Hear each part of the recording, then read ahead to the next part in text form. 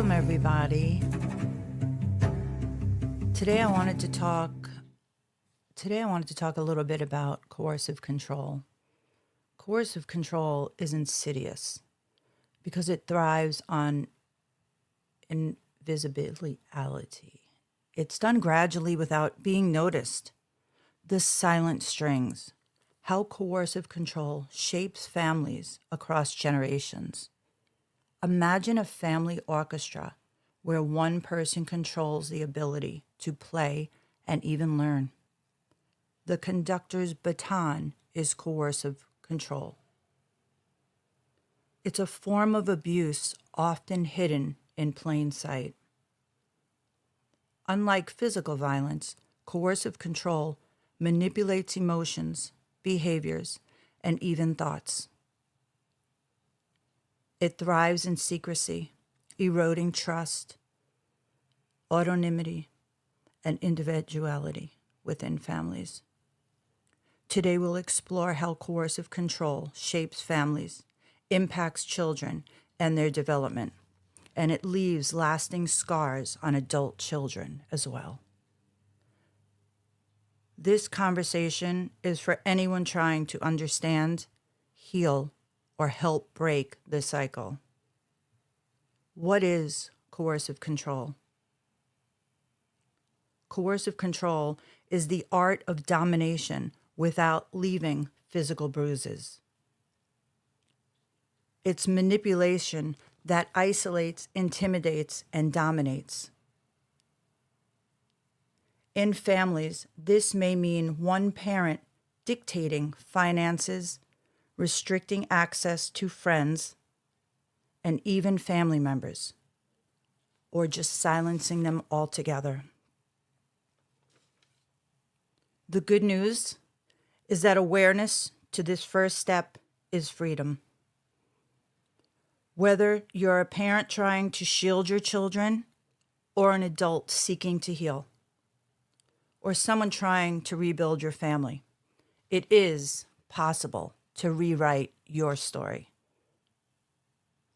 I just wanted to share a little bit about that. I think we're going to be talking about it a little more during the show, but it's an introduction to something that's really done in darkness. It's done behind the scenes, and it can have debilitating effects on families, especially the children.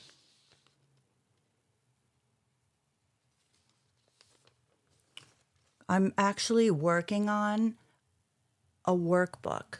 It'll be a quick guide that you can download. And then I'm going to be working on a more detailed workbook.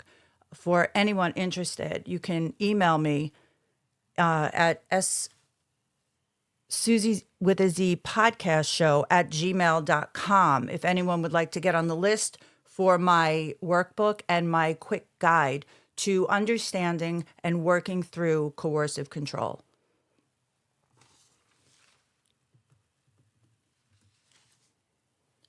Hey, Crystal, are you out there? I am. Can you hear me? Yeah. Hopefully there's not an echo. I was thinking, because a couple shows ago, we were talking about how when we were younger, how we were kind of dressed up and, well, I was put on a stage, you were dressed up to go out. Do you think that was coercive control? Of course, and we in a were so form? young. So Yeah. we were told what to do, right? What to wear, how to be. I was also put on stage to do the modeling like we were both talking about. But it's pretty much modeling in everyday life, right? When you're being dressed and you're a kid, whether you're going to church, you're going to a family get together, meals, going outdoors, anywhere. It's a modeling show. You are on stage when you really think about it. Yeah, it's amazing how, like, I'm in my 50s. What are you, just 40 now? I'm 39. 39. Oh, sorry. I'm almost Sorry. 40. It's right around the corner. Enjoy the next few months. A week or two. Oh my goodness. Yeah. But I was thinking also how people use the children as pawns. And, Yeah. I know in my family, we deal with situations that the children are kept from other family members. And it's just so sad. It's nuts. The kids are the ones that suffer. Like, why would you do that? to keep control. Yeah. Yeah. I don't know what you were thinking about, like, when you hear the word coercive control or just the word coercion. I have thought about it and looked more into it lately, and it seemed like the more minor or like nicer way to say abuse, Yeah. like coercion. It was like a different word to say. But when I read all the definitions and I look at it, it's the same thing: manipulation, abuse, coercion. I don't know how you're feeling about the word or just like the term, if it seemed less, bold to you than like abuse I kind with of a like it different because I feel like when you say abuse, people think it word. entails, being beaten up or black and Mhm. blues. This is abuse that you can't see. Like it Right. says, it's invisible. So I think the name, or that we're calling it more, what it is, coercive control. I think it makes people question it and look it up and Mhm. want to learn more. I think so too, because when I look it up, there's so many different like sites and definitions that pop up. I know, I'm sure you see a lot of it too, but it's talking about a pattern of behavior and mental Hmm. control. It says to trap the victim in a web of fear, dependency, and manipulation, which will lead to that cycle of abuse. It seems like, right? If this Hmm. continues on, and it goes through a list of just isolating, monitoring. And I have been more paying attention to that as an adult, like Yeah. now and in recent years. I don't know about you, but just people checking and looking up stuff on my phone, finding out my password, or when Oh I my didn't have a gosh. password, me having documents open, very personal things, and people denying, oh no, I didn't open up your phone. I never looked at that. Emails. I How would about, save photos and they would all be gone. So obviously someone hacked my wow. computer, my phone. Yeah, it's like, come on, they didn't just disappear. How about like GPS? I've had GPS put on my car, recorders Mhm. put in there, surveillance with Right. video cameras. And with technology, there's so much more people can do to spy and track you and manipulate you. It, Exactly. it's And then if you scary. say something or ask a question, you're trying to face it, what comes next? Oh, you're crazy. You're being Oh yeah. paranoid. You think everyone's out to get you. And then what happens? We question ourselves, and it's like, am I imagining this? Wait, did this really happen? Were those Of pictures course. really there, Crystal? Oh, there was tons of them. They Yeah. were so shocking. It's probably they disappeared because of how shocking the photos were. I've Oh taken some my. shocking photos on purpose just to You might as well mess give them around. something to talk about. Yeah, I'm kind of like that. Oh. But I don't know, like the gaslighting, that's what, and they talk about manipulating. So you're gaslighting yourself. You're questioning, oh my Mm. God, did that really happen? Am I being a paranoid? And that you should talk to your psychologist, your psychiatrist about that. I've been told that. Did you talk to them about that? You might need to check your meds. How are your meds Oh doing? my goodness. Maybe are you really taking it right? Like Yeah. those are all very obvious questions and insinuations to get the blame and the deflection off from what they're doing. I feel like they all come from the same handbook. They all use the same, they have the same MO. Mhm. It's like it's it's amazing how this type of person, this type of unhealthy person, they're so weak. I feel like they just want to control everything about everyone else because they have no control over themselves or their own Exactly. lives. Bingo. Have you ever said that to them? Yeah, of course. Which makes them more mad. Yeah. Yes, exactly. Well, that's what happened because I would call this behavior out, and then I would, it would be turned on me, and I would be the crazy one, or it would just make my life worse. And in my case, physical violence started. So yeah, Mhm. it became dangerous. So you have to be really careful when you're dealing with these people.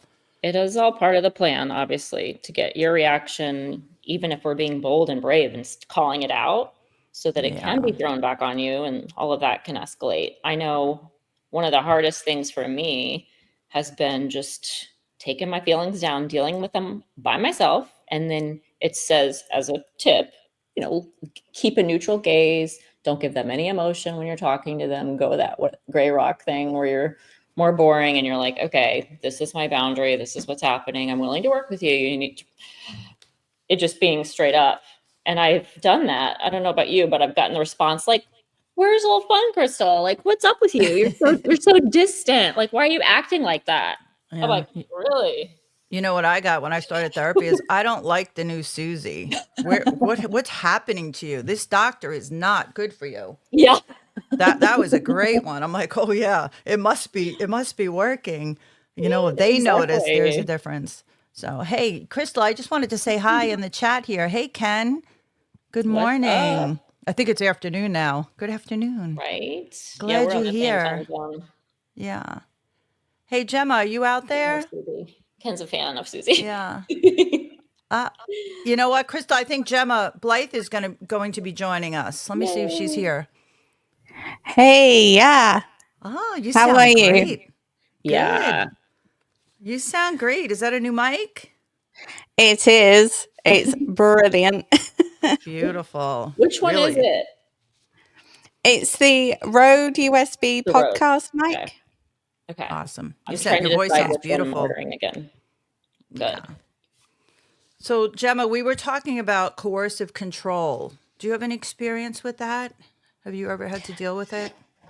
Yes, I have. I was cut off by somebody that I was in a relationship with, and I lost connection with my friends and became distant with my family members. Mm. And Was it? I didn't notice that happening. Oh, you didn't notice. So you were so focused in on that one person, I'm guessing the romantic relationship that. Yeah, it was like tunnel vision Mm-hmm. is the best way that I can describe it. Yep. And what did you do when you like figured out something's not right here? How did you start the process of removing this person from your life? I took the time to distance myself and I actually went away for a while at the end of the relationship. And that was the best thing that I could have done because it gave me that distance. So you were It able to get gave away. Wow. it, You know, Good. yeah, that it happened to me. I actually went on a vacation, similar situation, Gemma. And when I was away, at first I was really confused because I was in this relationship for so long. But little by little, I was like, wow, yeah. people, not everyone is treating me badly, or I'm not being paranoid when I'm around other people. And I think that's what we need. Sometimes you just have to get away from the situation in order to see it more clear. Oh yeah. Yeah.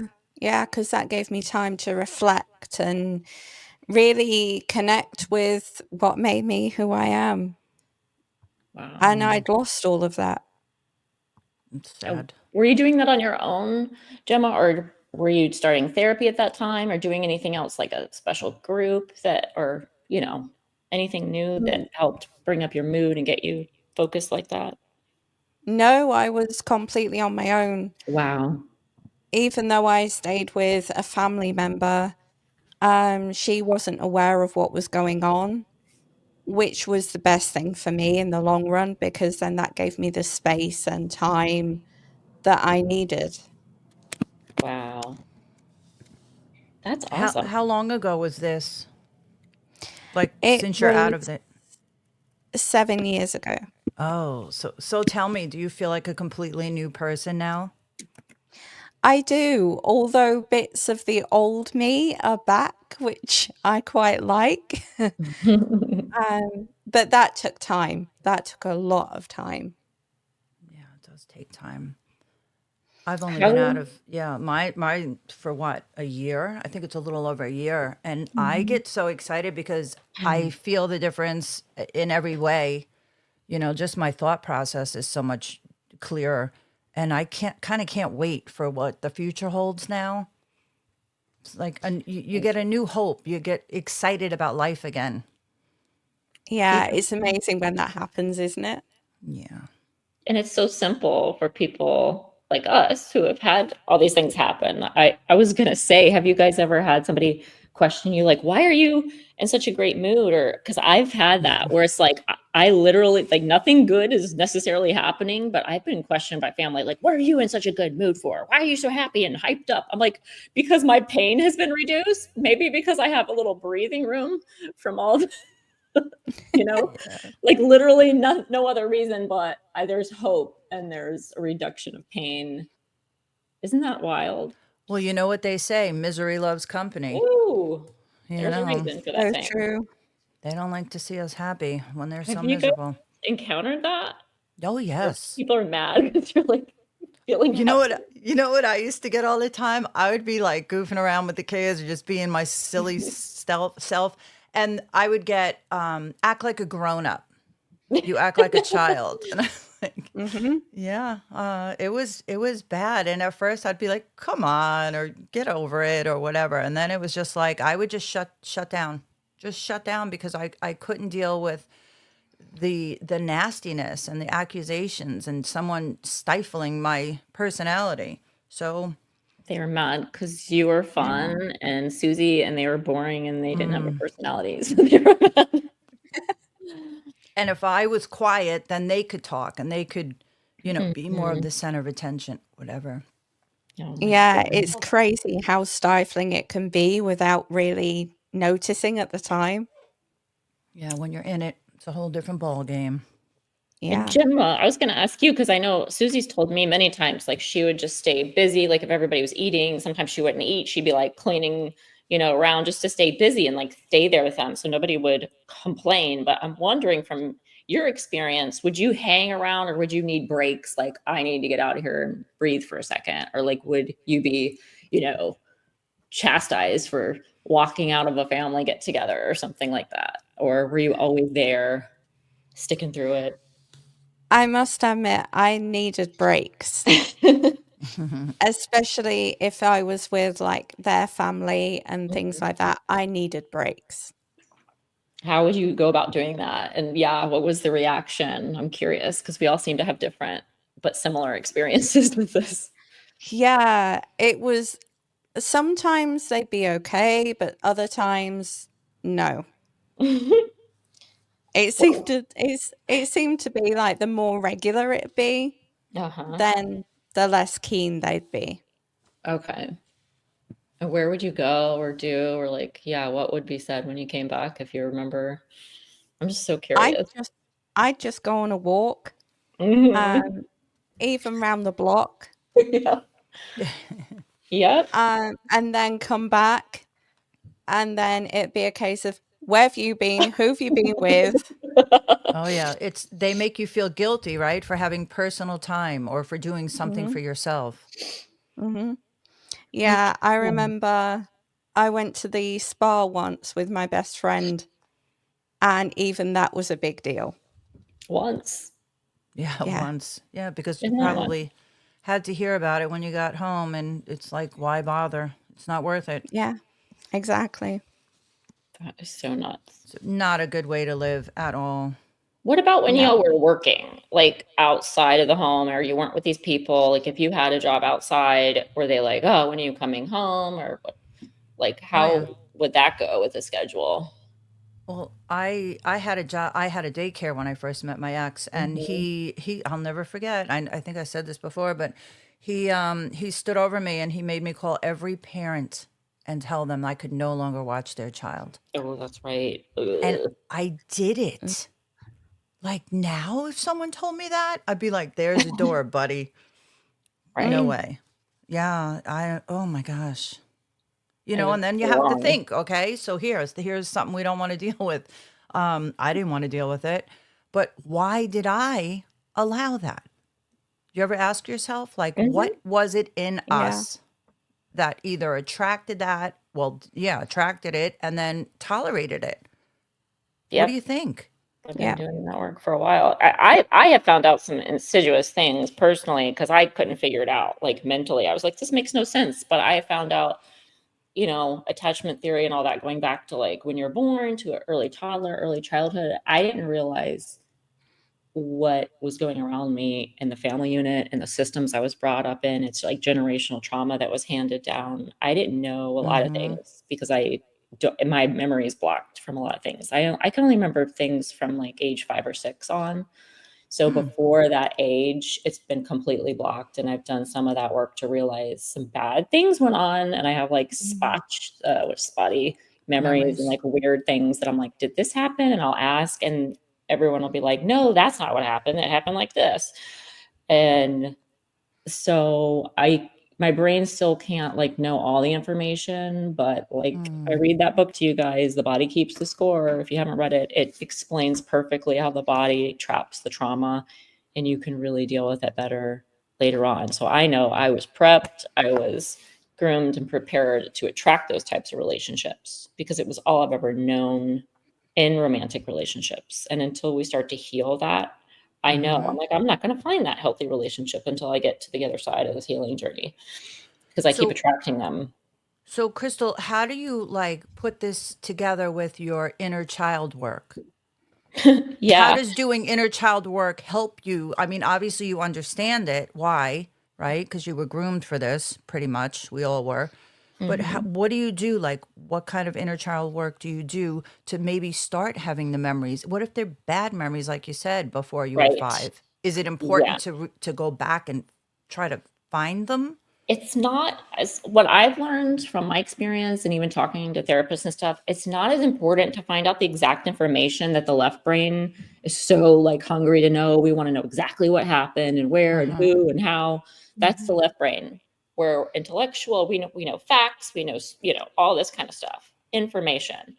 And it was hard for me to get past that. I think it took me all last year. That's why last year was so hard for me because I was trying so hard to figure stuff out. And the harder I tried, the slower it got. It was like the art. It's like the art of not forcing, right? I was trying to Yeah. force it. Mhm. I'm that person. I'm so determined. I want to figure it all out. I'm sure you guys can relate, Oh, right? yeah. Yep. Yeah.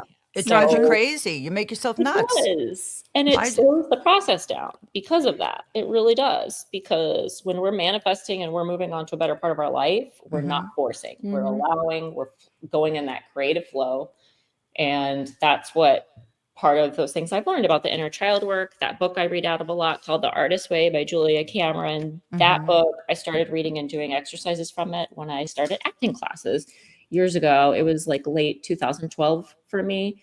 And if I hadn't started then, good Lord, where I would be now. Because I remember my son was 2.5 years old. I'll never forget. And I was like, if I'm going to be the mom I need to be, the person I need to be, I need to do Mm-hmm. something for myself now. So I took myself out of, you know, the house and the marriage and everything that was going wrong. And I put myself in acting classes. And that's where I learned about the book and about like breathing exercises and learning how to use my imagination again and connect with a scene partner and tell these stories through the acting scenes and actually get to play with those emotions, whether it was totally devastating, sad, depressing scenes or like super silly, like comedy sketches. It was from one extreme to the next. And I got to bring it all out and know this is the place to do it.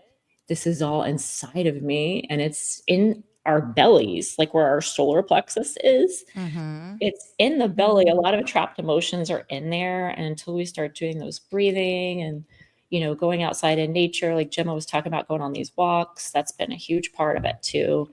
And in recent years, I'll say this really quick before I keep yapping, like just allowing myself to eat candy again. When I was a kid, I loved candy and I told myself for years, oh, I don't like candy. Like I'm an adult. I don't like it. Well, guess what? I actually do.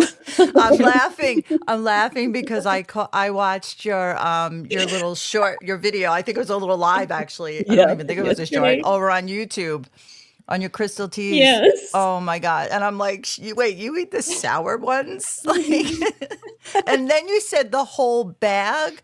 I'm like, Girl, Crystal. I will sit down if I'm like laughing and listening to certain music or watching a funny movie, or like if we were doing a girls' sleepover, I swear I would go through a bag of those like nobody's business and have like extra to share, more to spare. Oh my gosh. But It's the, just the how it is. gummies, I agree with you. I like the softer ones. Yeah, those Yeah. Albanese brand, and I have my peach Yeah. rings here. I didn't eat the whole bag last night. I only ate like a quarter to a half, so that was good. I still have them sitting here, Oh and those my are God. sweeter, so they're not sour. You're funny. Gemma, do you like candy? Or Yeah, you I chocolate? do. I must Chocolates? admit, it goes in fluctuations, and at the moment, I'm into candy. I love it. We're on the same wavelength. Yeah. Yeah. But what's your favorite? Over here we've got like drumstick squashies. like shaped like a chicken drumstick? No, shaped Oh, like a lollipop. But I Yeah. know that name's always thrown me. It doesn't make sense. never heard it. And it's like strawberry and milk Like, together, Ooh, okay. sounds good. Well, that's a but good combo. those are lovely. And yeah, it's a bad idea to put me in the same room with a bag of those. Crystal, that just reminded me of when you Oh, said when I was talking about quadding. Um, in a kumquatting. previous, you thought I said kumquats. I was like, oh, I've heard of that fruit. I think I've eaten one of those. Oh, you don't see them all the time in the store. They go through seasons. Yeah. Like right now, you guys see seasons of like fruit and vegetables. I see like dragon fruit and all sorts of like Oh yeah. things, but then I can't find some of my favorites like from back in It's the like day. I'm like, where's this one? it's like acorn squash or butternut squash. Over the Right. holidays, it's like they're everywhere.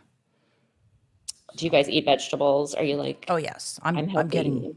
getting better about my diet again. Thank goodness. Good.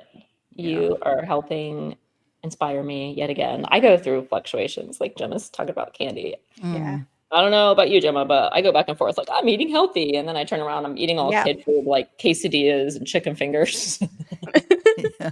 You know, It's I do like that. comfort food though, right? yes, it's Yes. my inner child, and I've allowed it all to happen, and I There you haven't go. really put a limit on it because I'm like, my inner child's alive and it's healing, so I do whatever, and then I rein it in later when I Yeah. overdo it. Yeah.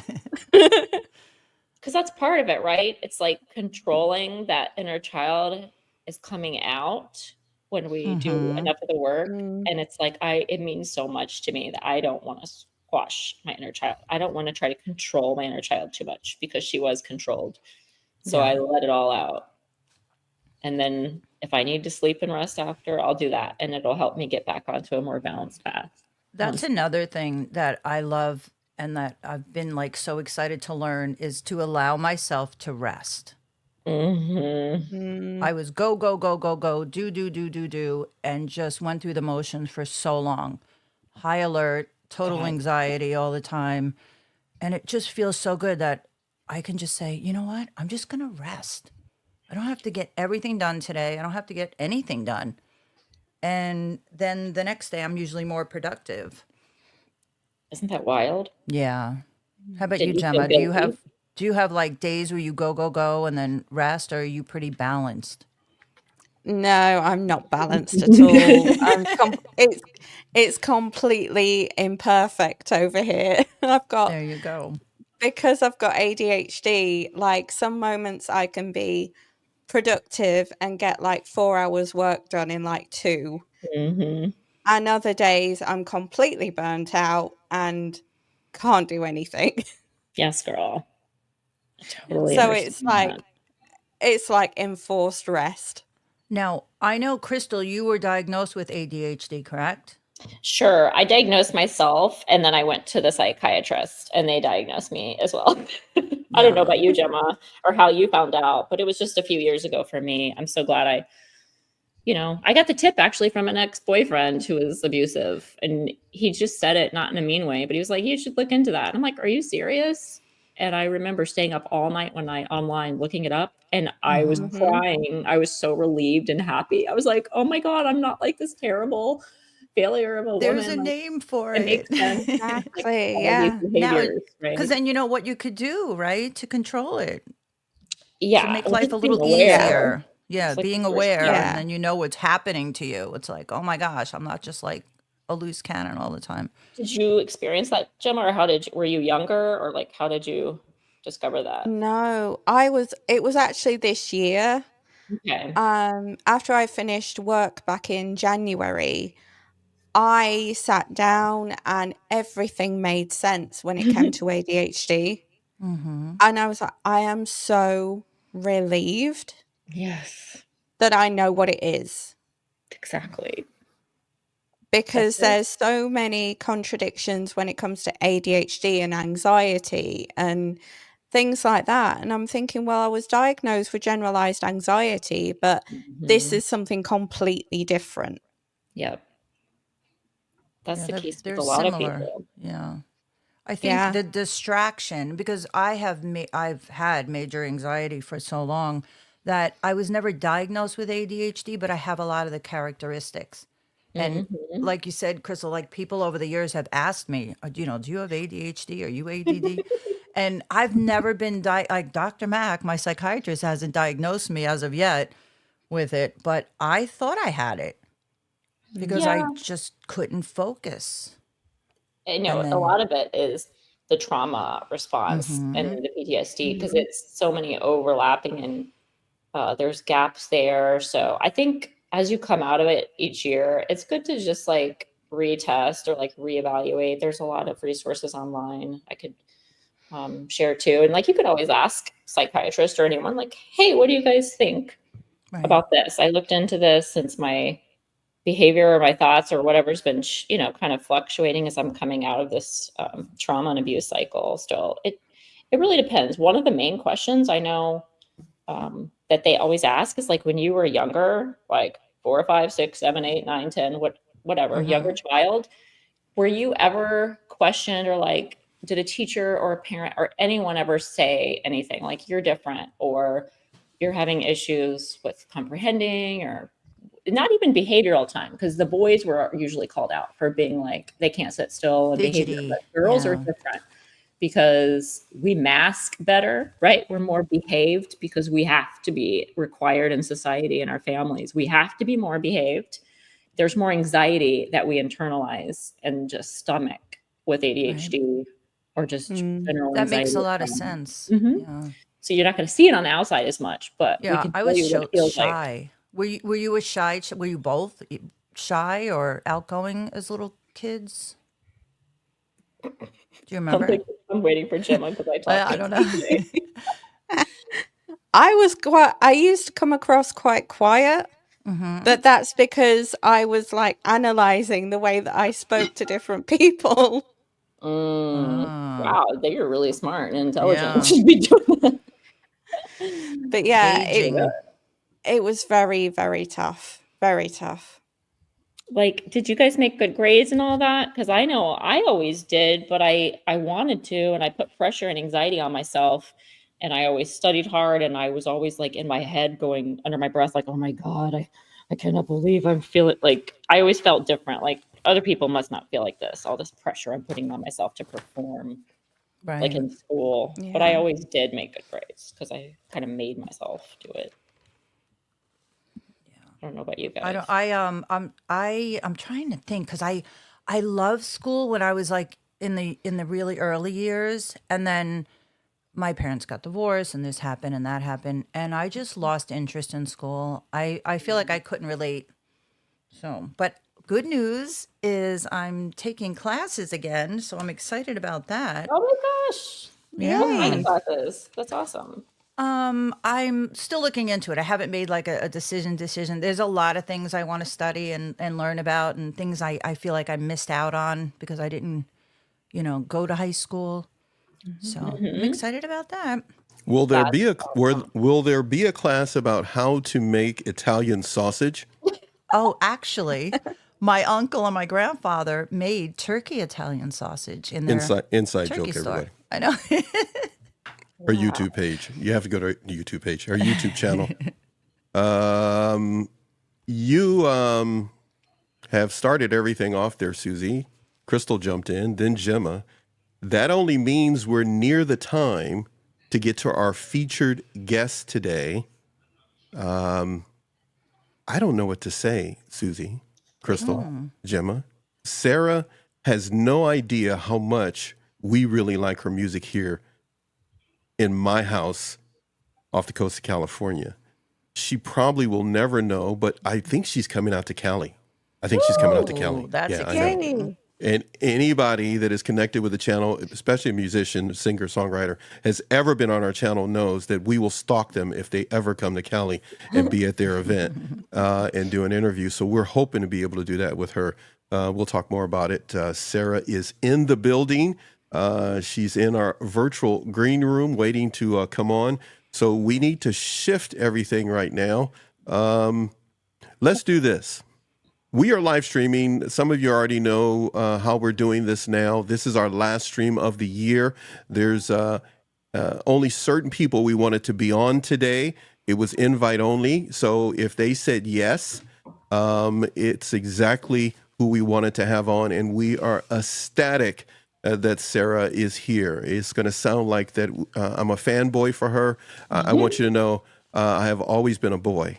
I've always been a boy, even becoming a dad. So I am very happy to have her here. We love her Instagram page. We love the pictures there and a number of other things. Today is a total improv day for all of us, if you are connected and watching this now, or we'll watch this back later. But we were looking so much to have Sarah on, and we are glad we're going to bring her in just a moment. But before we do that, everybody, we want you to know that we are going to first show you, well, a little video we kind of put together to give you an idea of who this beautiful person is and her wonderful family. And we're hoping the best for her, not only now, but in the future. But while she's on with us today, we are going to torture her. I mean, we're going to enjoy having her. So all of us are going to team up on her. And I see you smiling, Sarah. All of us are going to team up on her. And we have tons of questions for her. And then when she said, I'm done with you people, she's going to leave. I see her nodding her head on that done with you people part. She's probably ready to go right now. But we're going to bring her. I saw you shaking your head. She said no. So she's going to endure it. We all have questions for her. We look forward to promoting you. I'm giving everybody a chance from my private chat. Not everybody in the show, but I have a separate one going from viewers and so forth. They're all getting ready so that they're getting in place to be able to see this. Well, this show is for our members, subscribers, and our viewers. So don't feel you have to subscribe to our channel, but I want everyone to subscribe to Gemma Blythe, Susie with a Z, her SZTV, as well as Crystal T's. We'll get more into that later. So everybody get ready, get your coffee, get whatever you need. Here's a little video, and then Sarah's going to be on the other side of it. And we'll all have our cameras on when we get to that point. So everybody except for probably Crystal, because Crystal's rebellious. No, I'm just kidding. Such a little What brat. is she writing us? She's writing us in the chat. It was, okay, she's doing some things. Oh, wow. Yeah. She may do something. I can't say it now. She's doing something. All right. So let's get back over here. Total Improv Day. We will be streaming until 5 p.m., maybe longer, today off the coast of California. So if you can stay, that's great. If you can't, we'll be here like usual. All right. Enough of me talking about that. Let's do something here. I'm going to go over here. We're going to put this up, and we're going to take that off. Oh, I love doing this in live. This is so cool. Everybody's going like, what is he doing? All right, so we're going to do that. We're going to do that. We're going to do that. You have to tease everybody for a moment. Hey, I'm a guy. I'm goofy. I'm not smart like these beautiful women. We're all going to work together, and we're going to have some fun with the lady herself. I think I got everything. I'm looking at everything. Everybody's ready. Total improv today. I love it. I love it. 8 hours of improv, maybe 10, depending on what we got going on. There's no Laker game. Didn't I say that, Susie? Right? Yeah. There's no Laker game Not today. today. So I may just stay on until my daughters come in and go like, you need to get off that thing, Dad. Totally need to let those people alone and let them go. Sarah's going like, what the heck? Why didn't you put me on? What's the holdup? So got everything where I needed to be. I'm such a goofball. Let's do this one. I like this one. Look at that one. Ooh, there she is. She bounces and just comes in with her guitar. All right. Everybody's ready? Ready.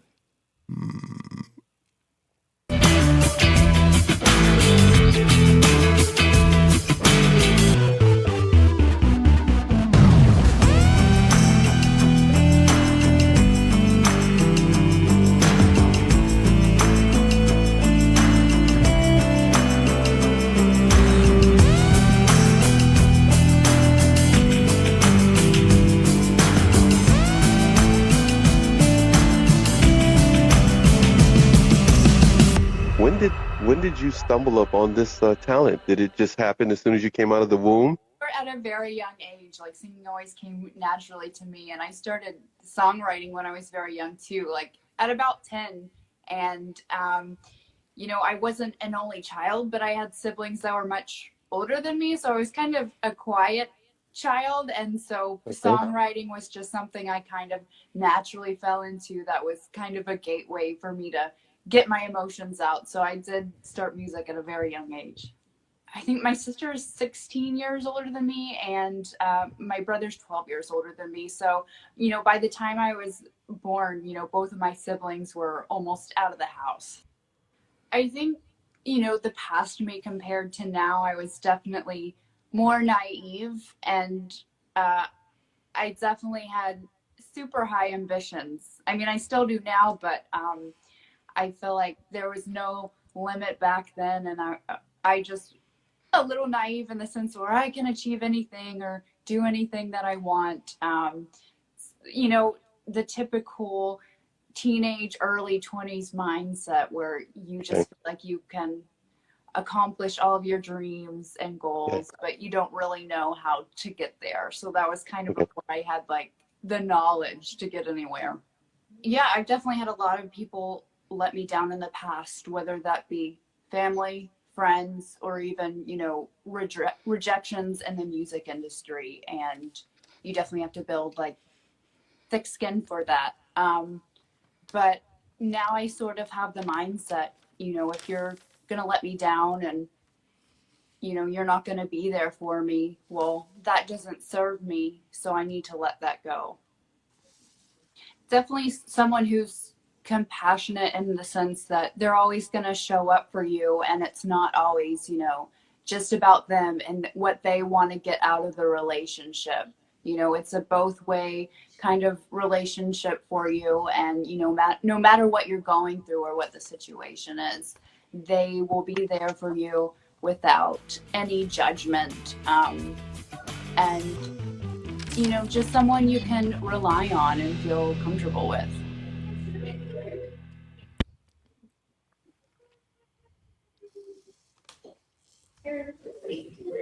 I think everybody's ready. I hear all of the noise in the background. You people need to be quiet because the lady herself is coming.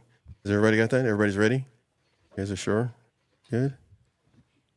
Everybody's there. Everybody's being quiet. They're all being quiet, Sarah. They're all like little kids waiting for you to come on. Being on your best behavior? Everybody's being on their best behavior there? Okay, all right. Any thoughts? Anybody want to say anything before Sarah comes on? Get it out of your system now. I have never heard them this quiet. They have never been this quiet. We want to see Sarah. I know you do.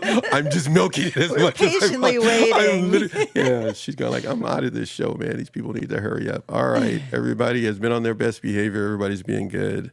A few people are ready to go there. Guess what? Sarah's here. Hi. Hello. Thanks for having me on today. She's here, everybody. Sarah, did you ever think to yourself, why did I say yes to this man? Well, Paxton, I'm happy to be back on. And just Don't answer that seriously, question. and after seeing our clips from, I guess that was about 2 years ago, I enjoyed 3 that years to be interview on 3 years to Instagram. be exact. 3 years ago. Yes, Wow. it was. Okay. 3 years ago. Well, I'm happy to be back. What in the world has happened in your life from 3 years ago till now? Oh, there's been so much going on since then. I think I was even in a different, living in a different area of Nashville when I had the interview with you. And since then, I've released so much music, been releasing so many projects, played various shows and opportunities, and started working with a publisher. So a lot of good things have been happening since that interview. What would you need a publisher for? Have you a book that has your name to it? Yeah, so when I say That was I the do have lamest a question book, I think I've ever asked in like 4 decades. That was the lame. Duh. Go right ahead. so when I say I have a publisher, I have a music publisher. Oh, okay. And Synapse Publishing and Entertainment. They're my publisher and record label that I signed with in May of this year. So they helped me with my recording, booking, everything, and then help me distribute my music and get my music out there. So I've loved working with this female-owned publisher and record label this year. And you mentioned book, so I also released a children's book this year that I wrote called Turtle Tears. And I published it this January, so you can get it on my website at sarahharrelson.com, Amazon, Barnes and Noble. Awesome. And I awesome. never thought I would write a children's book. But the idea kind of came to me after I lost my mom, actually, in 2022. So my mom's favorite animal was turtles. And I had a friend that said I would see like a sign of turtles somewhere after she passed that would just remind me of my mom. And I kind of took that with a grain of salt. But then I saw a story on the news about the relationship between a butterfly and a turtles. And I didn't know this, but turtles excrete salt from their glands, and butterflies are thirsty, so they drink it. And Wow. I thought, wow, this would be a really Didn't cute know that. story for a children's book.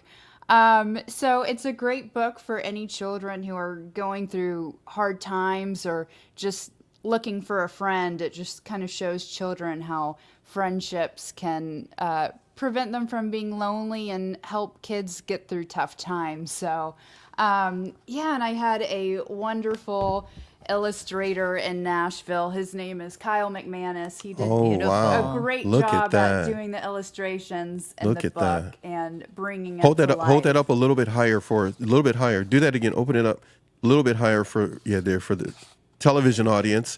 I know a number of you are watching this on television. You can see that on your TVs.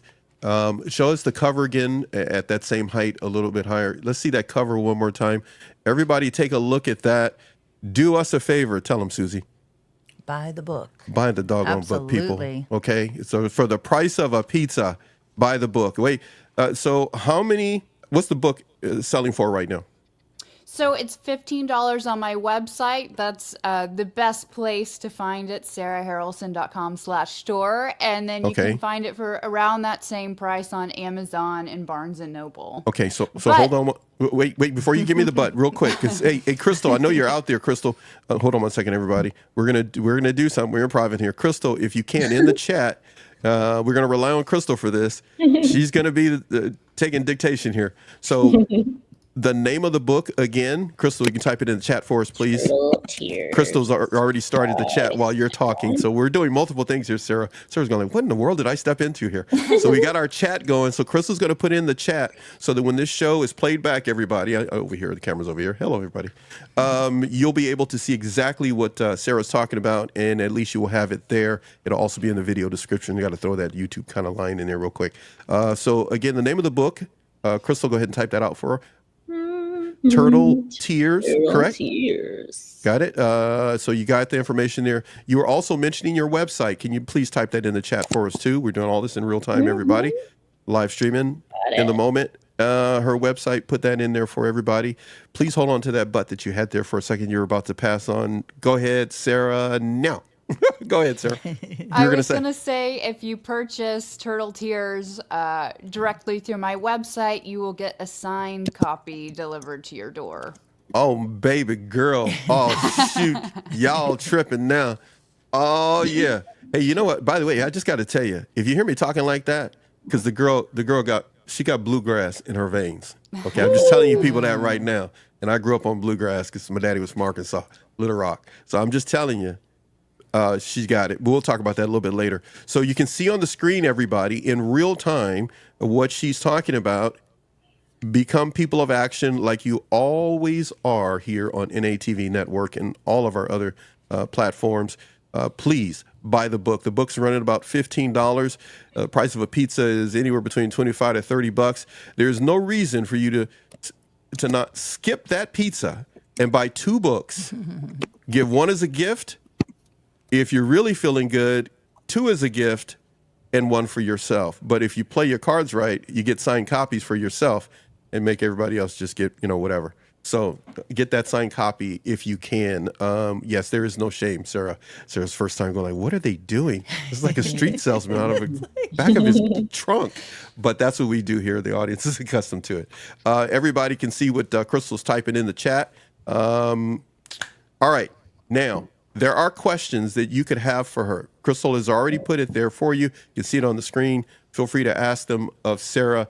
But we've got a ton of our own. And anything you want to talk about before we unleash a ton of questions on you, Sarah, anything you want to get off your chest now, because we're about to torture you.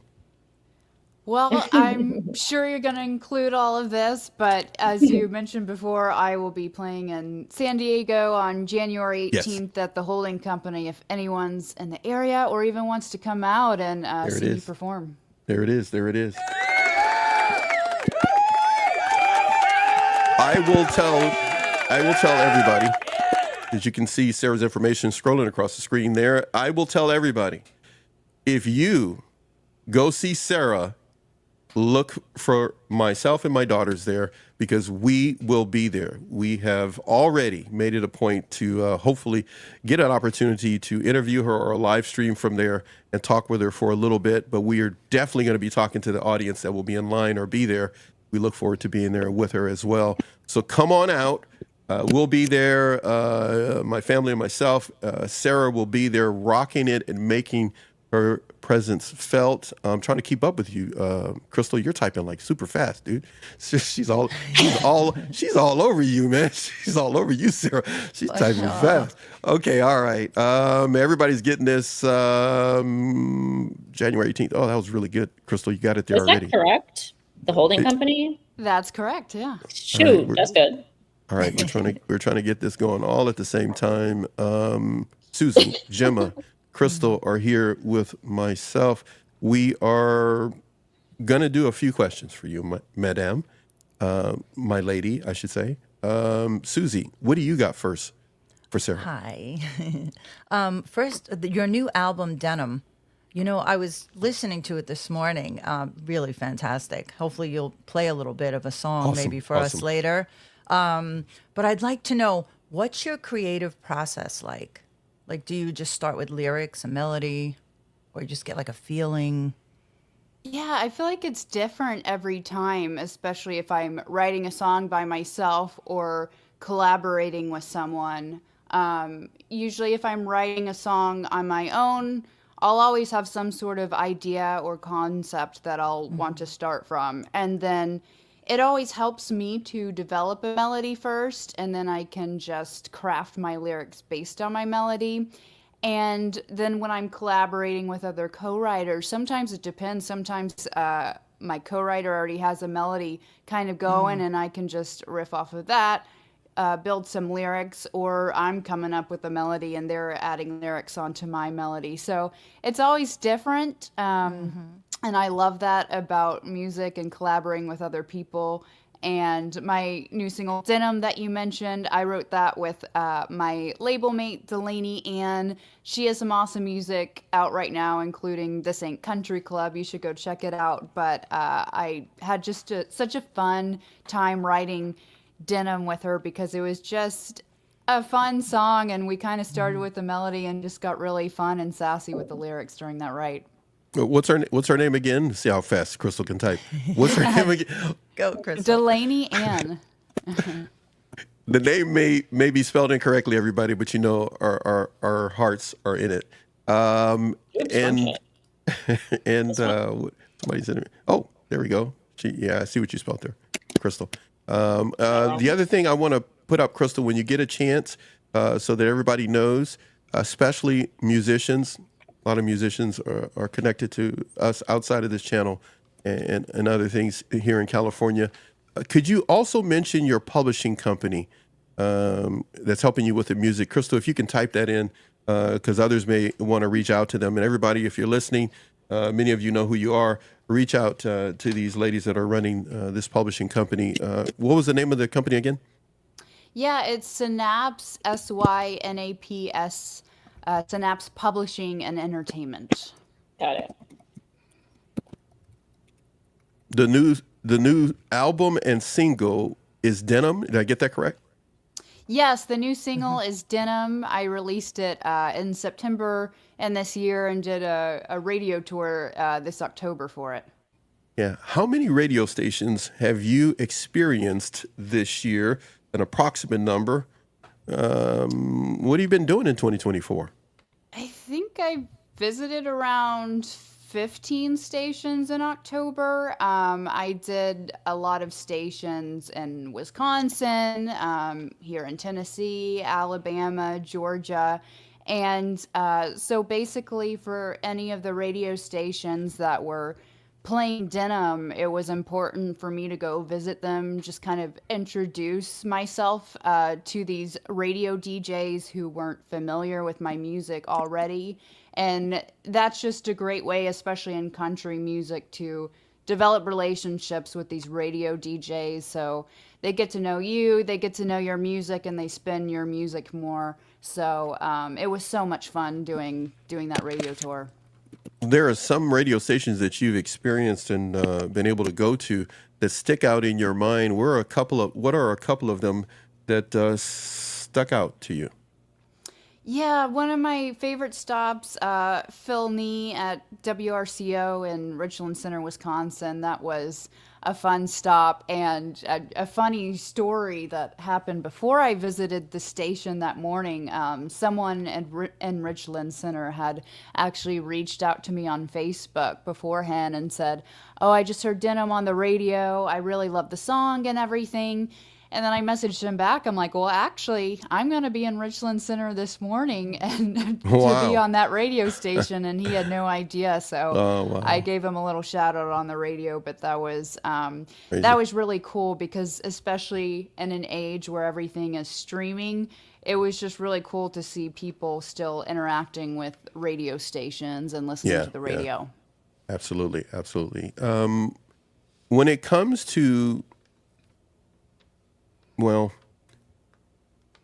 the personal life that you have to maintain, but yet still be busy with the industry, what are some tips that you can give to musicians, singers, songwriters, when it comes to maintaining personal life as well as holding on and doing business within the industry? Yeah, honestly, it can be so hard to balance personal life with music, especially if you're an independent artist or songwriter. You're probably doing everything yourself, which can be just a lot of work and it can burn you out really fast. So, to that, I say definitely don't be afraid to outsource any of your needs, such as if you're not great at booking shows, hire someone to help you with booking or someone to help you with PR or to manage you. Just don't be afraid to find those other resources to help you out. So that way you can spend time with your family, when you're not on the road, instead of having to be on the road a week and come back and do all your booking and everything. It's definitely important to find that balance. Was there a tipping point that maybe you can pass on to other people that you experience that maybe they need to be aware of to know when to outsource, when to hold on? Yeah, I think for myself, I'm someone who just likes to take on everything. And so that doesn't surprise me about you. That doesn't surprise me. All right, go ahead. Well, especially since I can wear many hats. Like I produce music. I went to school for music business, so I know a lot about royalties and the business side of the industry. So I try to do a lot of that on my own. But I've just had to learn over the years that I don't have to say yes to everything. And if I feel like something's not going to help my career, then it's okay to pass on it and not to do every little project. So it's okay to say no. It's okay to get others to help you. And then I'm very lucky because my husband's a drummer, so a lot of the time he gets to come on the road with me and play with me. Okay. I wasn't going to go down this road, but now that you mention him, I am dying for the opportunity, and he is not going to get away from me on the 18th. I am dying for the opportunity. You have no idea. I want to interview both of you so bad. I want to interview him so bad, but I wasn't going to do it today. I almost did it when you said yes. I was going to like, I'm only doing this if your husband sits into.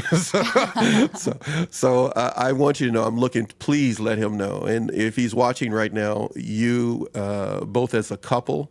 I repeat what I said in the pre-show, and I've said many times here in my house here.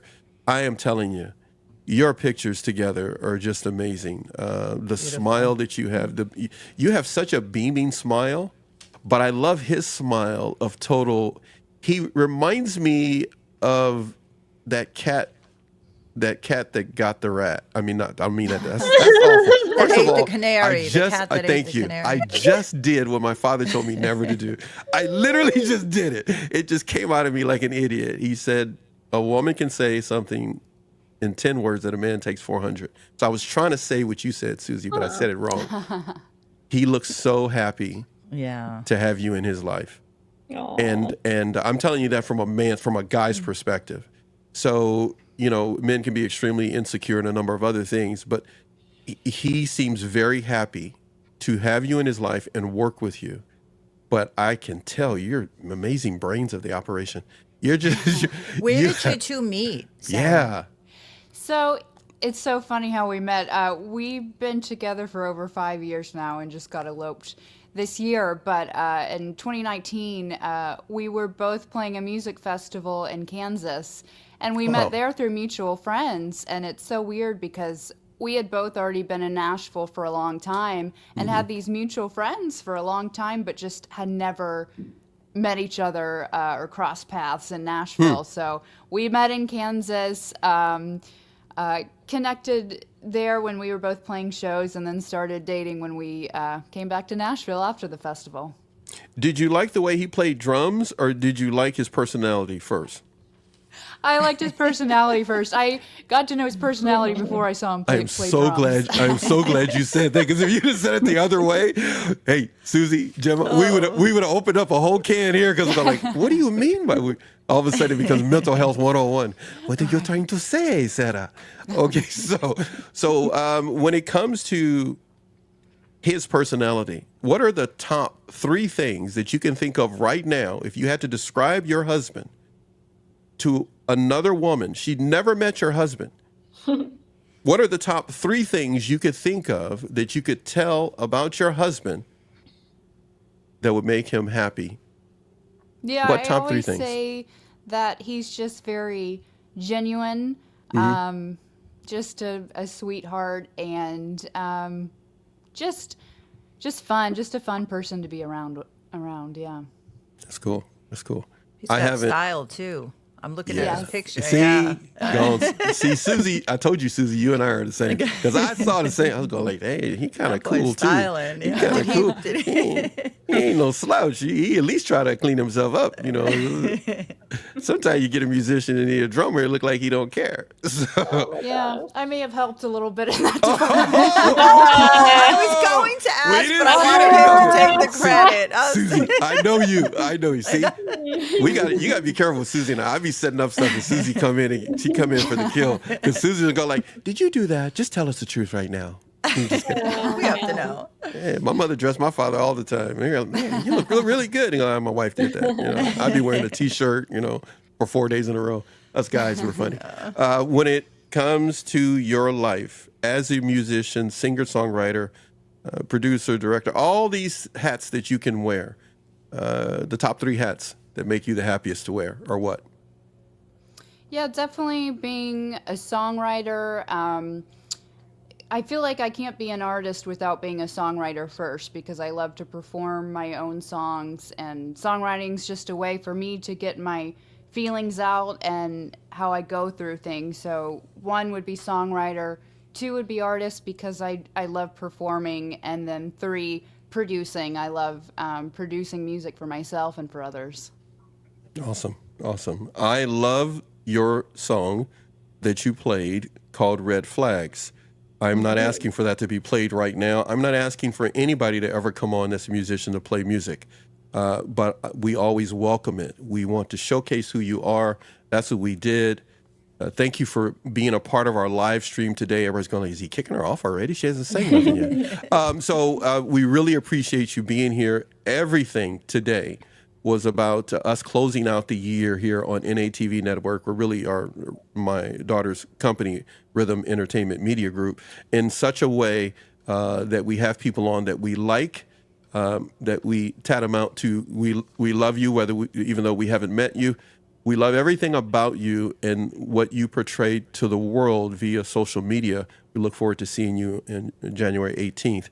But speaking of performing, can you play some Denim on your way out? Can you play a little bit of Denim for us, please? And whatever else you want to do. But can we get a snippet of Denim before you go? And we're going to need you to hold that book up again. Crystal, you still there, or did you faint? Yeah. Okay, because that's the quietest. I know you got stuff you want to ask her. And they're going like, Paxton just capitalized, won't even let us talk. He won't even let us talk to her.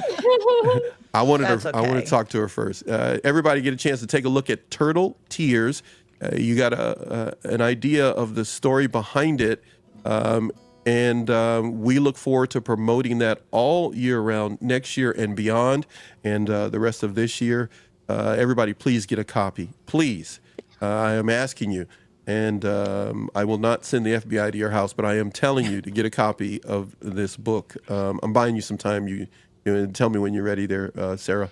Let me see. Crystal, you just put something up again. Hold on, everybody. Crystal's putting things up as we talk. She's really good at the chat there. So you got the information there. Links will be in the chat even after this stream has come to an end today. And let me keep up with you, Crystal. You're very, very good there. She's on a roll.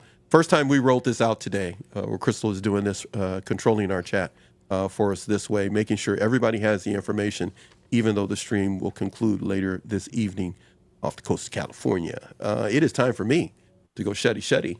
And Sarah, do your thing. All right. Yeah, and besides Turtle Tears on my website, I have other merch if you want to check it out. I have this cool denim patch in honor of my latest single that you can iron on your jeans, and some denim makeup bags. So definitely check that out. love that. But Awesome. yeah, Awesome. without further ado, I'm going to play a little bit of denim and a snippet of another song too.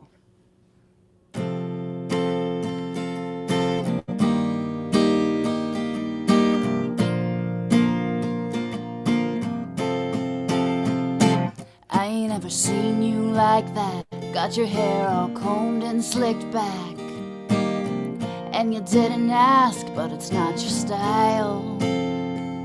I ain't ever seen you so stressed out here like you're trying to win best dressed.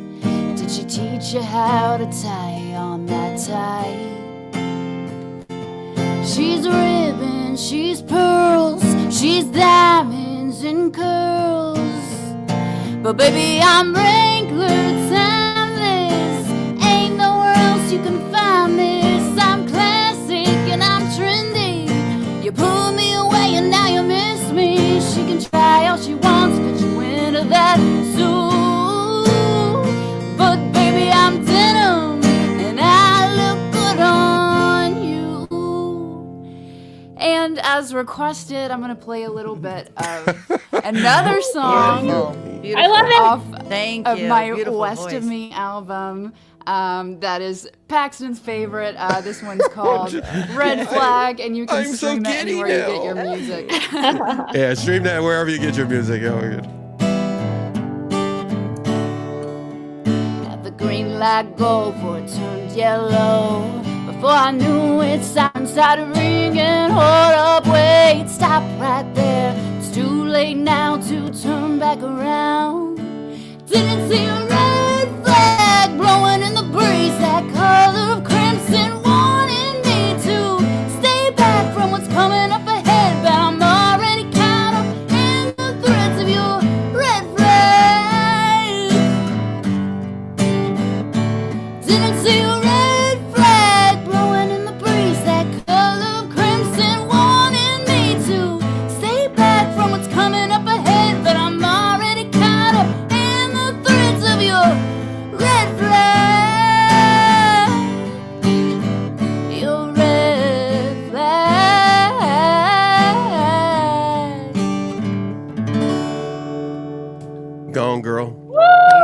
tell you guys. Let me tell you something. Beautiful. You may not know, but now you do. Because right now, you better not mess with this woman. You better not mess with this woman and that drummer. They'll flip you upside down and have you buying all their music.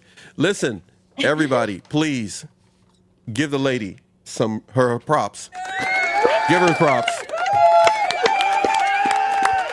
There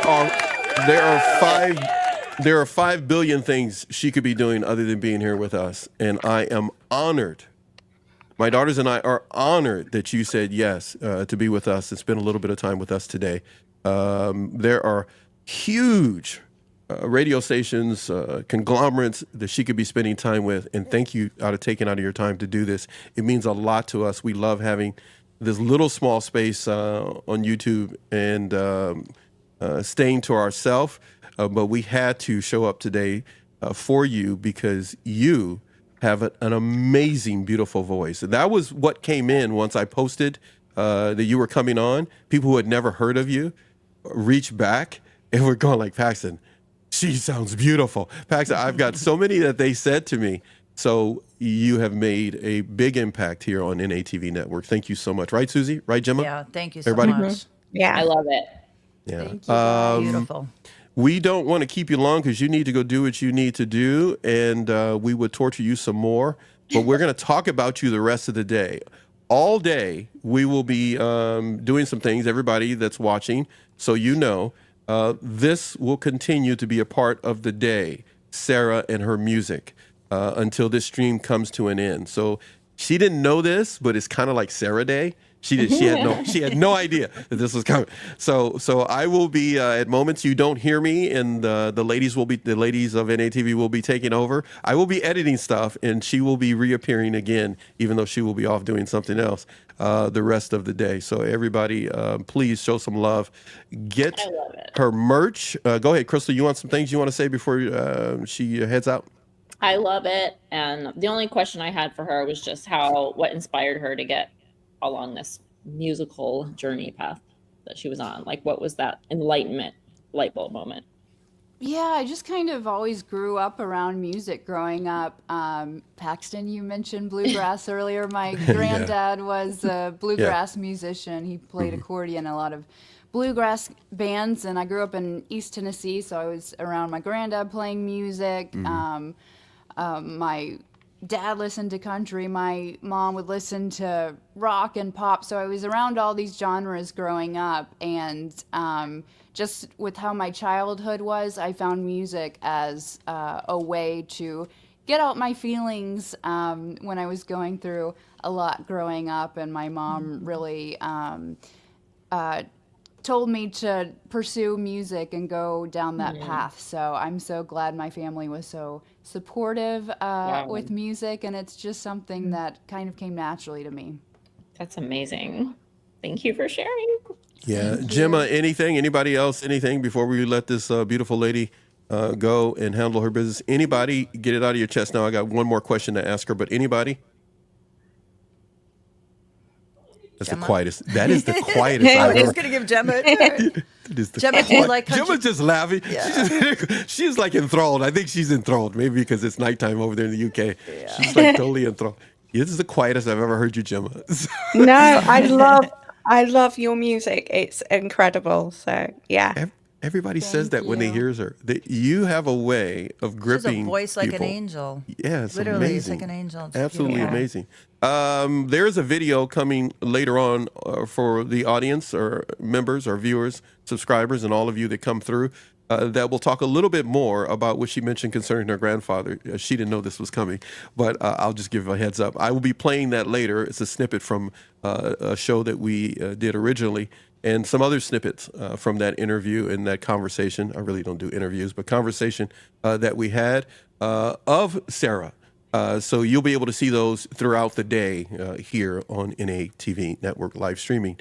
So right now, one question on your way out. If you could share with our audience, the majority of our audience are professionals, they're business people, a number of other things, but like everyone else on this planet, they struggle with a number of different things. Please feel free to share some information of encouragement that you want to share with our audience as they go through challenging times, maybe something that inspired you or kept you going. What could you share with our audience right now? Yeah, I think it's important just to never give up. I mean, the whole point of this life is it's never going to be easy. We're always going to go through rough times. And for even my own career in music, it can be so rewarding, but can always be a hard career to go down too, because there's a lot of rejection or times where you feel like you're not getting anywhere with your music. So if it's something you love to do, keep on doing it. Maybe just get creative in ways that you're doing it to get your career started or to get out there. I know with me, when I was getting really down about music, I started volunteering for this organization called Musicians on Call, where we just go into the hospitals and play bedsides for hospital patients. And that kind of grounded me in the sense where I'm like, oh, well, this is really why I'm doing music, because people need music, and especially people who are in hospitals who are sick, it brings them some sort of joy. So it kind of put everything in perspective to me. This is why I'm doing music, not to, get famous or anything, but because I want to spread my love and joy of music with others and with as many people as I can. So I think it's important just to establish your purpose and why you're doing what you're doing. And I think that can help put things in perspective with whatever path you're going down. Wow. That's amazing. That's I'm going to end the stream now because I don't think we can talk. You just shut the puppy down. I don't know what'd you do that for? I love it. I thought you're going to say like exercise, drink some water, eat fruit and vegetables. But no, she shuts the whole. She has a drop the mic moment, and I don't have nothing. Wait, hold on a second. Wait, hold on. Hey, Susie, I bet you can't guess what I'm about to hit right now. Game over. Game over. Game over. Game over. You have just shut the puppy down. That was really good. Matter of fact, the chat is responding to what you just said. Dr. Pepper 76, thank you for being here, my friend.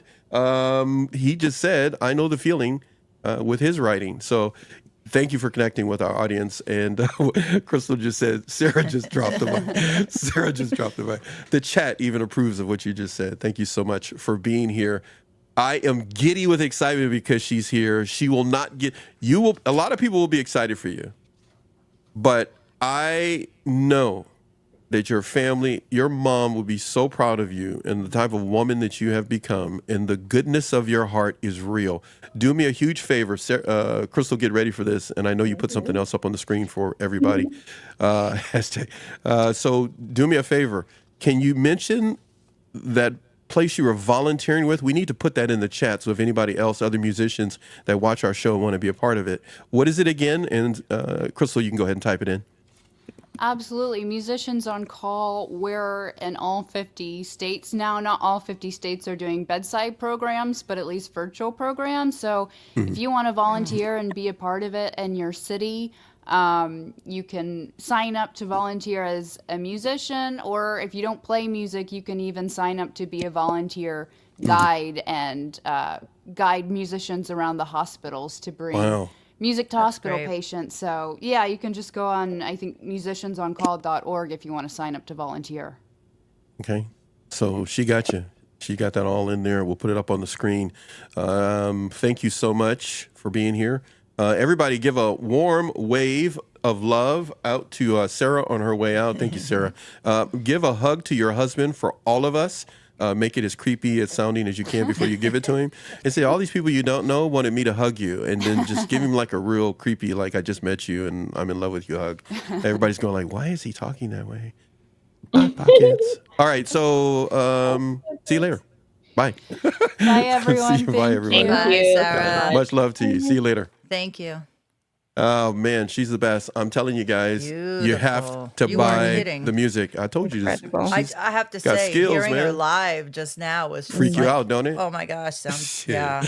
Acoustically, she's, man, I'm telling you, got a voice. So much that Gemma was speechless. Totally. Yeah. Yeah. She was just Definitely nodding her head going, inspiring. this is, I told you, you come along Yeah. with me, no telling what you're going to get, right? No telling what you're going to get. Do you guys Crystal, listen to country awesome. music Oh, yeah. Yeah. like yeah. regularly? Yeah. Okay. Yeah. I feel like I've asked you that before, but You I did. love Nashville. Love hanging out down there. Yeah. It's fun. Yeah. You like Uh, country music, Crystal? I do. It was the first kind of music that I actually like listened to when I was a kid and grew up on. And I go through spurts where I don't listen to it, but just recently Yeah. again, I've been pulling it up. And so it was just hitting me today. I was like, yes. How about you, Gemma? Yeah, I must. Yeah, Well, you're gonna my love it dad was a now. big- Now that you met Sarah. What was that? I must admit, it was a shameful thing. The UK I know, loves some country people. music. She made it like it was like an intervention or something. Well, I must admit, my friends don't, but I do. No, I grew up listening to it. So Yeah, there we Yeah. go. Oh, there you go. Okay. yeah. I didn't know it was a thing over there. Thing across the pond. Oh, it's a Yeah. big thing. Yeah. Yeah. I never thought about it. So. If you watch a lot of British shows and or Australian or New Zealand or anything like that, they play. There's one called Brokenwood, and the main character, that's actually kind of the running joke through the whole show, the TV series, is he listens to country and western and drives an old American car while he's in Australia, and it's a funny thing to hear the country and western music while you're watching this whole different lifestyle, but it all fits. It all fits. The lyrics fit. I'm constantly putting up on the screen different things that have taken place via the chat because Crystal's been on it. So everybody, please make sure to pick up a copy of Turtle Tears. Make sure you pick it up. It is by Sarah Harrelson. And you got some other stuff here for me. The new single is entitled Denim. You can check it out on YouTube, watch it on YouTube. You can, of course, go to Spotify. Now, Sarah is gone. I didn't want to hold her forever, but I'm going to do a little bit more. And we're going to be expecting somebody else to be popping in. They got an invite only. This has been an invite only day for us here, the last stream of the year. There are certain people we wanted to make sure to have on the show for two reasons. One, we love everybody and we like them. And the other reason is because you, the viewers, told us who you want to see. So because this is an audience-driven interactive network, live streaming network, we honored what you had in mind. You got to see Sarah because you said you hadn't seen her yet on YouTube. That really comes from all of you who have been with us since 2020. And you're going to see someone else. Hopefully we'll get Bree Clark from Bree Clark TV in because you've been asking me where has she been, and we sent her an invite. So hopefully she'll be here as well. Consider the publishing company. Many of you musicians, especially on Instagram, follow us and are going to be a part of our new music channel once we turn our full attention to it in 2025. We look forward to you contacting Synapse. Am I saying that right? Publishing Entertainment. I got that right, Crystal? Thanks. And I can always count on Crystal to correct me if I get the saying wrong. But reach out to them if you're looking for a publishing company. We have not connected with them or met with them as of yet, but maybe we can coerce them to come on and talk about what they do on our music channel in 2025. You can get a chance to see Sarah live as well. Did you like that, being the center of attention there, Susie? And Susie just going like, why has he got me on the main camera? Why is he doing me? Why is he torturing me like that? I'm on the Just main show camera. my new Hey, you want to do room, that? my Then new now studio we're all room. small and we're kind There you of go. got all small. Let's put that back. And then we're all over here and we're just all over the place. We can be like that. Here we go. You like those buttons, don't you, Oh Paxton? man, I've been making new ones too, man. I got a whole bunch that you guys haven't seen yet that I'm not going to release until next year, but I've been going like, oh, this is going to be fun. So Gemma, you had no idea you were stepping into this. She just shaking her head going like, what the world is going on with these people? That new These mic, people are- that's what these it guys- was. I know, huh? Yeah. How's it feel? Yeah. She goes, I'm in the big league now. I ain't got one of them little linky dinkies. I'm full time. I'm full time. Superstar. I'm a superstar. That's what I am. A superstar. Okay. All right. I'm being weird here. All right. So again, the turtle. Now, I am going to buy all of us some time, and we're going to use a video as a commercial break. You will see commercial breaks throughout our live streaming. And again, today's show on purpose is virtually one huge improv. Okay, it's not even like last week's show where there was a little bit more preparation. So everyone individually has things that they want to talk about. I will be putting up different things along the way. That's a good enough explanation you're going to get. But right now, here comes the first of our kind of commercial break. And no telling what we're doing when we're gone, but we will be back. And so None of your business. I don't want to know. there you go, Crystal. I was waiting. I gave you one, and you like None took of forever your before you business. said it. None of your business. It's none of your business. It's okay, but make sure you none of your business. So make sure. I'm looking at Crystal put something here. My phone's falling over there. Where did I you get it? I just named saw it. one of my like internet profiles that just for fun, like none of your beeswax, Oh, none I of your love it. business, I love so it. that my None of your family could see business. it. I love it. I know. Did you? Where is Yeah, you? Yeah, I actually that's not a bad idea. That's kind of funny actually. for Where is other people to your? see it. You had something. You had something here. I'm putting up that you put for her. It just said buy it via her website. Yeah. All right. So if you need to get denim, go through the website. You can even get a signed copy of the book that she has, Turtle Tears. And you said something else here. I forgot where it is. All right, everybody, hang in there. Go do what you got to do. Remember, we always tell you, watch us 10 minutes at a time on NATV. But if you go to Gemma Blythe, and Gemma, what's your YouTube again? At Living Imperfectly Perfect. I am asking you out of the kindness of your heart to go to her YouTube channel and watch at least an hour a week. Okay, just do that. Just go over there and get some watch time for her over there if you can, please. Over at her place there. Susie, yours is SCTV Network. I know Spin it up- says, yeah, it says, you know what happened today? not until you tell me. I signed in on Gmail, and it says Susie with a Z podcast show. So it's messing, I'm all over the It's place. messing her. So Susie okay, Cosbin, we're gonna Susie tackle with a that. Z, SCTV Yeah. Network. Yeah, Can't keep an eye up with everything. Keep an eye on Susie's YouTube channel. Her and I are going to be doing some work on that. She didn't know I was going to say that today out loud, but we're going to be doing some work on that. Awesome. You're going to love the Susie Live from New York channel that's going to be coming your way. She didn't know that either. She did, but she didn't. But okay, now it's out in the public. And Crystal, what you got? You can always find me at Crystal Tees TV here on YouTube. Please come on down, check out my links. I'm actually going to be on. down. Yeah, I'm going to be on Monday Eastern time at 8. So what's Monday, the 23rd? Because I want to hit you right before There it is. Christmas hits you. Before you run up those credit card bills. All right, so go see Crystal, and she'll get you right, get your frame, get your body and your mind in frame to go back into debt. I'm sorry, to go have a good time. So I'm just so bad. It's on Uncle Sam. Don't worry about it. There it is. Just write it off. All right. That's what you got going on. I said a video. I've been doing things. Don't think I'm not. So that the video and everything is ready. We're going to get that off the screen. Everybody, we're going to be back in just a little bit. We're going to take a couple of minutes. It gives me a chance to edit some things and get some things ready for upcoming show. Make sure you join us here on YouTube. Of course, you're joining right now. But come in and out if you like today. If you're just done for the day, it doesn't matter. It really doesn't matter. As long as you have a good time today. Enjoy your recovery with us on NATV Network. And let's see what we got.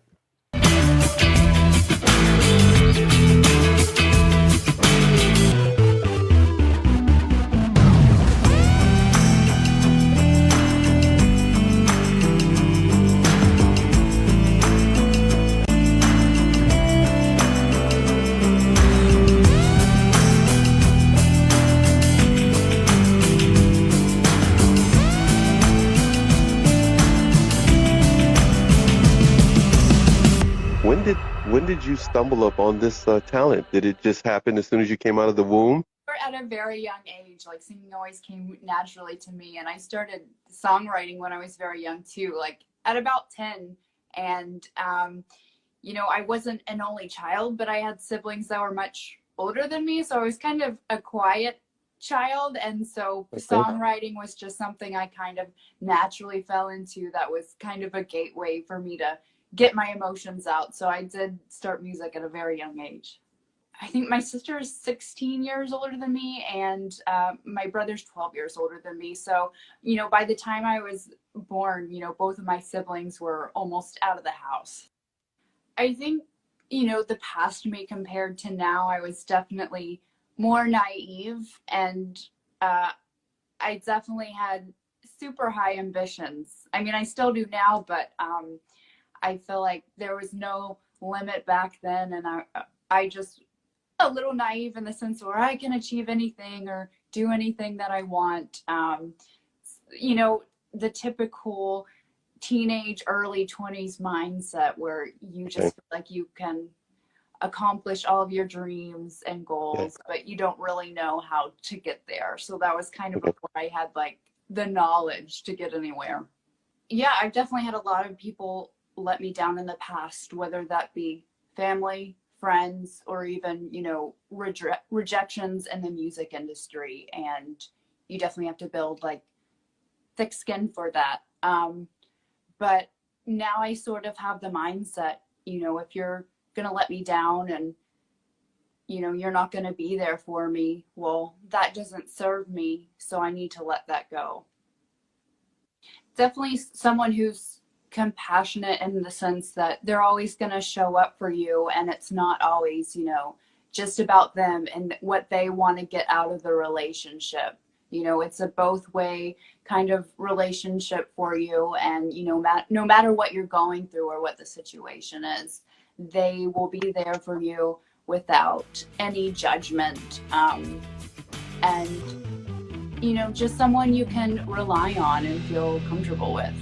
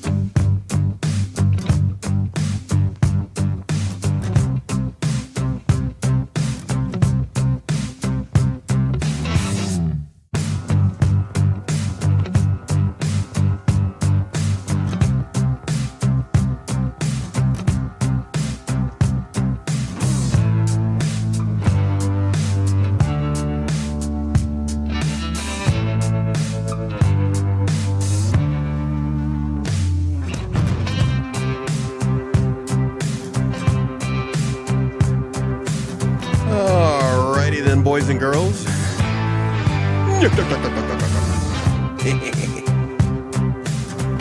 I think, hold on a second.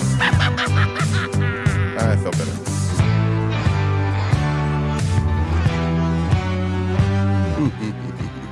All right. We are improvising all day today on purpose. It's what we have decided to do. How we're going to end this year is by simply going on live for 8 to 10 hours and hanging out with you. You may even get to see me in real time, edit videos and all that kind of stuff. Who knows? Who really cares? Because Bree is here. Lady Bree's in the house. Susie, what do you think about that? I can't wait to meet her. I'm telling you, this lady, Show, yeah. man. Bree Clark TV. We are one big promotional channel, I tell you. If we like you, if we love you, if we've never met you, but you can help our audience, that is Bree Clark. She has helped our audience a well of knowledge. She knows a lot about life, Susie. I was watching her podcast last night, listening. The woman, it's almost as if she's only like, 22 years old, but it's as if she's lived multiple lives in an alternate reality. That's pretty much what it's like. What do you think about that, Crystal? I totally get that and support that and give her a hug virtually right now. I knew you would say that. Crystal goes, I myself am actually 4,000 years old. I have lived many lives. Knows. Gemma, you didn't think this was going to happen today, did you? You're like, I thought we were just going to do a show about what I want to talk about. Surprise. No, I didn't, but I'm here for it. I'm stuck now. I'm here for it. I said I'd be here. It's kind of like, the ladies of NATV Network are here, and I, your resident coconut, am here to bring in somebody different and new. And because we're improvising, that means I can do whatever I want because it's my stinking channel. Actually, my daughters are my executive producers, but Bree, I know you can hear me. I know you're out there somewhere. Yes. Yeah. Oh, there she is. You guys, there she is. Oh, there she is. Ain't nothing but a G thing. Ain't nothing but a group. The group's in the house. All right. Thank you so much for being here. Appreciate it a great deal. Everybody's going like, but we can't see her, Paxton. We just can't see her. I just don't see her at all. Where is she? Where is she? I don't see her. I can do whatever I want as long as YouTube says it's okay. So hold on. Let me move some things around here. And I hope everybody enjoyed having Sarah here. She did her beautiful Sarah thing by letting us know about her music. And we appreciate her a great deal for being here. January 18th, make sure if you can, San Diego, California. I'll put some more information up on it. Go to her website, and hopefully you'll be able to see myself and my daughters there, as well as Sarah will be there playing her music. Let's see what else I got going on here. What else do I got to get rid of so that you guys can see everybody? I don't know. Did everything? I know. Let's do this. There we go. Everybody's like all over the place. Look, everybody's scattered. Nice to Look, see you, Bree. I can do that too to your faces. Look. Oh, wait, look, I can do that too. So I told you, Susie, I got all kind of stuff. I just can be as got weird new as I want to buttons be. over there. That's I what he's got got. buttons, man. I got buttons. I've had them for a long time. I just been lazy, didn't do it. But there we go. That's where we want to be. Bree's going like, oh my God. So you had clients and other things going on, and you took out of your time to come be here with us. Yes, What? the mom life is happening because the There you last time we talked, I was pregnant. Oh, And yes, my daughter is one. She's Hold on. Wait a minute. hey. She's beautiful. Thank you. So yeah, I was stalking you on Instagram, and I was looking at the pictures of your daughter. She's so cute. Oh my Thank gosh. you. Thank And your you. son, how old is your son? He's 7. Oh, okay. Yes, Oh we my thought we gosh. were done. We thought we were done. He's like, "Hello, I'm here." So Surprise. yeah. Nothing like a little girl. Yes. No, there's not. No one told me. They melt your heart in different ways. Yeah. Yeah. Paxton, you know. Oh, wait, hold on a second. That's true. I agree. Yeah. And wait, you have sons. You don't have. We have sons. Me and Crystal. Yeah, we have Y- sons. yeah, you but guys I have got boys. granddaughters. Yeah, you got. Yeah. Okay, I have yes. 4 Oh, okay. granddaughters. Yeah. Yeah, a daughter will flip you around, man. Oh, Daughter yeah. will flip you around, especially if you're a guy. But a daughter, mom, it's like a mini me, but not me. I don't know who that child is. Thing Yeah. happening to you when you're a mom. So it's like, but your husband's going like, no, really, that's you. No, that ain't me. That's not, you're like, no, really, that's you. When you were little, I'm quite sure you were just like that because you're like that grown up. She's one. Yes. She's one. And taking steps. And Oh my goodness. Exciting. yeah. And she crawls up the stairs. I didn't know she could do that until yesterday. I'm like, so I'm tired. You are done for. You have no idea how many sleepless nights you'll have now. She's crawling upstairs. Before, but She's having a ball though. To her, it's just like oh wow, these are cool. yeah, she's excited. We're excited. It's there's been a lot of change since we last talked, so I'm excited. Yeah. So okay, so let's do this. Everybody that's here now, you're going to get what Sarah. You're going to get what Sarah got, but in real time. We had this discussion with Sarah prior before she came on, so she was duly warned. So I'm going to warn you in front of everybody. Susie told the truth. You were stalked by all of us, overall by all of us, before you came on. They have questions for you. Okay. But like I did with Sarah, I get first dibs.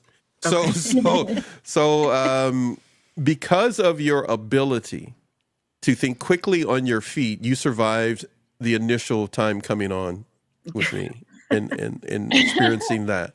Not knowing overall that, and maybe you did figure it out. I was auditioning, as I've done everybody that's ever been on this channel. I've auditioned everybody that has ever been on the channel. Some of them are going to be surprised hearing that for the first time if they even still watch us. You were auditioned for what we're going to do next, starting next year and beyond. Okay. What it is that we're doing, what is it that we're doing? Sorry, the ghetto came out. What we're doing is we are showcasing individuals to an audience that follows us. And our audience fell in love with you. Oh. They were in love with the way that you explained things as well as yourself to them in such a way that they were able to benefit and grow. You were not condescending to them. You were not antagonistic. You were just, this is what I've come to learn. This is what this is. And I hope you guys can just make it work the best you can. That's kind of the way, I'm saying in a nutshell, the way they wrote us back. Everything we do is researched. Even when a person comes on, we research it after the fact. In real time, people are telling me what they think about you in the show, just like they did with Sarah just a moment ago. Everyone loves you. Here on NATV Network, the audience loves you as well. What I want to do today is to start off this conversation with you and with everybody here is please tell me one thing about yourself that the audience knows nothing about that they would be surprised to learn about you. Ooh. And don't say dancing because we already did that in the first one. We'll talk about that maybe later. If we have I time. have no rhythm. But don't bring it. I was gonna bring it up later. Okay, they already know about that one. Well, maybe some of you today who didn't watch the first show, but that is another thing. Pick something else. Oh gosh, I'm so open about so many things. Yes, you are. What else? Gosh, probably that in my house, I am the handy person. Okay. So people would never think I would even, lift a hammer or get dirty in any way. You throw your husband under the bus like that. I know, he helps. He helps. I'm better at it. He holds the nail. He holds the nail. Brother got to stick together, man. Why are you doing like that? No, Be a nice guy. So a couple of years ago, I built a giant teardrop camper trailer out of wood, and I have a couple of shots online, but no one really understands that I built it from the ground up. Wow, and, I'm impressed. Yeah, so we do a lot of things like that. So I replaced our entire fence. We're on almost the acre of land. I replaced our perimeter fencing with pickets and everything like that. And I mean, if I've painted our whole home. I love doing like. Jed Clampett could have used you. Gilligan could have got off the island if he had somebody like you, would he? Well, the problem I have is I go and I look at something, I go, oh, I can do that, and I start, and I'm like, what? So you have like power tools, everything. Yes. Yeah. I have all the yoga tools you can think of. I love it. Oh man. Yes. Man, you and my daughters get along just fine. I told them they never gonna get married because they can figure out stuff how to do it on their own. That's the way to do it. Oh. That is so cool. But where Okay, did so you learn how to do that, Brie? I'm just My curious. dad and I, Okay. so that's how we would bond. I honestly think my dad wanted a Sweet. son, and so he was like, you're just gonna do these things with me. And yep, so yep. yeah, so he taught me how to do my mom too. They're both very handy, and it's so funny because they have all the means to hire whoever they want, but they pride themselves Yeah, and me and my husband and knowing how to do things yourself. Mhm. Even if you can That's great. hire someone to do it, if you have the time, you just do it yourself. There's always a lesson or something therapeutic that you learn in it. So building the trailer, my husband and I, we learned our communication pitfalls during our process, and we became Oh boy, I love it. I love it. I love it. So yeah. So do you go camping in it? Yeah, Like so you we've use only it? gone camping twice. It's funny. We built it when we were in Idaho. We did not realize we were moving back to Texas at the time we built it. Yeah. So we finished it, and then I was like, "Oh, we're going back to Texas." And it is the heat is no joke here. And Oh so wow. we've gone a couple of times, but it's just hard, Yeah. But that's going to change, and Paxton's going to love this because we are moving to California. So, Oh my Wait a minute. Amazing. yeah, that's exclusive. You all heard it first. Hey, you have no idea how much I was, and I don't beg, but I was gonna get real close to begging you off camera one day. You got to come out to Cali. You got to come out to Cali and just get in the studio with me. We'll make this work. And now you're gonna be. I don't care where you are in California. We'll either come to you or you can come to us. It don't matter. Just We're gonna put some shows together in person next year, hopefully, God willing. But your dad's in your life. Excuse me, your father had an impact. I should the best way I wanted to say it had an impact to get you to be where you are. That came out a lot in the interviews that we did. If you tune back in later, everybody, I've got some clips from shows that we did and some other stuff that I'll be doing as I'm streaming all day today with the ladies of NATV. You will see some clips from Bree talking about a number of different things. Because I'll be editing them in real time and putting them up for you to see as a part of this live stream. But one of the things you did talk about was the impact of having your parents or your dad in your life. What was it when it came to influence and who you are? What was it about them? What is the impact that they had in your life? Oh, yeah. So my parents are a lot older. And so my dad will be 85 this year. And so it's funny, he'd pick me up from school and people would be out like, "Oh, your grandfather's here to come get you." I don't feel like he looks that old. He looks great for his age. But, those are the jokes that I would get, from other people. But because of that, there's a lot of history that my dad would be able to tell me in real time. That just span, over time. Most people, they get a shorter rundown of history that's more recent. And so hearing my father and his siblings, he's one of 9, my mom's one of 6. Wow. And so hearing, their siblings tell a lot about the history and what it was like growing up, during their time and the lessons that they've learned, they just instilled a work ethic, a yearning for knowledge, a keen sense of discernment and patterns that I don't think I would have gotten any other way if my parents hadn't have been older, And so, just growing up, they very much spoke to me like I not was an adult, but I was, they definitely didn't talk to me like I was a kid. Yeah, I understand. I understand what you're saying. Yeah. So a lot of what I did with my dad, we didn't do fun things. I don't want people to think that we didn't. He was a very loving, kind father, but he wanted us to know, how to do things. And so I would sit to him and he would teach me how to balance a checkbook. He would, teach me, he was like, this is how I, budget for the month with all of my bills. And my mom would, this is, how you make things from scratch. And this is how we cook. And hey, the car broke down and, the mechanics said they don't know how to fix it, but I know what's wrong with it.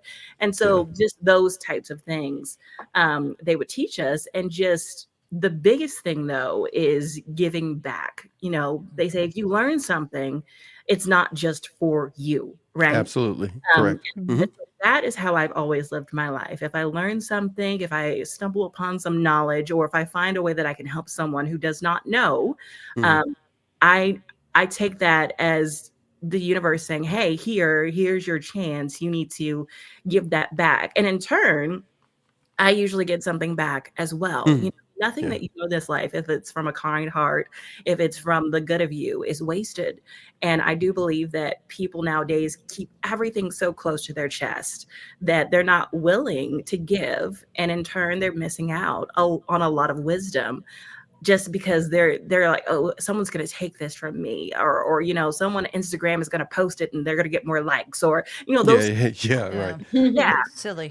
And so my parents, they did, they nipped that in the bud before social media was even a thing. It was like, if you know something and you can help someone, Got to share it. So Yeah, got to share it. Ladies, Parents. jump in as you wish. yeah. I'm not going to hog her anymore. Yeah. Go ahead. I want to know, like, what would you say is the most valuable lesson that you're hoping to pass on to your daughter, right? Yeah. Because you're able to do all these things that women usually think men should handle. Yeah. Gosh, not to be bitter. Mm. There's so many things that you can be bitter about. Life is going to kick her butt, and I'm trying to shield that from her as long as I Yeah. can. But Yeah. when things happen, I'm like, yeah, Mm-hmm. that sucked. That was awful. I'm so sorry that happened. Right. It might not be the last time that it does happen, but you don't let that make you bitter, right? You don't Right. let that make you angry.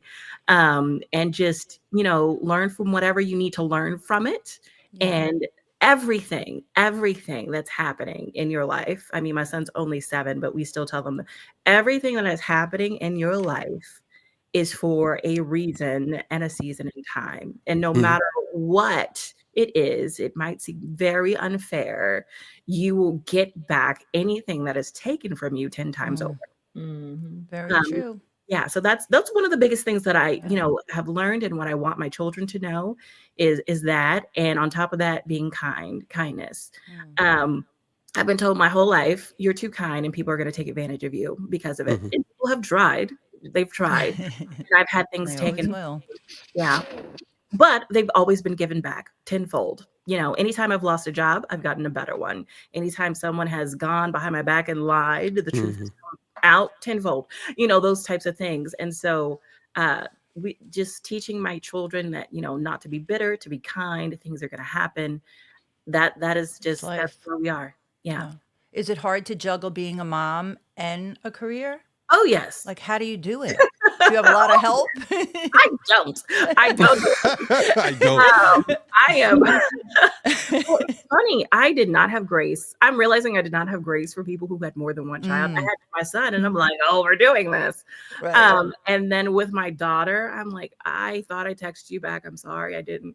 Those types of things. I'm having more grace for people because of it. And it is a balance. My show has been paused for a little bit. I've been able to do things here or there, but I'm definitely not able to run at the speed I was running before. But I think there's beauty in that, and I think there's a reason for that. Yeah. Yeah. Your podcast it's called The Real Deal. Yes, The Correct? Real Deal. Yes, and we have a side show called Realistic Luxury that ties into consumer imposter syndrome as Love well. it. Love it, by the way. I love it. Well, explain that. Define that. Yeah. So imposter syndrome on its own is just a disbelief, that you are capable, that you are inadequate in some way, and that you're fooling everyone around you into believing that you are able to do these things. So you're not acknowledging your own accomplishments as them being your own. With consumer imposter syndrome, it's similar. It's, oh my gosh, I did not earn this thing, or I'm not good enough to have this thing, or if I have this thing, people are going to think that I'm trying to pretend to be someone I'm not. Maybe I am. And so my husband and I, as we started getting more successful throughout our life, we started getting more opportunities to do things, travel, go to nice hotels, go to nice restaurants, buy things that we couldn't have imagined before, getting. And not that I'm a stranger to any of that, but us being able to do it in our own capacity. That was the part that was like, oh my gosh.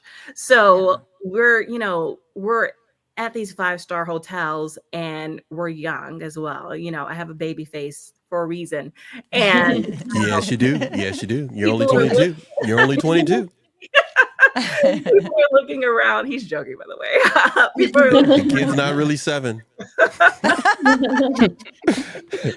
people are looking around, and we don't know if we're feeling that way or if it's actually happening. Like, what are you doing here?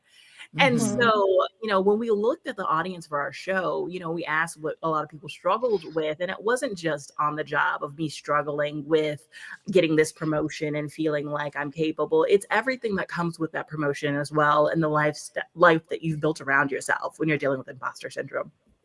And so I wanted to show people real life applications to what we were talking about in the main show, The Real Deal. So hotels were the biggest thing. You know, a lot of these people who are in the C-suite or just, you know, have a promotion or elevation in life are, you know, wanting to travel. They're wanting to experience it. And a lot of them are scared to do it. Mhm. And I feel like it's a disjustice to yourself when you do not allow yourself the luxuries that you are afforded in life just because society tells you that you should be humble enough to struggle. And not everybody has met that resistance. But definitely in some of the more minority communities, you are taught Mhm. not to have anything, Yeah. that it's a crime to have anything. Mhm. And so the show was really just, you know, the sideshow Realistic Luxury is I'm gonna do it, and I'm gonna take you with me, and I'm gonna enjoy it. You know, I'm going to enjoy the Very cool. things that we've worked to have, and not have any shame in that. You know. That's wonderful. I Yeah, love because that. we're worth it. Yes, You yes, know? yes. You know, it's treat yourself to a whole nother level. That's that's what I Yeah. say. It's treat yourself to a whole nother level. So, especially when you've been told, you know, um, when you've been told that you'll never have anything. Because I've had friends who they've been told you'll never have anything, and they are now millionaires, and they're like, I Wait a minute. Hold on yeah, a second. yeah. What do I do with this? Yes. And I told my whole life I should not have this. And there are people still in my life telling me I should not have this or I was Yeah. just lucky. And so I just want them to know that stop listening to people, you know, stop listening to Right. people who Tell are, them. yeah, Yeah. who've never been where you are. You got And that right. to have there's no well-meaning behind that. No one says that to be kind. You know, some of the things that you hear that are negative are to keep you safe. Never does anyone tell you you don't deserve something to keep you safe, right? And you So earned it. You work hard, what you know? that part of the show is about, and letting people know it's a thing, because some people don't even know that that's what they're feeling when they're feeling this way. It's not just guilt. It's you're dealing with a form of imposter syndrome. So Thank you. Now, we're gonna do something here. Again, the entire day is an improv kind of a day, mainly for everyone that you see on camera, except for myself. I have a pretty good idea where I'm going. It's just not totally scripted out. It's planned out to a measured degree. What do we got here? Dr. Pepper's got something he has to say here. Somebody want to read that, or I'll read it. Somebody Yeah, read that. Dr. Pepper says anyone who tells you that you should not give anything, have anything, is a person to keep out of your life for good. 100%. Yes. Yeah. Oh man, Yeah. wow. Someone's gonna knock you Give you down. one of those. Yeah. Crystal's got you covered in the chat. Yeah. Amen I- to that, Crystal. I want to do a few things here, similar to what we did with, since we're rolling this out today, totally improv, kinda, what's talked about. Crystal, since you're taking care of the chat, she says amen to that. This is something that we're doing here, Bree. We just did it to Sarah.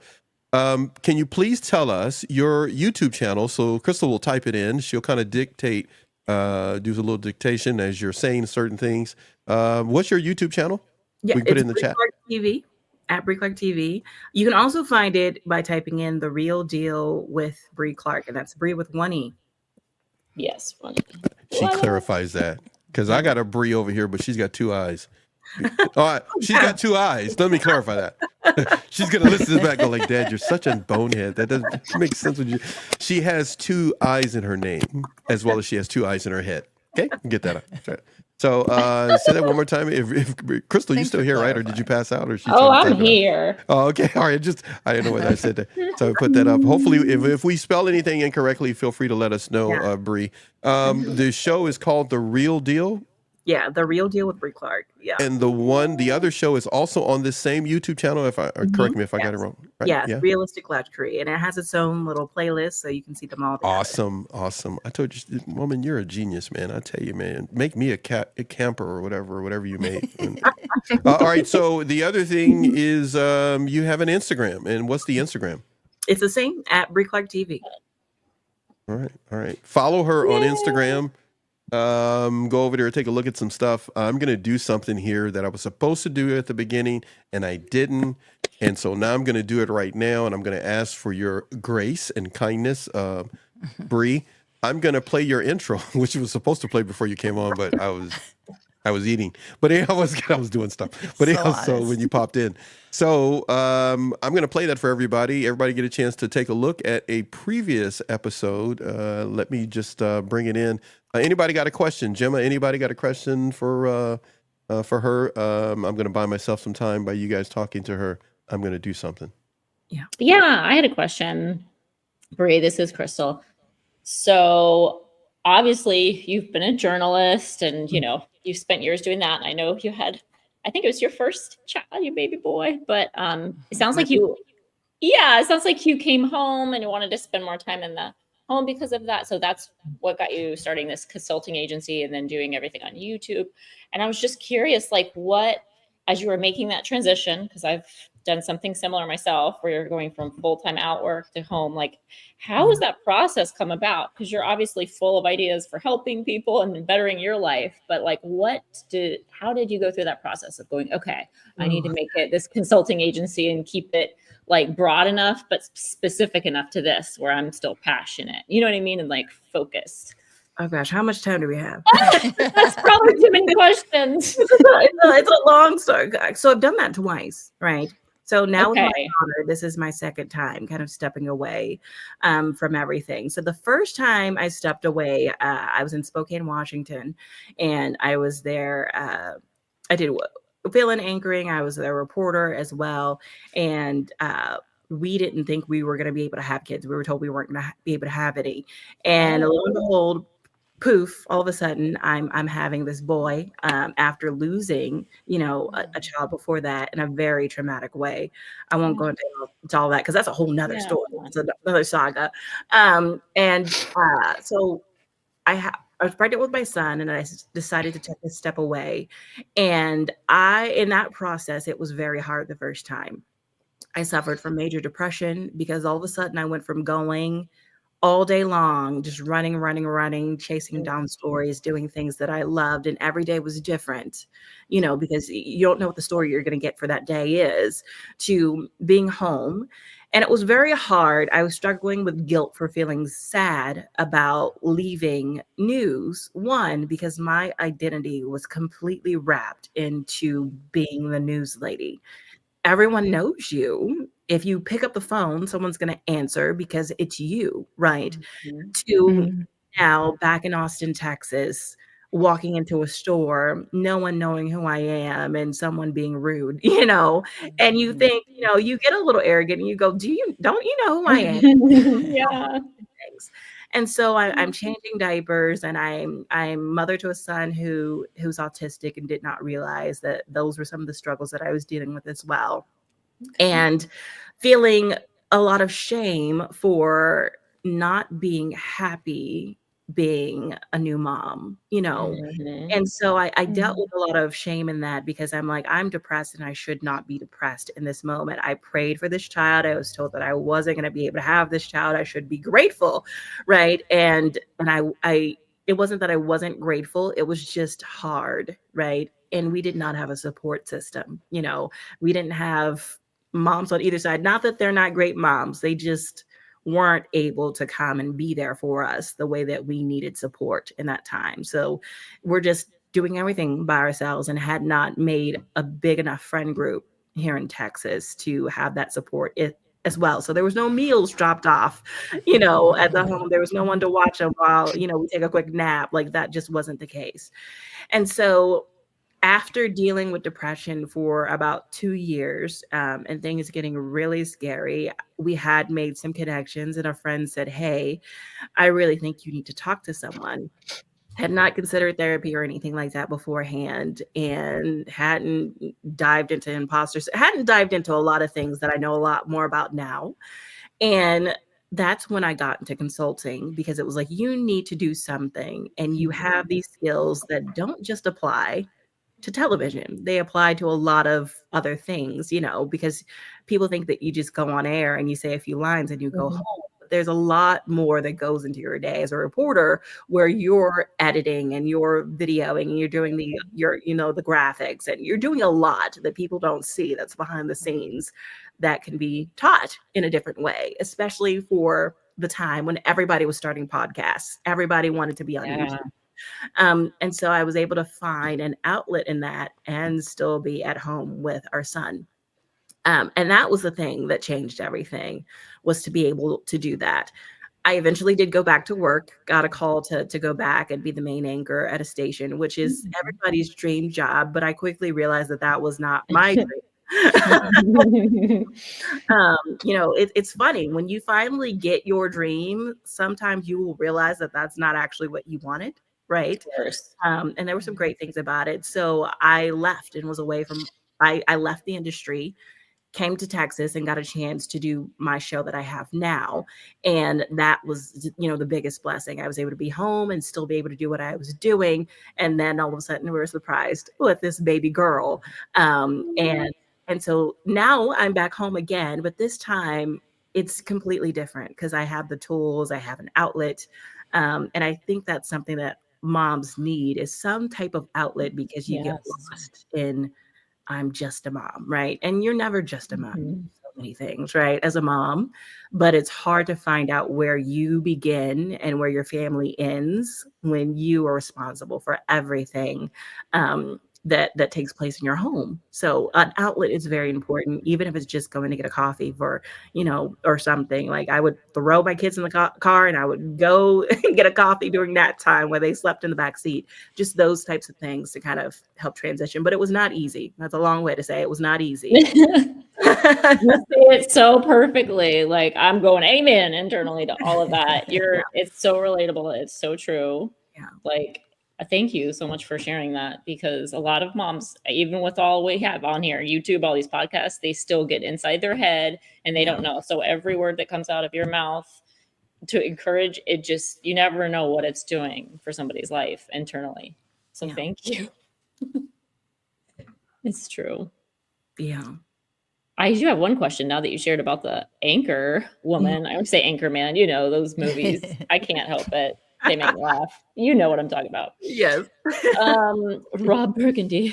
So I'm curious, because it seems like there's more pressure if you're an anchor woman. You're just sitting right there. It's like the camera's on all the time. It seems like it would be even a little bit less pressure if you're like reporting and journalists, because you're going, like you said, behind the scenes, you're doing all these different things, and then you report and you go on and off and you can work behind the scenes. But as an anchor woman, it seems like, man, you're always on, you have to be perfect. And it was that kind of the gist of it. It was a lot of pressure, because I replaced an anchor who had been on the anchor desk for 30 years at that point. The community loved her. It was the state of Idaho. Lord. It's a smaller place, so people are invested, you know, and you're being invited into people's homes every night. And so this is also a predominantly Caucasian state.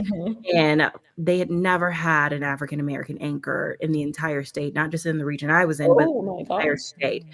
And so we not only service the state of Idaho, but half of Wyoming and parts of Montana. So there's this giant region that's seeing me every night, and many of them had never encountered an African American, let alone see them on their nightly news every night. Wow. So there's a lot of pressure there, because now it's all of a sudden I went from being in my home playing with my, toddler, to now I'm representing an entire culture every single night to a region that has no idea, that's never been exposed to someone like me. And so there was a lot of pressure in itself by itself, but add those things on top of it, and it's a lot, right? But I will say, Idaho has some of the kindest people I have ever met in my entire life.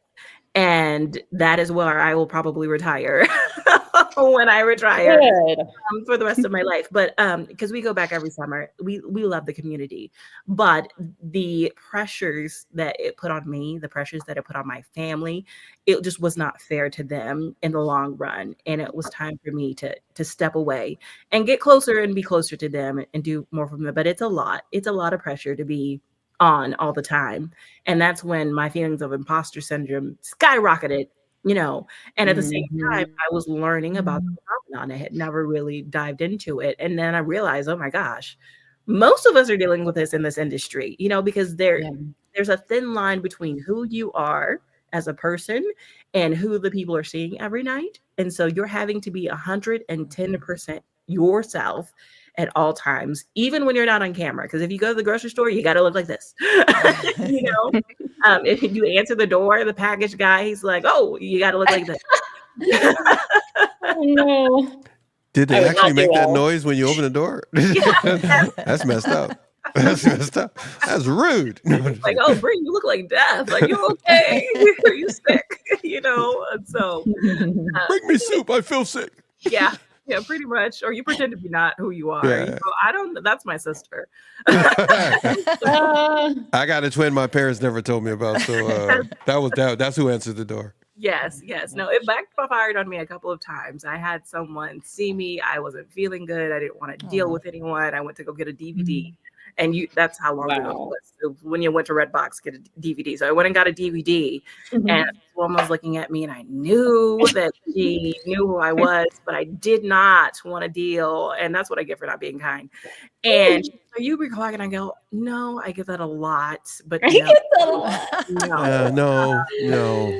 But I'm like, I hear she's great, but no. Yeah, she's awesome. Yeah.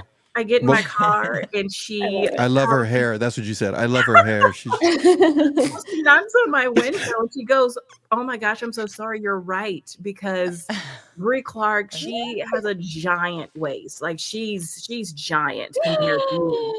And my heart just sunk. Oh, wow. Like, oh my God. I called my husband. I was like, that teaches me to lie. Because man. So you got a giant mouth. Yeah, they see all the things. Yeah, that's when you got out of the car. Here comes the police. You're beating her down. Don't you ever say that to me. No. That was a compliment. No, I'm Brie Clark. Don't you ever say that to me. Wow. I am her. I am Spartacus. All right. So you are amazing always to spend time with. I know I can't keep you all day, and no, I'm not, just like with Sarah, I'm not kicking her to the curb, you guys. We're totally improvising, so no one tells me when they're leaving. They can just leave, of course. But I want to play this for everybody. I actually have 2 videos. I may have to play the other one later. Either that or you guys, as an audience, you're going to have to sit there while I find the video and play strange videos until I find it. So here we go. I'm going to play something. And then let's talk about it on the other side, or we can pretty much just make this, we're going to talk about Brie for a moment here. Suffering with this burnout and this striving and wanting to be. And so I had heard the term imposter syndrome years before, but I had never really dived deep into it. I didn't do much research.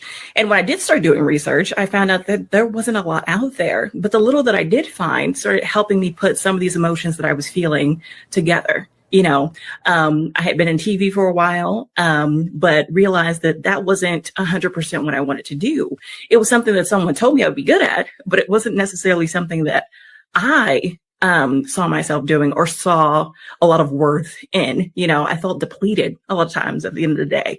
And so when I was approached to do a talk show, I said, if it's going to be about anything, it's going to be about imposter syndrome, because there's a lot of people that need to know that this is what they're dealing with. It's not the depression. It's not the anxiety. While these two things may go hand in hand, a lot of people are suffering with imposter syndrome.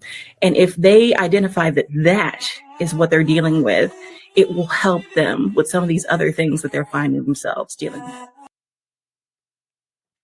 All right. If you heard weirdness in the background, that's because I wasn't finished editing it. So I just wanted to put that in real quick before we moved on. So tell us, Bree, if you can, please. Feel free to do so. Everybody's mics are hot now. We're all back together here. Let's move everybody around because I can. I just want to play with it. We're doing this in real time, you guys. I'm having fun. So let's put Bree back in the center square. Tell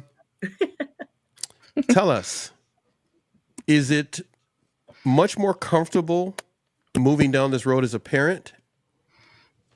Oh, yes. Yes. Or do you long heavily to be a journalist again?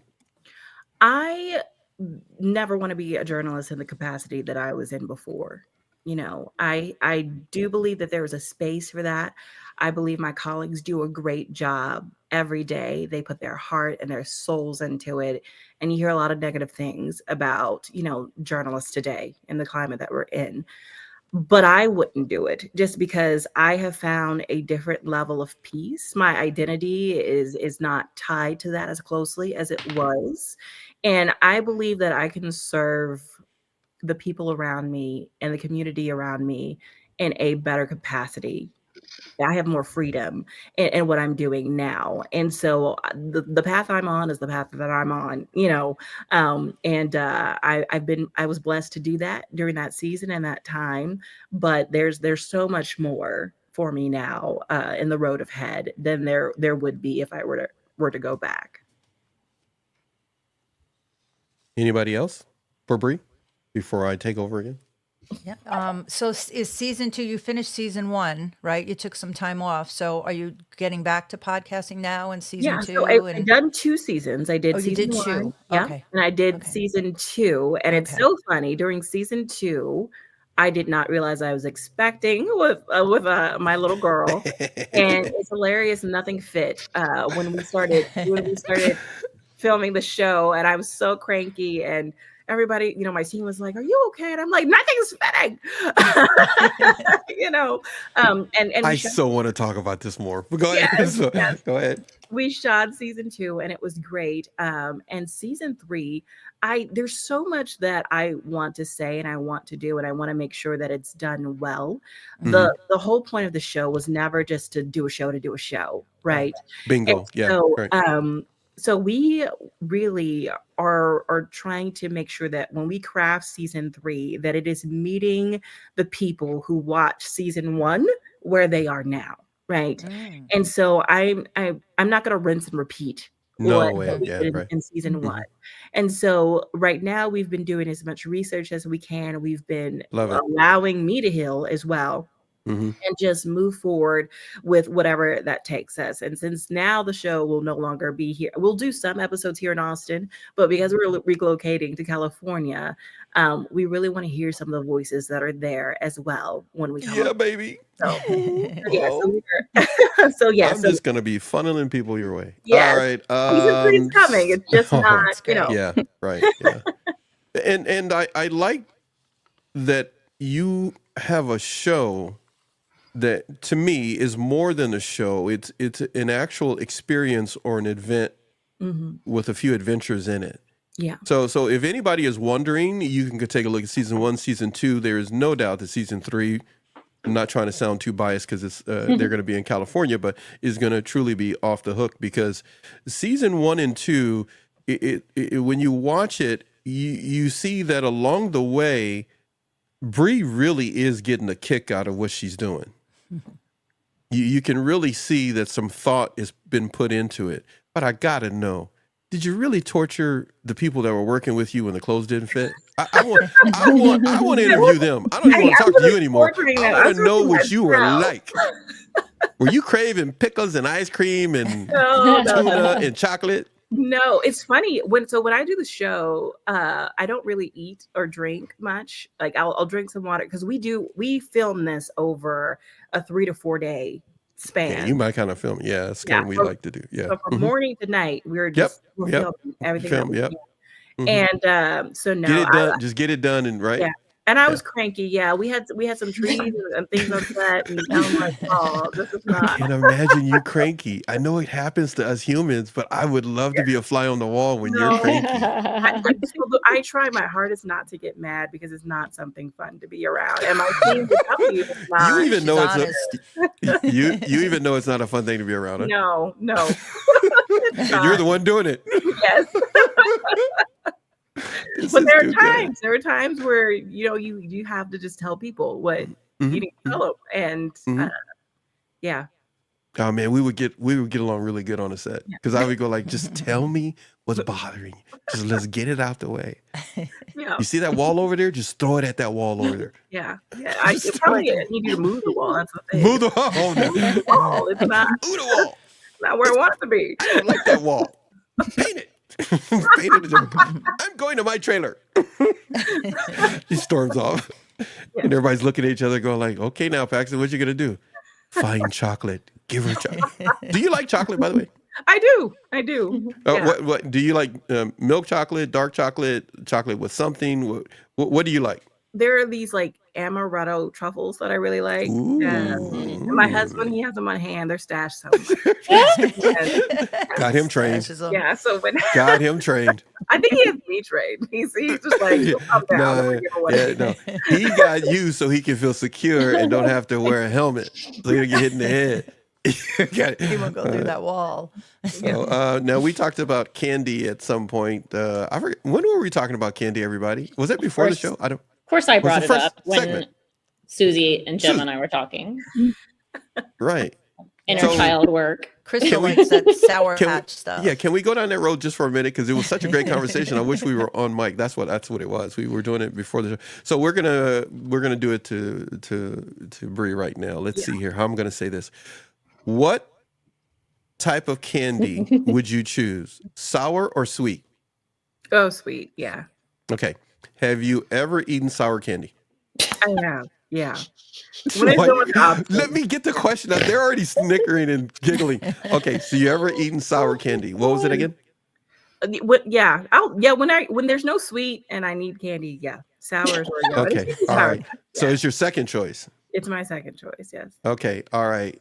Crystal, you like sour candy or no? What? I do, but there's Yeah. different levels of sour. As I've discovered recently, like these Albanese sour gummy bears are not too sour. They're just enough, and they don't get stuck, and they're not hard. Like Sour Patch Kids and all that other stuff can be hard, and they get stuck in your teeth a lot. These are like these Albanese gummy bears are softer. I'm just going to go into it. Albanese peach rings I'm eating today, again, are sweet. So Brie will probably like these because they're not sour. Yeah. I don't like gummy bears, so Okay. I will get sick. I don't know what it is about them. but We it were is- talking about them too because they have soft ones now. The hard ones are just not for me. Yeah. They're I don't I like understand chocolate though them. too. Yeah, chocolate. I'm Chocolate's agree where on it's the at. chocolate. I agree. And mint. So Gemma, what do you have to say about all of this? I must admit, I do love a good sweet, Yeah. to be honest. Sour, no, huh? No. But if nothing else is around, will you eat the sour? If it's mild, yeah. If it's mild sour, not our sour. Bree, you agree with that? Yeah. Yeah, I mean, yeah. If as long as it's not gummy bear, if it's sweet or if it's some kind of candy of some sort, I'm gonna eat it. It's gonna happen. Yeah. And Susie, you said something about mint or peppermint. Was that what you said toward the end? Peppermint with chocolate. That's a good Yeah. one. Yeah. Okay, so I have a question now. Nobody saw this coming. Totally improv, everybody. I keep saying that, and after a while, I'm not going to say it anymore. But so here you go. If you had to describe the men that were in your life before now, we're not talking about your husband Yeah. as in this case, but we could. But would you describe them as a sour candy, sweet candy, peppermint candy, mild, sour? How would you describe certain men in your life? Sour. Too sour to eat. Yeah. Bree, you're okay because you can build a camper. You can move out anytime if you don't. He Yeah. doesn't like your answer, but go ahead and take the kids. But just No, they were, and yeah, sour probably. Yeah. she was kind of. I was wondering. She go like, yeah, no, sour. Let I think about it. Yeah. Yeah. Like probably those gummy worms. Yeah. The gummy worms. They're like oh wow, gummy worms. I didn't think that would be the answer. Yeah. Gummy worms. Gemma, what do you say? See, you're from the UK, so you're so polite over there. I have to call your name every now and then because you're letting everybody talk. But how would you describe some of the relationships or men that cross your path? Sour. Sour? Definitely. Yeah. So what if Hold you on. had to? Hold on. I didn't get to answer. Oh, okay. You ready? I'm leading actually up to something. Go ahead. Nope. Because I have a I know you do, but hit a chord. Go ahead. Hit a Go ahead. chord. My men in my life, whatever, would probably be like the old hard candy that the wrapper falls off in your pocketbook and you find it 6 months later. Stuck inside. Stuck. With Like the and dirt. change is sticking to it. Yeah, perfect. Candy That's it. baggage. Yeah. That's it. There you go. It gets so bad that you want to throw the purse away because it just like totally Yes. ruined the And it inside of your sticks to purse. the It just smells like it inside, every time you open it yeah. up.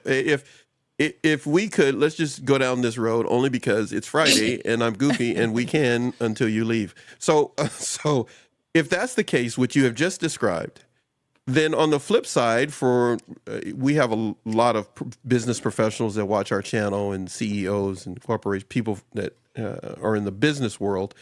If you had to then describe for those women that are watching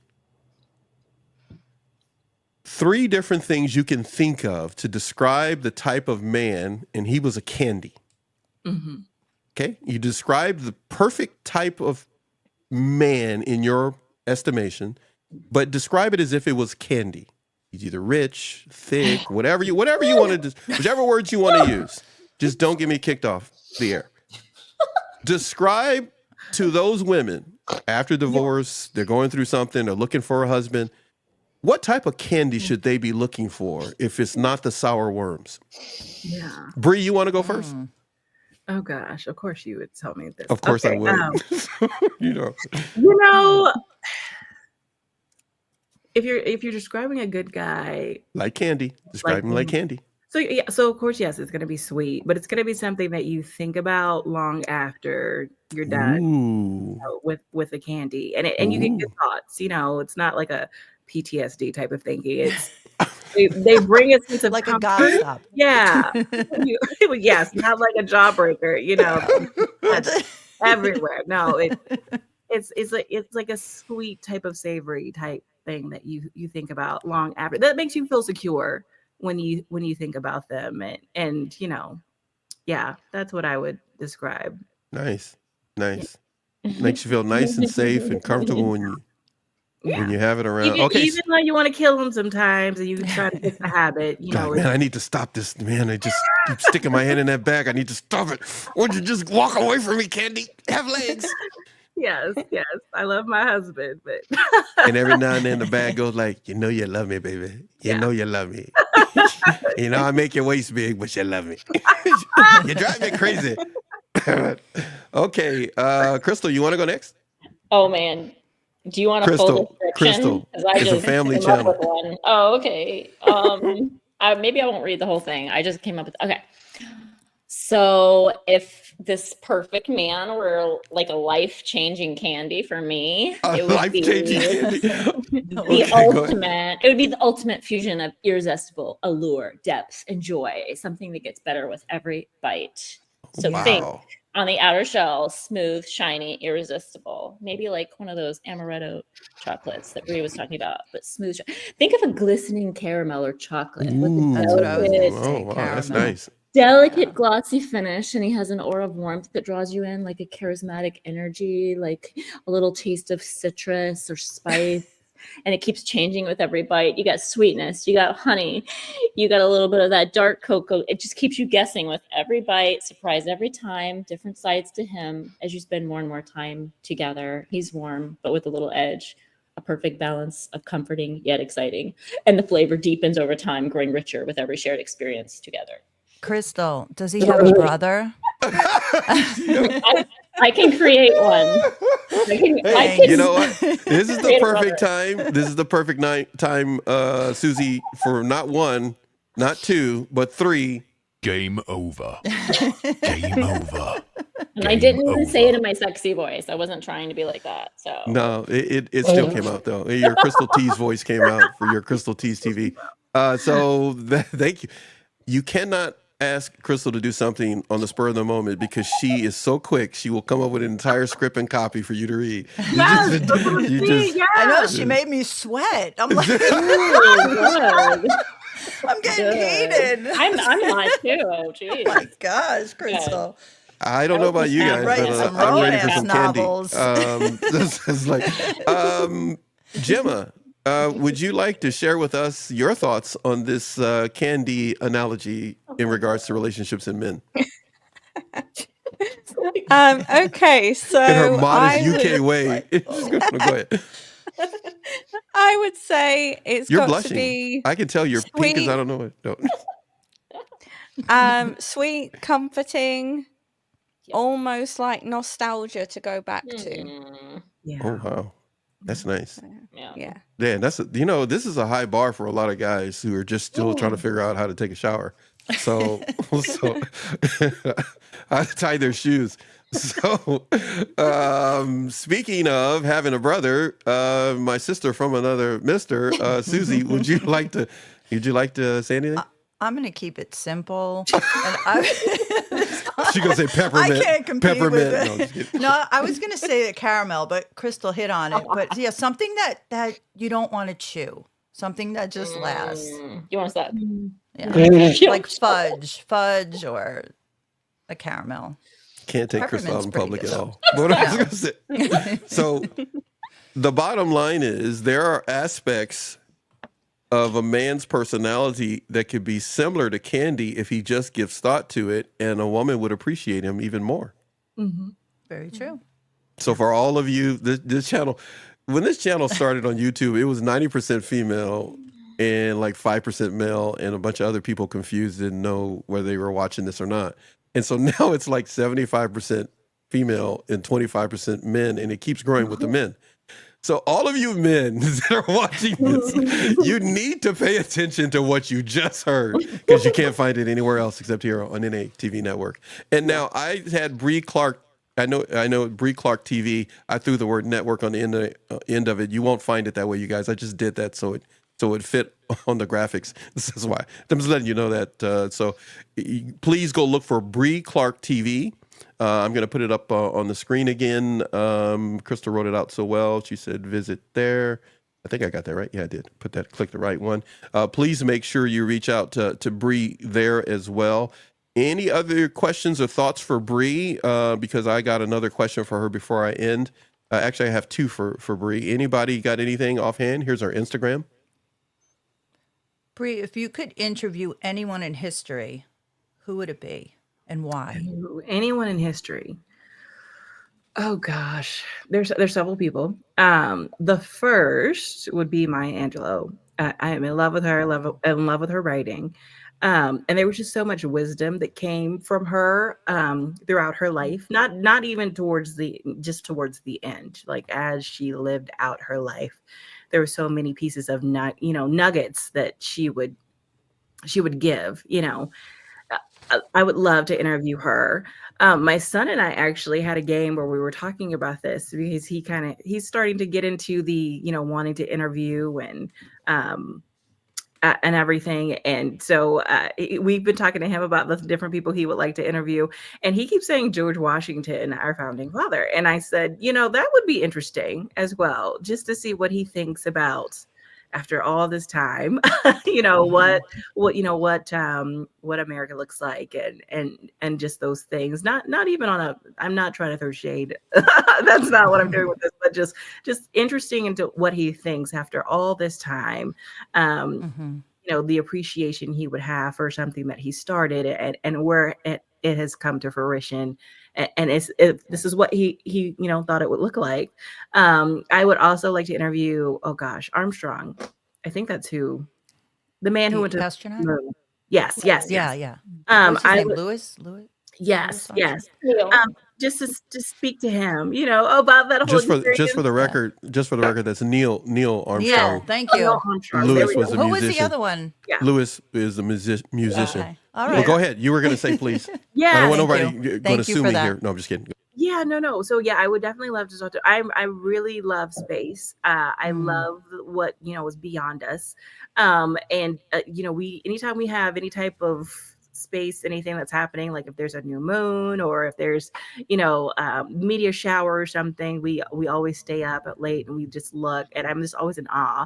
I love those types of things, and so to just be able to talk to someone who's been off of this planet and they're what hits them as they're coming back, because they see Earth from a whole different perspective than we do. And I do believe that there's power in that physical experience for every application of real life. And so I would love to talk to someone then just about that, because I believe you take focus off self, and I don't often take focus off self. So I would love to, just kind of, everything that we do is just so centered. That's normal for survival, but I would love to, experience that from there. I don't think I'd ever go up in space myself. So A being little able scary. to talk to someone about that would be great. I try to learn how to fly to be a pilot, and that's the only thing I've ever been scared of in my life. So I know I wouldn't be able to go to space. Did you get your pilot's license? Or? No, I started and I was too. It's the only thing in my life that I feel has ever made me so unsure of anything that I just couldn't do it. And it wasn't even the heights, because I've been up in hot air balloons, I've Right. jumped out of planes, but to fly one, To control it yourself. to control it, Yeah. yes, was very nerve-wracking for me. So yeah, no. But you're not afraid to fly. No, I No, love I didn't flying. think so. Yes, Okay. but to Yeah. control a plane, no. Yeah. No. I That's thought a I lot. could, but no. That's my only failure in life is not You being able to do tried. that. You Yeah. didn't fail. You tried. Yeah. Oh, thank you. Yeah. Great answer. If Susie was piloting the plane, would you get in it? Yes. Yes. Oh, Paxton. Pax's like, no, girl. No. Wait. Don't you fly, Susie, or no? Yeah. Well, my ex had a plane, and I learned without learning. I learned kind of by just doing it. That's so been your life. That's so been your life. So Yeah, just yeah, right. fly by the seat of my You just- pants there you with go. everything I do. Kind of like this show. so You're up So- there, and No. that's it. Yeah. Well, Susie's so comforting. I don't think, even if we were going down and she's like, I promise it's okay, I probably would believe her. I'd be No, like, I'd be like, hold on. I don't think she would be talking that way, Bree. I think she'd go, get ready to meet "Girl, your you got a mate. parachute?" We're in trouble. She be telling you you're in trouble when you're not even going toward the ground yet. I'd be like, get your seatbelt on. You see that crank right there? Crank that 5 times, and hold this. we should stay up in the air. Just- Or wave, flap, Wave. quick. Sorry. And if Crystal was there, Crystal my would be like, God. isn't this a beautiful experience? Wow, Susie, you did a great job. You tried. You're like, I want chocolate right now. Yes. Sugar Shady high. caramel chocolate. It's got- I am never ever gonna let you live down your description of a man via Ooh-wee. chocolate. I I am might gonna write a whole little cut that ebook out, on send it. you a There you copy, go. and what? play That's a that good so idea. often everywhere.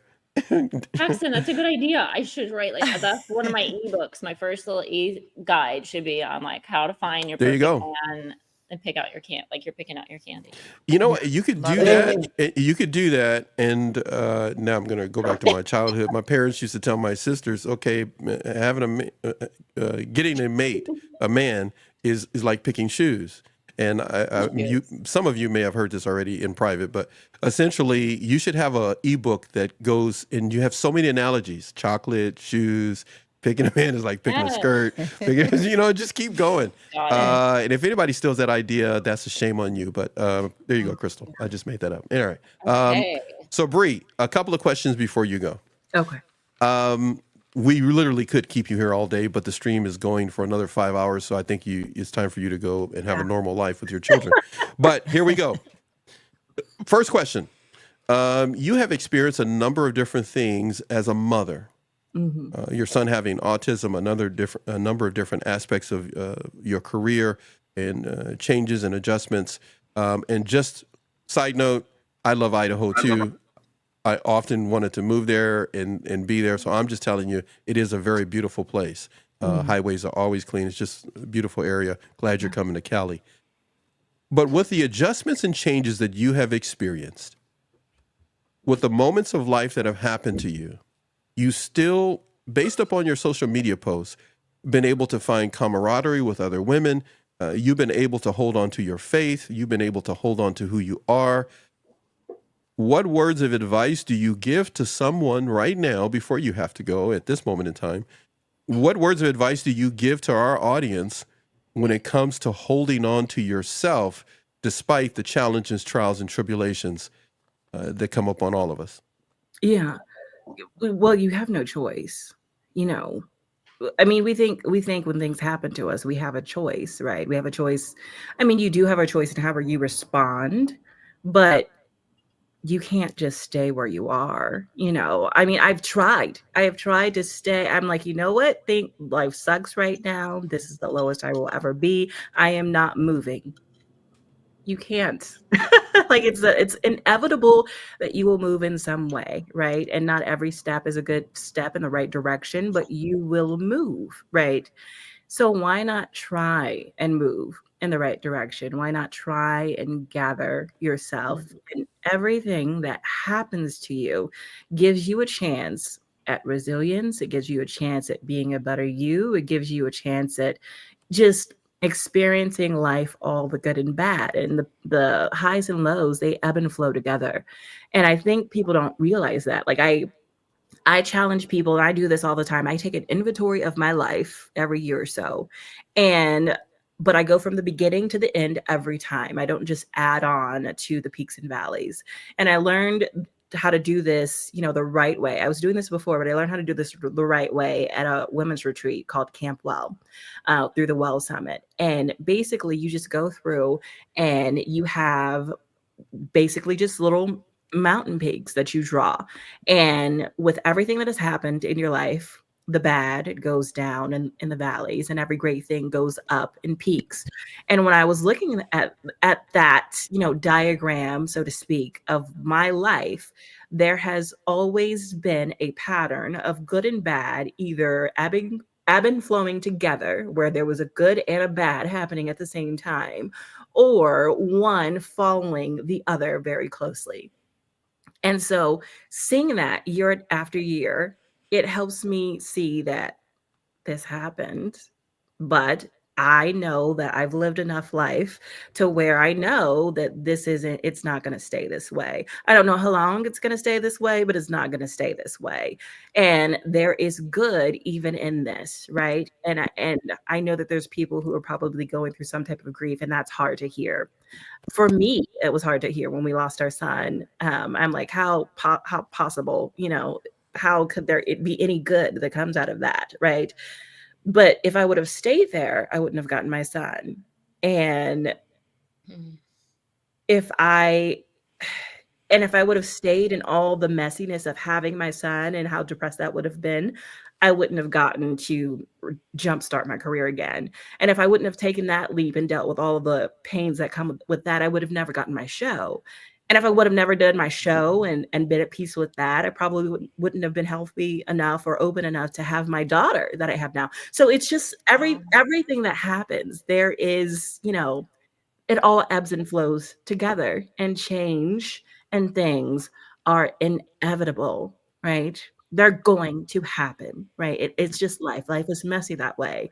And the moment that we accept that, the moment that we just decide that that's the way that it is, and decide to move forward no matter what, then there's no issue. There's no issue. There should be no issue, with you continuing in life, with you holding on to yourself and not just being bitter. Because I can tell you there are places in my life where I can be bitter, because I've had some of the worst things happen, right? And looking at me, you wouldn't know it, you wouldn't know it. And that's what I want, right?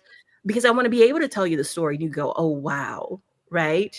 that happened to you, and you're still smiling, that happened to you, and you still found love again, that happened to you, and you still had a child, you know what I mean?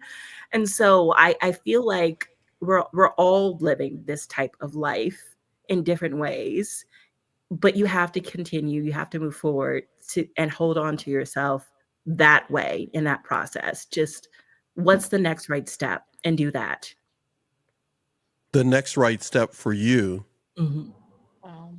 is moving from where you are and moving to California. Yes, yes, yes. Now, when you make that move, your career as a mom, your career as a journalist, Yeah. they won't be competing with each other because it's quite clear that you are going to put one over the other, and mom seems to be what you're going to do. Yeah. There are women struggling with that, and they don't have a husband. Yeah. There are women struggling with that. They don't even have a mom and a dad, let alone siblings to support them. Yeah. But you seem to find some center of gravity, some centrifugal force that keeps you Mhm. pulled back in, balanced to a measured degree so that you can wake up every day being a caretaker Yeah. of your children more than of journalism and other Yeah. things and of your program. Yeah. What can you say to those women who, even on a Friday, handing their children over to their ex and now they're sitting alone, or watch this back later? What can you say to a woman who has a career, who's able to stay at the hotels you go and visit, who has this life, but it can seem like she's sharing it alone? What keeps you grounded? Yeah. Words of advice to help another woman stay grounded outside of what you so beautifully just said. What Yeah. else could you share? Well, it starts, I mean, we talked about this during our last conversation as well. I mean, the idea Yeah. of self-worth, self-reliance, those, it all starts within, like within you, right? And so if you're constantly looking for people to help, right? Because we could easily say, hey, I have a husband who's very supportive, who loves me, and that is a big part of why I stay grounded. But at the end of the day, even he fails me, right? At the end of the day, even my friends fail me, the community that I've rallied around myself. It all comes from this knowing within that there's resilience within me. I wouldn't be out here on this earth if I wasn't able to, right? That's the bottom line. It's not about the schooling that I've gone to. It's not about the wealth that we've created for me. That's not about any of those outlying things. It's the fact that I'm here on this earth. And I wouldn't be breathing if there was no way forward. And I'm not just talking from a faith aspect, because yes, I mean, God is a very big part of my life.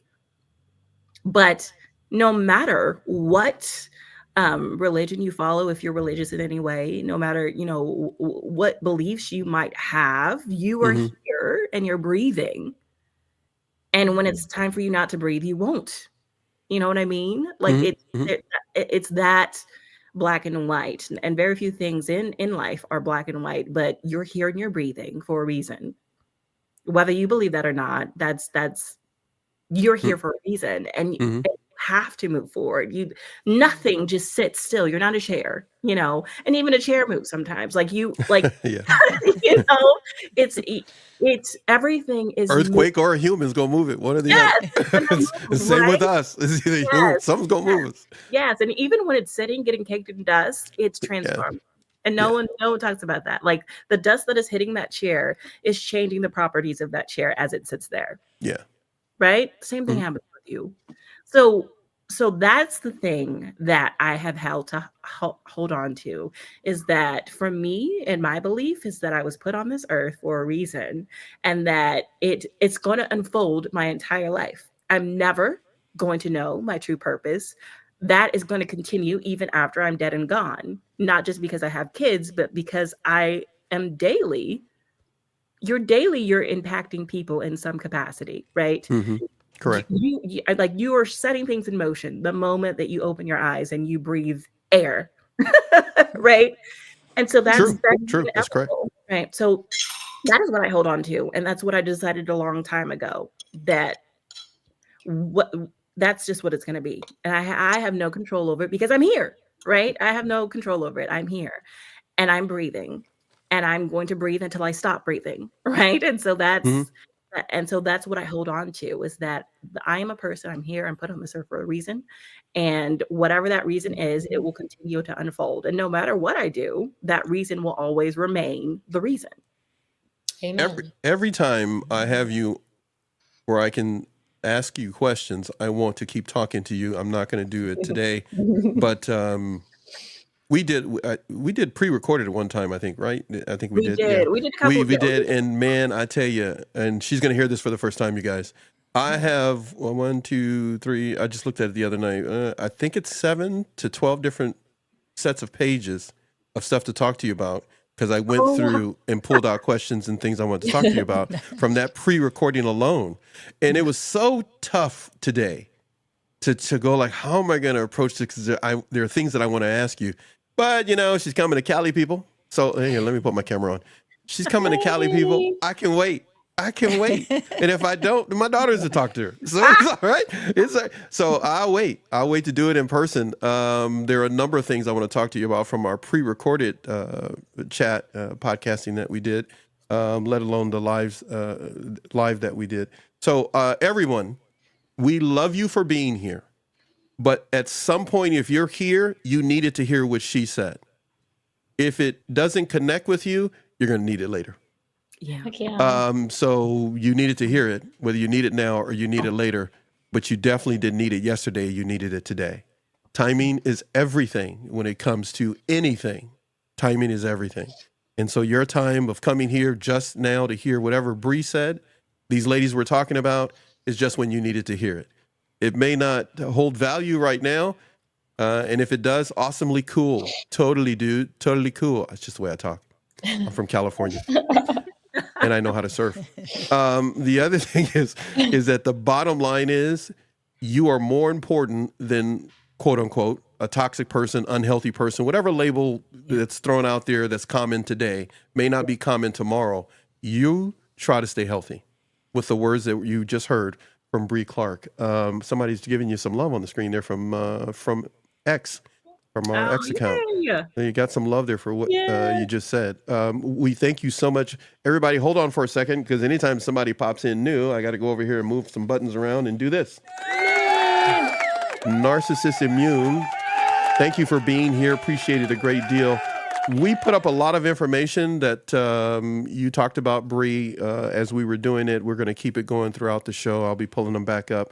But one of the things that I want to turn to is, everyone, please, it's up on the screen, where to watch. Crystal is taking care of the chat. She says where to watch Bree. She mentions YouTube, The Real Deal with Bree Clark. We got that right? Is that correct? Or we need to do something different? Okay. Yes. All right. So Bree, thank you so much for being here. I'm going to be playing, if you missed it, there's some videos and some that I haven't played yet that I made last night for Bree. I'll be playing them throughout this stream. The stream will not end until 5 p.m. California time. Here on the West Coast. So feel free to stick around. If not, come back to it later. But we need you to step over to Bree's YouTube channel. So you can leave this stream and step over there, check it out, subscribe, check out our content. If you want to come back, great, come back. But if not, we'll catch you on the rebound. Not a problem. But Bree, thank you for what you just said. You give me more stuff to edit, but that's cool. It's still good. It's still good. I love it. No, thank you, and you lovely ladies. It was so great to meet you all. You too. Thank you. Just be You here too. to support me with Paxton. He puts me in the hot seat, and I'm like, all the time. All the time. Hey, this show ain't for the weak of heart. It ain't for the flaky, the weak at heart. And as my daddy would say, we don't deal with lazy people. And I love you talking about what your dad did with you and your mom. You are going to carry on a legacy, or as my parents would say, it's okay to be like me, but you need to be better than me. So you're going to be better than them as parents, because you have an insight of a very old, wise woman in a 22-year-old body. So I'm just telling you right now, I'm always going to call you 22. I don't care what. Come on. Okay, Bree's here. She's only 22 years old. Hey, which is a baby face, right? Baby face assassin. That's what you just go around getting rid of the negativity. Susie, any last words for our guest today? Just thank you so much for all the knowledge and wisdom you just dropped. Yeah, I feel like you're talking to me, so I can imagine what everyone else is feeling. So thank you so much. It was wonderful to meet you. You are an inspiration. Yes. I'm telling you right now, she does it to me too, and I'm 62.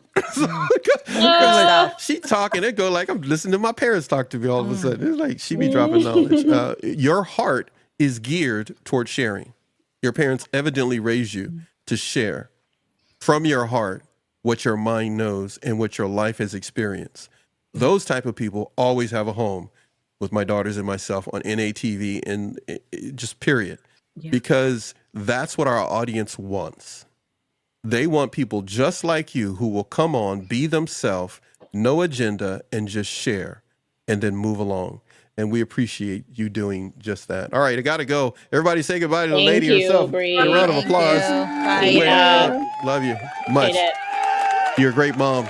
Oh, thank you. Thank you. Don't change a thing. See you later, my friend. Take care. Bye-bye. Thank you. Bye. That was awesome. She's awesome. Yeah. She's Appreciate it. Amazing. Absolutely awesome. Never fails. She drops knowledge, and we're going like, okay, why isn't she on TV regularly? She's just like, Because she She will was, be. yeah. she goes, will she be. was. That was She really, took a really break. good. He was had a showing baby. some love to Bria. She had a baby. Hey, you know what? Some Come stuff. on now. What can you say, right? Yeah, I know. What can you say? Yeah, leave the poor lady alone. She had a baby. Are you sure you're ready for this, Gemma? Nope. Wait, I'm going to put her in the center square. Wait, did she say nope? She did. She probably said no. Hey, she's probably ready to go to bed over there. It's like nighttime. She's like, I'm going to take my nap while they talking. So Gemma, we're going to take a commercial break, everybody. Gemma's got some information she wants to share with you. We're going to get into some things that everybody wants to share. Crystal has some things. Susie has some things she touched on. She's going to finish up talking to us about. And Gemma's got a few things that she's going to talk about. We're going to take a commercial break for a moment. Why? Because Okay, old man good. me needs to grab a bite to eat. And would you say, Crystal? I would said, you- okay, good. Just so I can go to the bathroom. I don't even always need to I know. eat. but- Thanks, Crystal. I thought about having a video that actually, we got to go to the. Bathroom break. I may make one at some I'm point. so open. So I'm all too right, honest. everybody. No, you're fine. You're Okay. good. You could put like an outhouse picture or something. There you go. Right. Some guy out in the woods, right? I had to do that. before. Wait, I gotta have sound effects with it too. I might have a sound effects and just make a sound of a flushing toilet. But yeah, what I was gonna say? So be right back in the sound of a flushing toilet. All right, everybody's going like, "Oh, I'm not watching this anymore. They're just awful." Hot pockets. So anyhow, Except for Jim Gaffigan. Did you oh watch man, I Jim love that Gaffigan's dude, man. comedy? That guy I is so know. funny. That guy He's is so funny.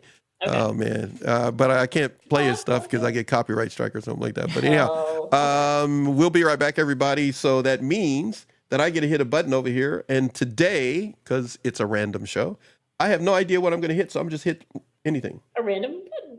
A random button. A random button.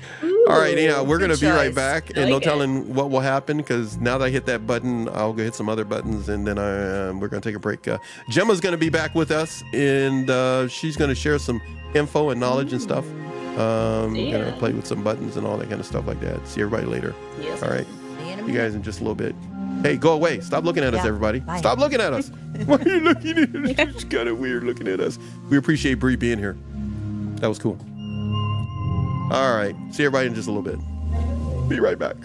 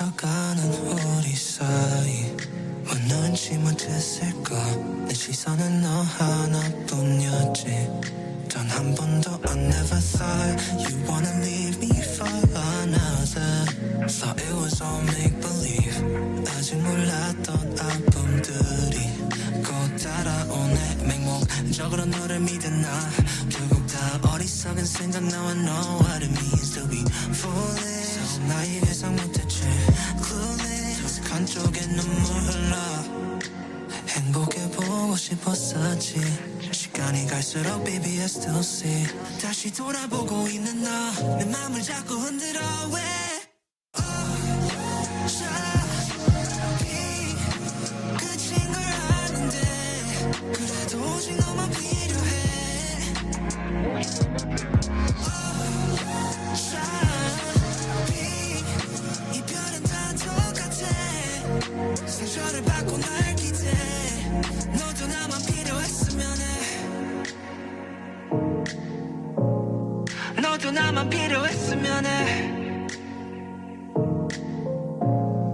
너도 나만 필요했으면 해 I can be your shield and cover for the rain Let you put your head out till the pain will go away But what we got isn't real, yeah, it's fake Cause you keep getting hurt on your own without me, babe The timing wasn't on our side when we lost it Both of us were always trying to be optimistic But we struggled to find what was meant to be important Yeah, we kept getting hurt, tired and exhausted It costed, what did it cost? Everything Man, I need a magic bullet straight through my head Damn, wanna be in a better place What I would do to be able to hate instead of staying up late, remembering every inch of your face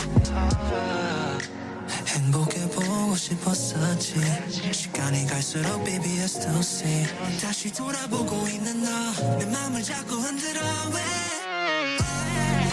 어차피 끝인 걸 아는데 그래도 오직 너만 필요해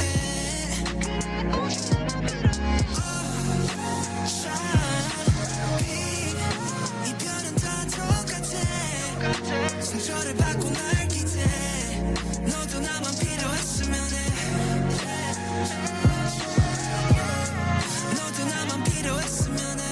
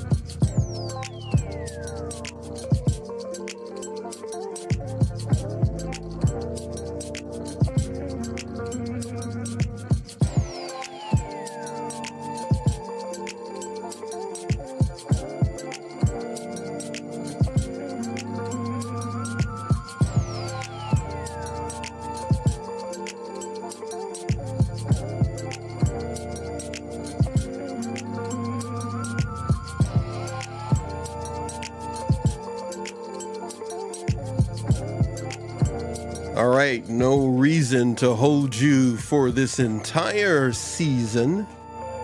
Let's jump into it.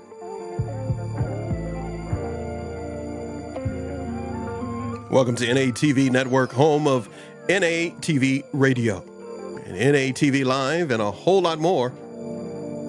We got Gemma coming up for you next.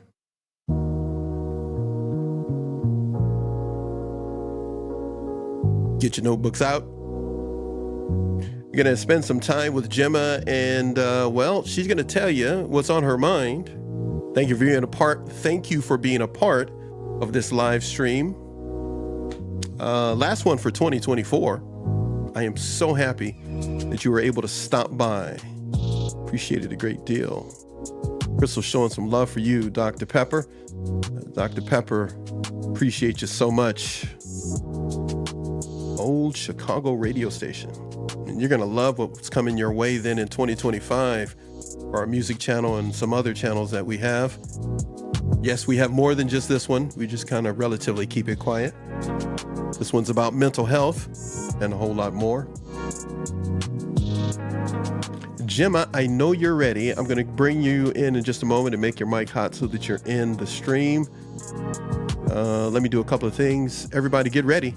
Here comes Gemma.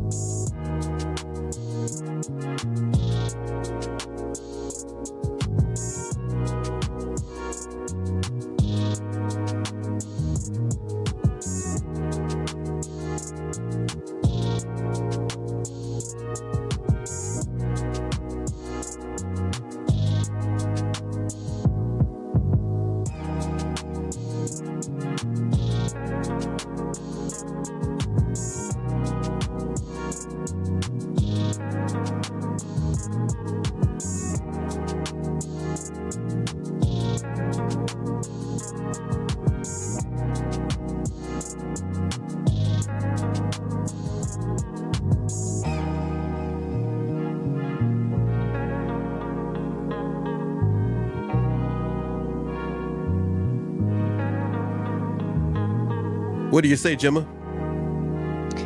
Hey! I love that mic. I just want to hear you speak. That's why I was torturing you for the past few hours. I just love hearing your voice. Floor is all yours. Audience, Perfect. all yours. So I wanted to share the power that reflection brings us after trauma, after mental health experiences. Reflection can be one of the best things we can do, not only for reconnection or rediscovering ourselves, but also for connection with others. So today I wanted to share with you something my therapist taught me, which was the power of creating a decent vision board, which I thought was completely bizarre at the time. But since then, it's something I've turned to each year without fail. And so I've got about 3 vision boards floating around now, which was why I wanted to share with you how strong and empowering they can be, especially when you've been through trauma and you've lost connection with what you want from your life and what you desire to have in your life. So quite often we know if you're a trauma survivor or somebody who is friends with a trauma survivor or somebody who struggled with mental health, you know that sometimes you feel worthless, full of shame, and either anxiety or disconnect. And if that resonates with you, let me know. So that's what I'll be tackling today, shaping a future after trauma or mental health issues in 2025 and what that could look like for you. Remember, yes, you could have been through trauma, but you still deserve the future you've always dreamed about, whatever that looks like for you. So let's make 2025 your year of empowerment. But first, you've got to acknowledge where you're at now and how far you've come through your healing process. So think about these few things: the key moments of your journey and how they have shaped your life. And then look at what you've learned from those moments of imperfection that offered chances for you to grow. So first things first, how often do you practice gratitude? I try to practice it daily, and I recommend you do too. But when you're shaping your vision board, it can be a fantastic thing to start from. So when you've got your notebook in front of you, write 3 things that you're grateful for right now. You can either use your notebook or in the chat.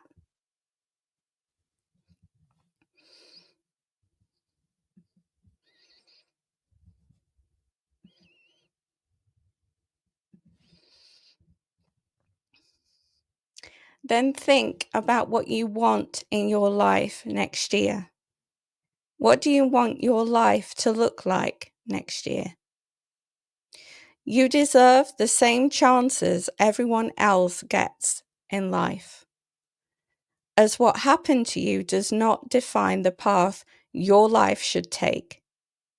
So if you want to go for that crazy new job, or you want to travel to that far place you've always dreamed of, then go for it. That's what a vision board is. It allows you to create a vision for what you want in your life, which can be so empowering. Put it up on the wall after you've done it, so then you can look at it day in, day out. And even times when you're low, maybe you've got affirmations written on it, or mantras, or pictures of places that you've wanted to visit, family members that you don't see very often. Maybe that's a way to reconnect with yourself. So with that in mind, there are different categories which can make a difference in your life next year. Here they are: emotional, self-confidence, relationships, health, and adventure. What can you do next year to better yourself in each of those categories? Do you want to include more boundaries, focus on more self-care, or make more time to build connections with people?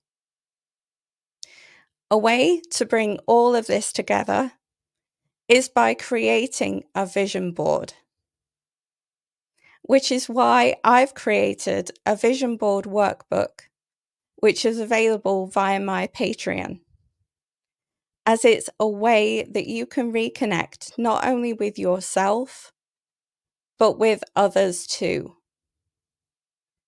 You can rediscover quotes that you used to enjoy, films that you love to enjoy watching, maybe places that you'd forgotten about that you'd always wanted to visit. It's your chance to be unapologetically you, to discover a more authentic self while making it. And to be quite honest, when I'd gone through trauma, I'd forgotten what authenticity meant. When I'd gone through mental health, I'd forgotten what authenticity meant. But through reconnection, through self-discovery, through journaling every day, little bit by bit, I came back. And that's why I created the vision board workbook because it gives everybody else the same chance I had to be able to reconnect and rediscover, which is so crucial after you've been through trauma or had mental health difficulties.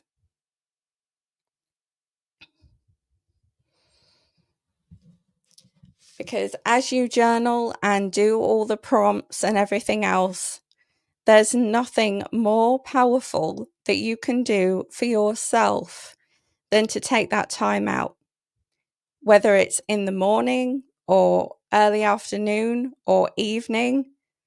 Take that pressure off, take that weight off, and give yourself permission to journal. Give yourself permission to take that time out. Your life, your rules, your boundaries. And they couldn't be any more crucial. As when you set your own boundaries, you develop your own power, and your own self-worth becomes clearer, not only to yourself, but the people around you too. So when you have your own power, you then are able to peel back the layers. Some people call it self-discovery. I call it self-archaeology, because you're peeling back the layers, like people discovering things for the first time. But you're not rediscovering things. You're discovering things that have sometimes been there all the time, that you've sometimes lost. So that's why reflection is so important. And that's why self-discovery is so important. And that's why creating a vision for yourself couldn't be any more crucial than it already is. And you might think, yeah, okay, taking the time out for myself, cutting and sticking, what's that going to do? But it's therapeutic.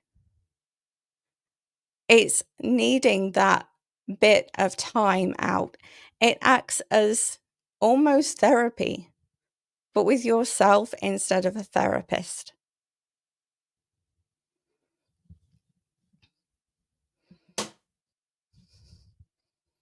I love it.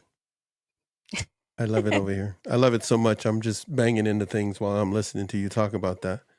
I know, I noticed that. Totally go like I'm banging into stuff, trying to turn my mic on. I'm being weird.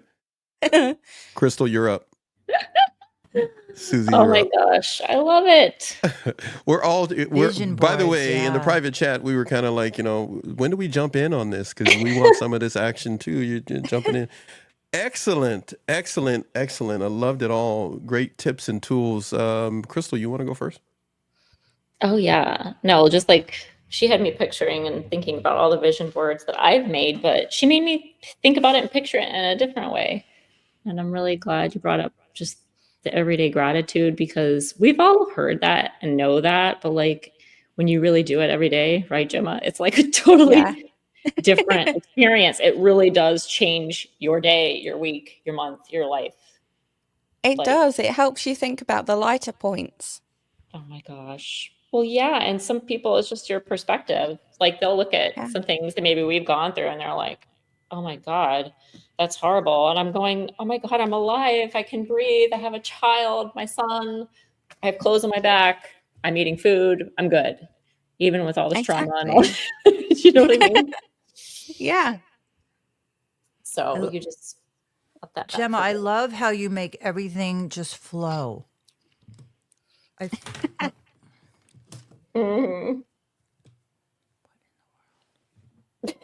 So she was talking about she loves how you make everything yeah. flow. She's grabbing a My couple of things mic, there. yeah, You sorry. good? I love how you make everything just flow. Like I listen to your words and I not only visualize it, I feel it. It's like I'm Right? in it. I love that. You're just, yeah. It's like And the an vision boards. audiobook, right? Yeah, exactly. Like you're Exactly. listening to. Yeah. How long have you been making vision boards, Gemma? For the past 3 years. Now, I have to ask you because I've done it in the past. I did it when I was really young, and I found them like decades later. And I couldn't believe how many things on the board were in my life or had been in my life. Like, it's real. When we Yeah. visualize our futures and a better life, it happens. Yeah, it does. I mean, on mine, I've got different quotes from different actresses. So when I was studying acting earlier last year, and then I've also got writing stuff on there as well from when I'm writing my book and things like that. So yeah, It's great. It's like setting the stage for what's to yeah, come. Yeah, I love that. absolutely. I See, and love I'm it. still getting to know Gemma, so I didn't know that you were starting to look into acting now. I'm like wondering all these things, like how you liked it and how did it fit into your like creative, recovery and post-trauma healing journey? Like how did it help you or challenge you? It definitely acted as a form of therapy for me. Yeah. I think I'm gonna have to try an acting class with you. Yeah. Because Now I that hear you've both heard of it. you, and you guys are so great. And like, I don't know, I think I might check this out. I It feel just like has to be the right one. yeah. And I that's don't it. know where. I'd have to ask you both because I have no clue where to start, and Yeah. I feel like I'd be scared. Everyone Like, is, how did you get over the Yeah. fear? right, Gemma? Everyone's scared, everyone's nervous. So Even Oh if you've yeah. done it before. what did you both do to like get over the fear? Did you just jump in and act a fool if you needed to, or? Let's hear what Gemma has to say first. I'd say definitely embrace stepping into somebody else's shoes. Like, you're not yourself for however long you're in that class for. Mm-hmm. Okay. And being able to step out of your comfort zone without judgment from the people surrounding you is massive. So is it kind of like everyone's in the same boat? So you really Yeah, can't get embarrassed if you mess up or yeah, just have fun kind of atmosphere? exactly. Yeah. Yeah, and I think a lot of the techniques and the exercises, I don't know which ones you guys did, Gemma, but like they had us do like this thing. I've told you guys about it before, not the full out Meisner, but we would do just the warm up Meisner techniques where it would get you really focused on like whatever you're feeling, whatever's going on. You connect with your Mm. partner and you say it, whatever it is in the moment. It could just be like blonde hair, blonde hair. And then you go to the next, it's like, are you All right, judging me? Judging me? when you just said blonde hair, you know what came to my mind? Is that how you do What? it? Yeah, you repeat Potatoes. it. I don't know Potatoes. why. I just See, saw and that would be potato. you. If What that would I popped in do your with head, that? if you I popped, don't know. if that popped in your head, you would say Yes. potatoes, and I would be like potatoes. I'd be like, you're thinking, you're all over the place, and you'd be like, I'm all over the place. Because You I know, kind of visualized the blonde hair, and like next thing I was like mashing potatoes. and that's So exactly it. You're not judging. You're not thinking about what you're saying next. It's pulling stuff out, and then you're connecting with your partner to repeat at least to make sure you're receiving what they said, and then okay. you're sharing whatever comes out next because you're not filtering and you're not judging and you're not editing. And maybe Gemma would agree that all of those, like she said, not a judgment-free zone, all of that is essential if Exactly. you're going to open up emotionally in an acting class or in life, if you're going to open up emotionally at all. Yeah, it's You now have I can see what you mean, like another therapy. It sounds, Yeah. yeah, without overthinking. Something I'm, oh my gosh, something I did, something I still have to fight myself on is overthinking, Everyone. Mm. over processing, over preparing. Like, We oh, all have. But I'm so glad to know that about Jesse. I didn't know that. So that's really interesting. yeah. And that's been in the last year then, Gemma? So that's like a newer, or did you do it when you were younger too and you're like rediscovering it? I did it when I was younger as well. Interesting. I discovered acting when I was at school. Mm-hmm. And then through all the trauma and everything else, I lost connection with it. Mm-hmm. And then it's been something that I picked up from sort of around, I want to say 2023, but early that year, and then carried on. I love that. I'm so glad to hear that. And for you, has it been more like part of the journey and you're not worried about like, I'm going to be a working actor and I got to put myself out there for all these auditions and make money? Or is it more like, I will take my time with it and do it whenever I want, and it's a healing part of my journey and I'm training? definitely taking my time with it. That's awesome. So yeah, I love it. I love it. I just love it when I hear that sound in your voice, and it's like I know when people do it for the quote unquote right reason. Not that I'm judging, but you know what I mean? Like when people Yeah. jump into it and they're like, oh my God, do you like my headshot? I did this, I'm on this, and I'm doing all this. And I'm like, okay, it's all about you. Got it. Like that's why Yeah. you're doing acting. And it just Mhm. speaks for itself. It's not like you even have to judge. It's just actions speak more than the words, right? Can you do that voice again? Exactly. Can you do that? Was Sorry, that, guys. was that? Which one? Didn't audition you What'd like she my new get? headshot? I got this stuff, and what are you doing? Who's your agent now? Oh, I have the agent in town. I have the number one agent What? on the East Coast right now. She's choking me up. That's crazy, man. Tons of characters when you stop by an ATV network. No telling who we will be at any moment in time. I love when you do your voices. She has voices. love She has your characters. voices. Hey, do the old lady or the was it the? Are you talking about the lady from New York and New Jersey? Hey, now. Yeah, she's gonna be, Oh, I said you're gonna get Susie all wired that's up. it. Susie said, I got an Aunt Flo, and Aunt Flo's from New Jersey, and she's gonna come visit you. Hey, lady, you got a problem? What's up with you? New Yorkers coming out. The Italian New Yorkers coming out. That's it. I don't think you got a problem with Aunt Flo. Tony, I'll send Tony to come visit you. Okay. All right, man. Improv 101. Here we are. There it is. Gemma had no idea this was going to happen to her today. She's just like going with these people, and they're out of their mind. We had a great time with Bree. Bree was here. BRE Clark. Bree Clark TV. You can check it out. She was awesome. Had a great time with her this morning off the coast of California. Susie is in New York. Crystal is in Florida, and Gemma is in the UK, United Kingdom.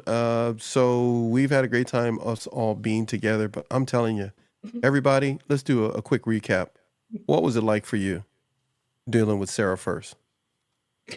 Oh, I loved her. I couldn't believe. I mean, I could believe it because I was listening to her music, but to hear her live was amazing. Yeah. So talented and so sweet too. But Yeah. not like soft sweet. She's strong sweet. Loved her. And She her book. definitely Who knew. knew? Who knew she wrote a children's book? Yeah, right. True. Right? Yeah. That was And cool. then the story behind it. What was it? Turtle's Tears. Turtle tears. Turtle Tears. Yeah. Here it is up on the screen, everybody. Crystal got it up for us. Yep. She definitely very talented. Anybody still has some things that they want to talk about in regards to Sarah, feel free to put in the chat, but mainly send it to me here at NATV Network, and we'll make sure to pass it on to Sarah. Please pick up her book, Turtle Tears. I know you were agreeing, Gemma, because I saw your head bobbing up and down, but with that nice microphone, you can use it too by actually saying something. So I'm just messing with you. Of course, her website is available for everybody to go take a look at. Go to the photo gallery of her website. You will enjoy it. Matter of fact, let's do this. Since we're talking about it, something that I can do things over here that'll make your life quite interesting. I like that one. Don't ask me. Okay, here we go. That one's like a combo of 3 different characters. I don't. Oh yeah, no telling what happens. I may need some protein right now. I don't know. I'm just here we go. Let's see if I can bring this in. Let's do that, and then we're gonna come over here, boys and girls, and what we're gonna do here is we're gonna hit this button, and then we're gonna go over here and grab another one, because we can do that out here in the Ponderosa. All right, so too much bonanza for me. Too much for you young people to know what that is.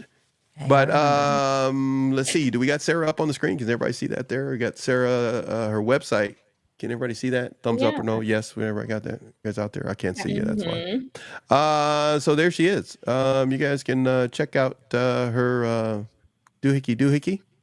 That's her home page, Doohickey. The About section. Ooh, bio. Ooh, man, there she is. Oh, I don't even know what's on the screen right now. I gotta look at my bigger screen up here. Can you guys see it? No, I'm in the wrong spot.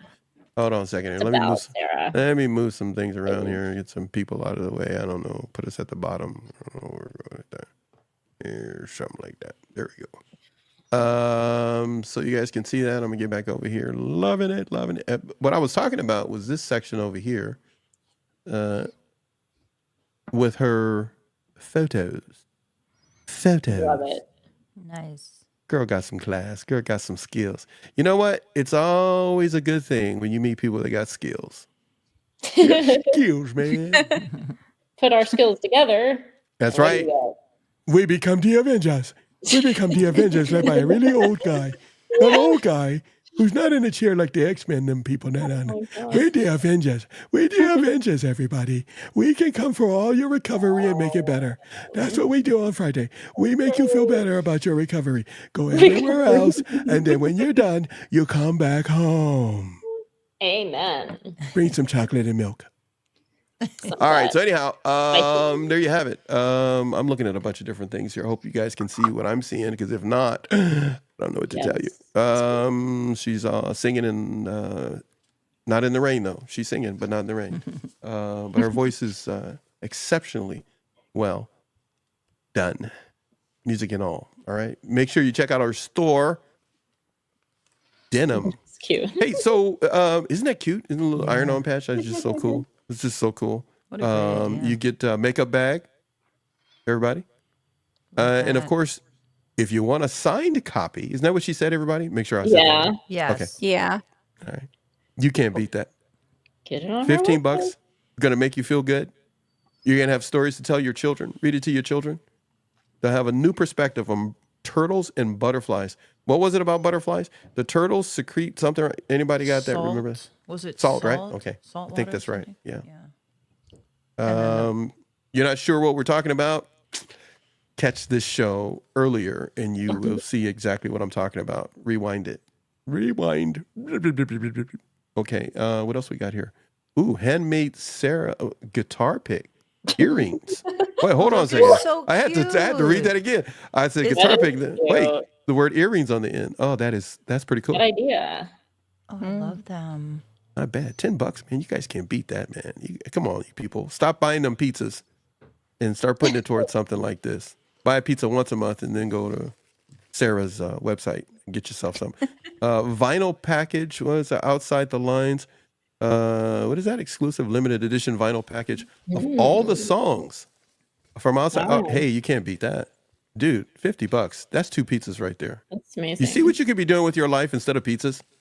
You could be dancing and getting your groove on, swinging your elbows and tapping your toes. There you go, right there. I know I got too much of the country comes out of me right now. Outside the Lines coloring book. She's got a coloring book and pencil set. Oh, Man, I don't think Bree's seen this yet. Susie. If Those Bree are sees nice, it, man, too, in the anything wooden like case, this. the pencils. Yeah, look at that. I make it bigger there. Can I like that. look at that. Styling. Snazzy. Oh man, check it out. Check it out. Shirt. Get yourself a shirt. Outside the Lines. Love it. Sarah Harrelson.com. That's the store.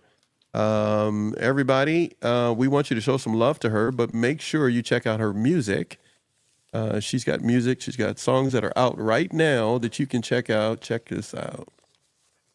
Check her out, you guys. She's on ice skates. I was going to do this when she was here, but I wasn't going to torture her. But check this out. This is it. Check her out, man. She has definitely been making some music. The one in the middle there, you see rock and roll? That's the one I got. She sent me that. I got it. I'm special. I got it in you down. I'm special. What was the song she played for you? Was it Red Flag? That's, I think on this one. Can you guys see that there? Yeah. That one? Oh, we're going to go to Spotify now. You guys get that out of here. Don't want to play it, though. Get myself in trouble. All right. Anyhow, so here you go. You can check her out on Spotify. By the way, these are my playlists over here. See that over there? Messing with you guys. I told you. Total improv. And she got more music down here. Cool glasses. Ooh, Right. I like Styling. the red Yeah, but heart. she got music, people. Okay. She got the whiskey one is pretty cool too. That's a nice single. I like that one. And there she I go. gotta go listen to them all. There you go. Now, this will probably be the music that Gemma's going to be. She's going to have everybody in the UK listening to this.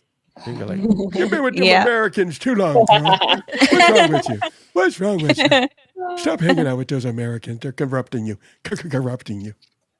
Gemma, thank you so much for the information you shared. I now am going to open it up to everybody else, even though we've all been talking. Is there anything in particular that someone enjoyed specifically about, I know you just talked about it, what Gemma talked about, specifically that she talked about, that you want to discuss more for the audience, since we're all improvising?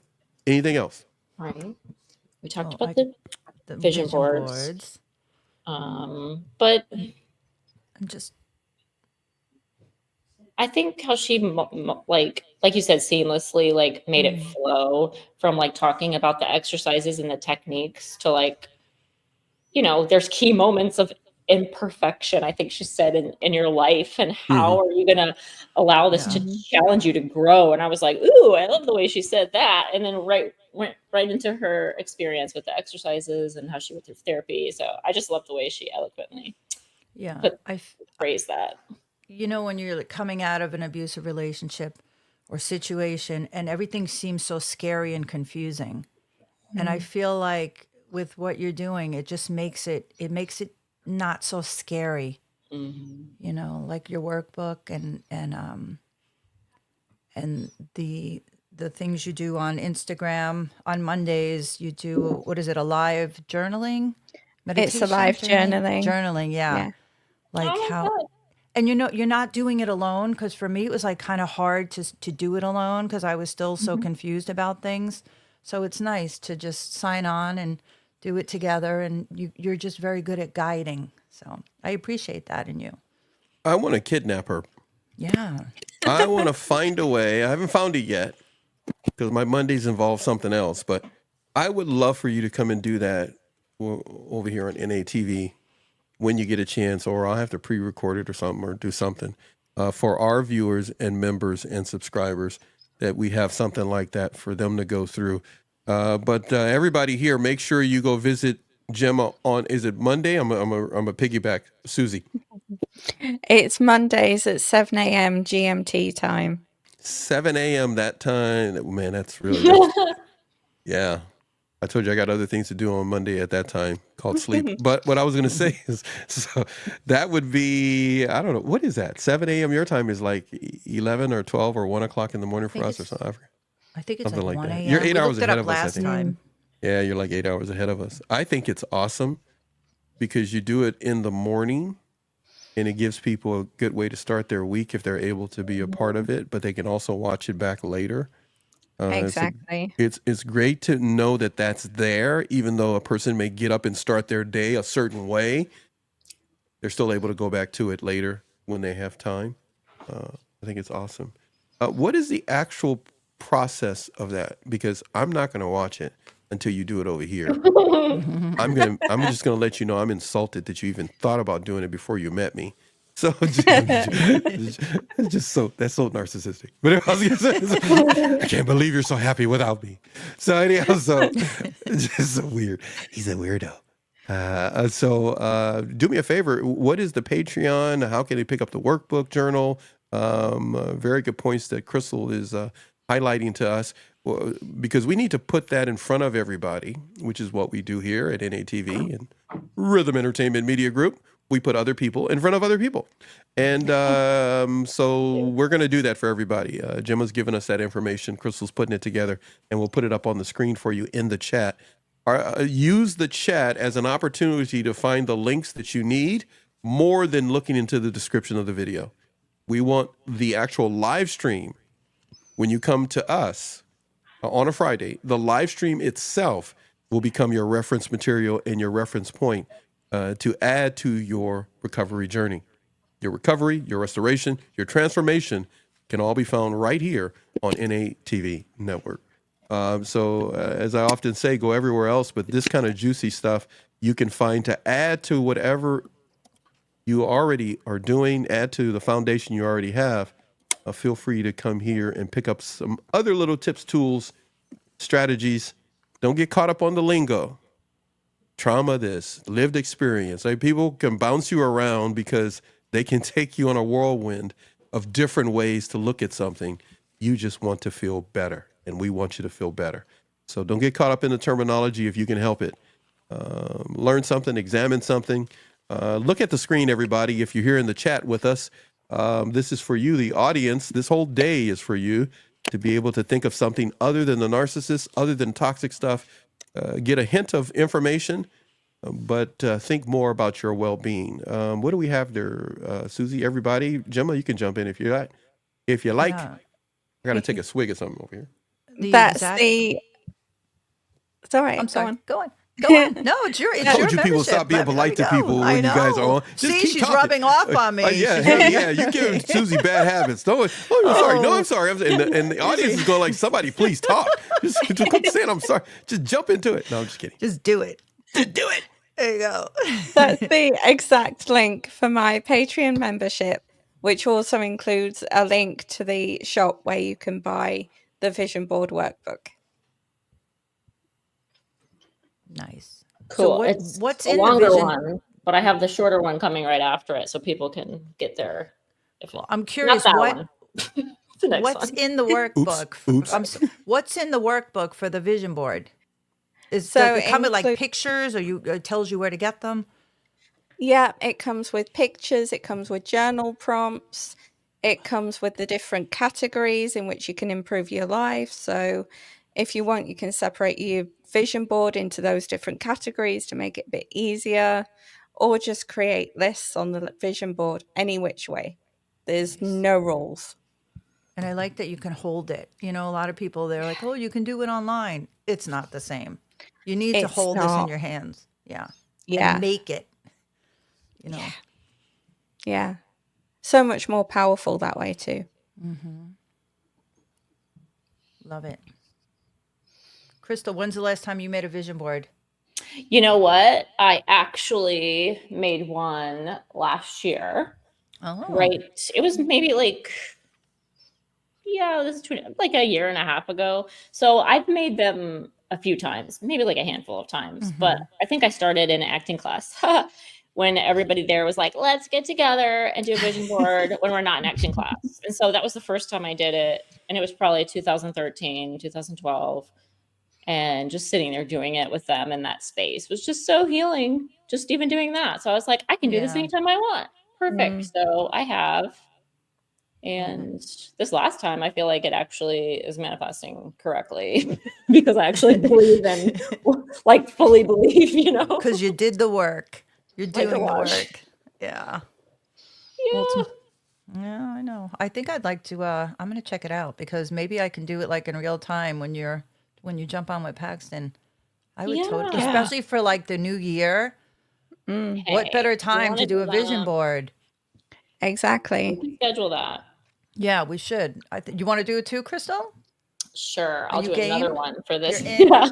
Well, it's a new year. Yeah. I'm ready to do it whenever. That's it. So if you guys want to in January, totally Yeah. up for that. You giving me Yeah. ideas that are popping in my Yeah. head right now. Good. We Susie, can we do got like to talk about that. vision Okay? board class. Absolutely. Yeah, we I'm got- excited. I'm serious. Yeah, because we could do like good a little stuff. pre one on our own and like show like how we started and share with each other in the audience, and then be like, okay, Tutorial, instructional. yeah, where is this going next? Yeah. But kind of community wise, all at the same time. Yeah. And then next year we can revisit, or like 6 months down the road, if anything comes. It's true. You're like, look, No, in 90, I'm a even 90 billionaire. days. Even Look, 90 there's days, my Susie. Porsche. There's my Yeah, yeah, Porsche. Yeah, Porsche. That's pretty good. I got like the color right and everything. She went right for the top, baby. She All ain't right. got no fooling around. She says, I'm glad my Bree God. came on because I'm not going to be no imposter syndrome me. I'm going to go get the Porsche. I thought you meant Get forward. rid of this bicycle and I'm get me gonna a keep Porsche. the peace and the love and the family and the cooking and all that's going to be on there too. But you got to have one like golden ticket, I would think. So yeah, you're gonna pull up in front of their house and go vroom vroom. That's it. I'll be My cruising board down gave me this. My vision board gave me this. I'll come down and pick up Crystal, pull up outside There you our go. house. Let's go, You go girl. to Florida. Yeah. There you go. We'll surprise you, excited. Paxton. You can see, hey, that Let's hey, do works it. for me, man. Cross That works. country trip. I'm gonna be filming all of it when it happens. I'm gonna be filming it. You're like, She did it. today, everybody, we're looking into the life and times of Crystal and Susie with their Porsche. Yes. Where Not are Thelma and Louise. Their Porsche. Yeah, there we go. It's a community Porsche. Now we Well, turn if we to both now we put it turn on to the our board. UK correspondent Gemma. And Gemma, what do you think about this? She's gonna go raspberry. I'm done with these people. I want a UK Porsche. I got no common sense. I sold it when I was 20. I'm just an idiot. All right. Let's see. I don't know these old expressions I take from my father and grandfather. But anyhow, let's see here. When it comes to what we're gonna do next, we have no idea, but we really do, everybody. So there's a lot of information and content that we want to share with you. And we're going to start doing that. We're not going to take a commercial break that we would normally do. We're going to transition into Susie, and then we're going to transition into Crystal, if Crystal hasn't passed out or left. I'm here. So, okay. So, Crystal, you and I and Jim are going to hold back for a little bit because Susie has some information she wants to get into. She has a long list of information, but maybe you can finish up, Susie, what you were touching on at the beginning of the show before Sarah came on, and we can get into the subject of letting go. Is that possible? I put that up. No pressure, but you were going to talk about. She go like, I wasn't going to talk about that, Paxton. You guys can't see her right now. You have no idea. Well, I just happened to turn this way to look at my monitor, and she was like, she has. I wish I could show. I'm not going to do it to you. I'm not going to do it to you. Me all the time. I'm used to it by now. Today, I'm not going to do it to you. Here You we should see go. her hands and what she had in her hand. She's These are the Italian. She said, I would I'm use gonna a certain throw the finger with papers in the air. him, but I can't because my hands are full. Because it's like, I didn't discuss that with you. So we're Jim switching was it going up like, on me. I'm safe because I did Yeah, my part. I he was was like, easy I'm on out of you, here. Gemma. Like, I'm done. I took note of that, by the way. You did, right? I You really She's did. going like, why does Gemma get to go first? I was, No. hot pockets. What was up with that? I'm There's your all sign. confused. I'm overloaded with information today. That's my problem today. Hey, you know what? The singing I'm was learning. to soothe you and bring you into a place of tranquility and serenity. Yeah. That evidently went away real quick. All right, Something we'll get her like that. back on camera. But I Okay. wasn't going to Thank show you you guys when she had all for the papers in sparing her me. hand. All the papers, she go like, what? She's like Wait, waving at me because she know I can see her. You- And then you she's on watched camera. me She's going like, before. oh, I she's just- so together, but she just cursed me out with her sign I language. just organized everything and now I'm all. No. This Here we is go. what I'm going to do. No, here we go. I'm Since going to change every. I'm going to change. We're going to do it again. Rewind everything, everybody. Rewind everything. I don't have a thing. Here, look. I'll do this. Wait. Hold on a second, everybody. Okay. Anytime I play that, that means it's like the Men in Black thing when they do the flashy thing. You just whenever you hear that, just Nothing happened. thank you. What Susie just said, nothing happened. I'm going to get you to record that. I'm putting it on a button over here. I'll push it. Nothing happened. You didn't see anything. So wipe it from your mind. That's what you say when you deal with a narcissist. Just wipe it from your mind. Okay, so here we go. Susie, we're starting all over again. Susie is going to be talking to us about a subject that she has in mind, right, Susie? Yes. And it's probably all. Wait, hold on. Dude, we're totally making this up, guys. We have no idea. No And poor clue. Susie at the beginning says, "Okay, so what time am I coming on?" I said, "Just throw it out the window." She looked at me and went like, "He is out of his mind. I need organization." So here we go. Susie's got some things she's going to talk to you about, everybody. She's going to be talking to everybody about a few subjects, and all of it is under the umbrella of the theme of letting go. Is that better, Susie? Is that? Yay! You can't see her. You have no idea. Wait, I want to get it. Oh, do it again. When she went like, no, she It go was like, easy on me. hey, Thank you. I'm not that piece of chocolate that they were talking about earlier. I'm that kind that messes up your purse. You know you're not that bad. I'm that piece that's stuck at the bottom of your purse. Here, hold on a second. You're hold like on a a second. chewed piece I of want gum you to right look now, at man. me, people. I'm the one that gets stuck at the bottom of your purse, and I'm not talking to you guys that carry a purse. Stuck at the bottom of the purse. And you go like, what is that? I was just looking for nail clippers and what? Oh my goodness, it's just a mess. That's me. That's me. But I clean up well.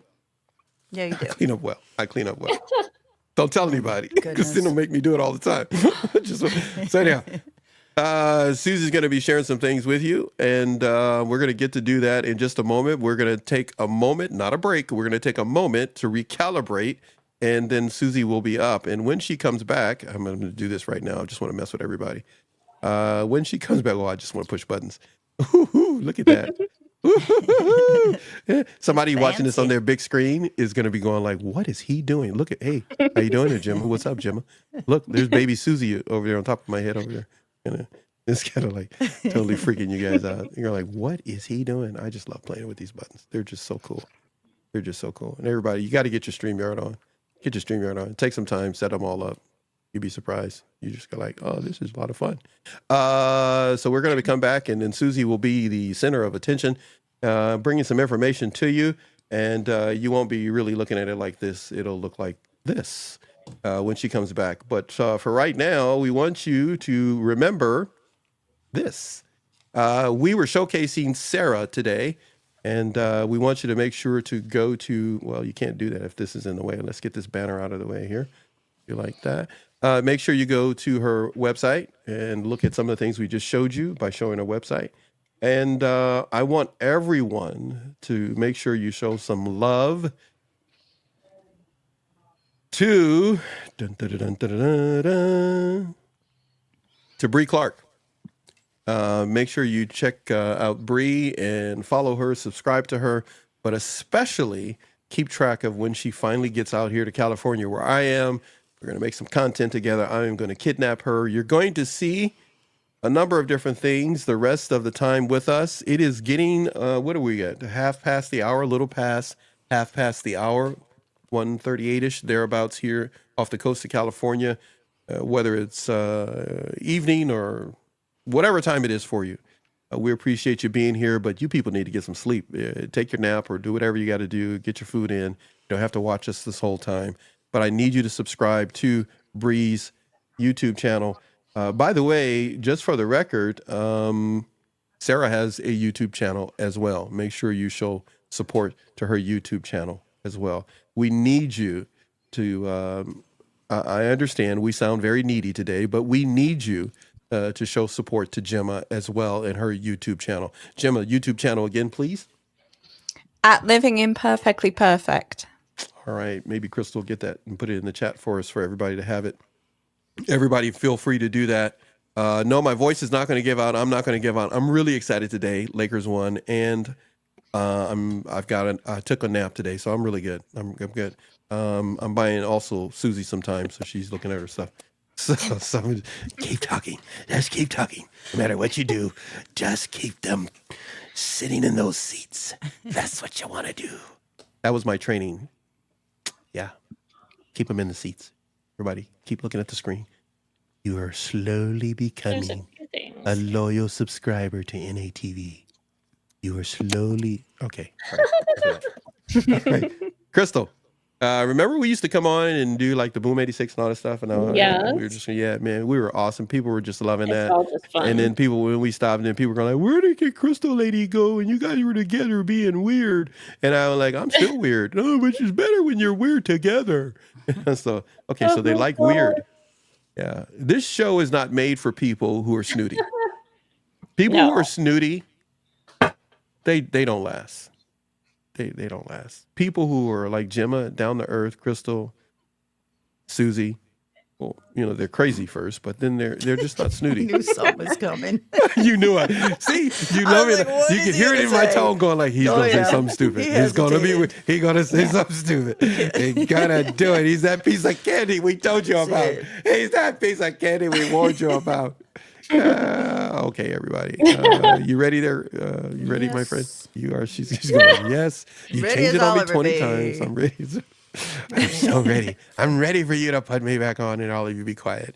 I'll be all ready for acting class. They'll throw all these things at me, That's and I'll gonna be be like, fun. "Oh, all right." Okay. I had a little practice. If you take the acting class, that means all three of you would have had some type of measure of acting exposure techniques, I should say, to the techniques. We are going to have so much fun. Oh yeah. We are going to make some really great content together that won't cost anybody watching us a penny. Yeah, it'd be pretty cool. That's going to be really good. You're going to laugh. You're going to enjoy yourself. It's going to be, you know what? I had a hard week. I got to deal with the ex. I got to deal with the toxic boss, toxic bullies, emotional bullies. Then you're going to come to us and go like, what are they doing? Just go, We'll make you forget about it all. yeah, you're going to go everywhere else and go like, you know what? I'm either angry or depressed right now, or I just want to just drink the rest of the night. Then you come to us and you go like, okay, all I want to do is dance and make total fun of these idiots on the screen. That's exactly what we want What you we're to here do. for. That's what we're here for. Exactly. We are the other side of your recovery. Oh, excuse me, I said that wrong. Forgive me, I am wrong. Yeah, We are the other we side are. of your healing.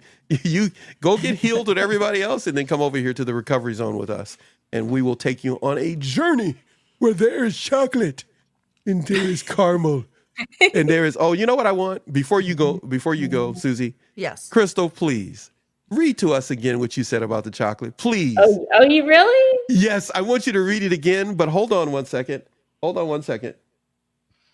Hold on. Just hold on. Hold on. Okay, now read it. God.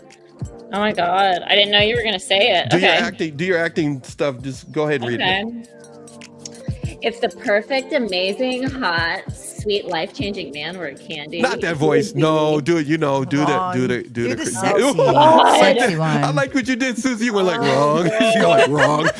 Oh, we're gonna have to. When we're not doing live, I'm gonna have to get you to say it so I can record it. Wrong. Put a big old gong like the Gong Show. I'm like actually nervous. I feel like that. You know why? Because I don't have my stupid microphone working. No, And I'm you're like, good. I feel like You're I'm good. yelling at my laptop. Okay. You're good. You are yelling at the like- laptop. I'm like, The hello? laptop's Can you going like, hear what me? did I do to you? What did I do? Aunt Okay. Flo wants to describe the candy. Okay. It's the perfect. Okay, it's just the music's loud. That's what it is. Okay, let me turn it down. Let me turn it down in my ear. If the perfect, amazing, hot, sweet, life-changing man were a candy, it would be the ultimate fusion of irresistible allure, depth, and joy. Something that gets better with every bite. So the outer shell, it would be smooth, right? Shiny, irresistible. Just think of a glistening caramel or a chocolate with a nice, delicate, glossy finish. And he has an aura of warmth that draws you in. You know what I mean? A charismatic energy that's impossible to ignore. So whether it's his style, his smile, his confidence, everything about him, it's elegant yet approachable. His presence is sweet, but never too overpowering. It's just enough to make your heart race. With his flavor, it's rich, it's complex, and multi-layered. So as you dive deeper and deeper, you taste his sweetness, like honey. It's mixed with something a little more daring. I don't remember you having all that on there. You adding stuff? Hold on. She's over there adding stuff. Barry White's got nothing on you. Oh, man, my tell you, God, especially that since was he's dead. smooth. But yeah, I that's know. true. Well, when he was alive. No, I'm just When he teasing. was alive. Hey, Crystal, we're gonna have to work on that was pretty good. Hey, Laughing. now we know why you were doing commercials and stuff. You know the other stuff you Okay. did in the I movie got a you bone. I got a bone to pick with both of you now. did. You said Again? read it. You said read it. Oh yeah, because he knows that I wrote some notes down. He Yeah. came up with this. Busted. No, he didn't tell me ahead of Busted. time. He didn't tell me. I just th- saved it. Just good thing I hey, didn't like lose I it. just I want you, didn't I like. There just you want you to go. know. You write almost. quick. I know you type really quick. I just want you to know. I know my personnel. I know how she got it over there. I know she wrote that I down when know. she read. No, She's I'm prepared. She's keeping that's tabs on right. myself. I Crystal, have That be a girl's prepared. got it going on. So I just want you to know I'm going to find a way to reuse that for some reason or another, and but I'll send you a copy once I edit all this stuff out. That'll probably be Yeah, there sometime was in a lot June by the time I more, get. but that's like half Yeah. of it. So when it comes to what you've experienced today, Gemma, I Yeah. want to tell everybody our Oh. private conversation, different things. Gemma was the first one here this morning, waiting for the 8 o'clock hour here on the coast to get started and do the sound check and everything like that. That's what we go through here. And so yes, there is a measure of preparation, but a lot of spontaneity and a hint of stuff being scripted. But our whole objective is, as I said before, is for you to have an enjoyable recovery day with us. To your choosing, to choose to be here or not, that's totally up to you. You got nothing better to do and you just want to goof off for a little bit, come watch our network here. But if you want to be rebuilt in your recovery, to be fortified and restored in your restoration, and if you need some type of tough love, strengthening, or whatever it may be in your transformation, then you go see these three ladies or others. But when you come here to NATV Network, we want you to smile again. We want you to laugh again, regain the ability that you gave up by being with someone who didn't appreciate the value that you have. They took your smile, they took your laughter, they mimicked you, and now people think they were the ones that were really happy. They were empty inside, and they know it. They were copycats.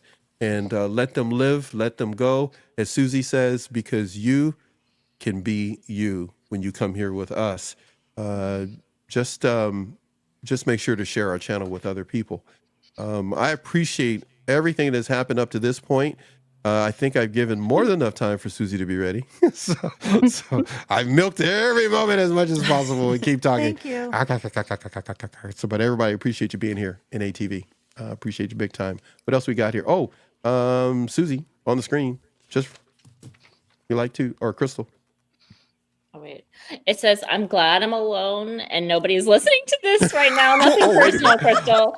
Hey, I get it. If you're not close enough or have that kind of relationship with people you do not want to be sharing none of that with nobody. I understand. So now, if you're me, I don't care who you are. You walk in this room, you're going to hear it. Hey, so Dr. Pepper 76, I just want you to know you have just experienced part of the Crystal Teas. Thank you so much for being here. And Susie, you're going to be, people are going like, why are these people even given a channel on YouTube? So it's like, what are they doing? Dr. Pepper says, okay. Oh, man. Oh, my goodness. We're still on the air. Okay. This is what you're going to get. You're going to just stumble across us or come here on purpose. And you're gonna say to yourself, why did they kidnap Gemma like that? She's in witness protection. Gemma. They've just kidnapped poor Gemma and tortured her. But Gemma's got a new mic, so she sounds really good.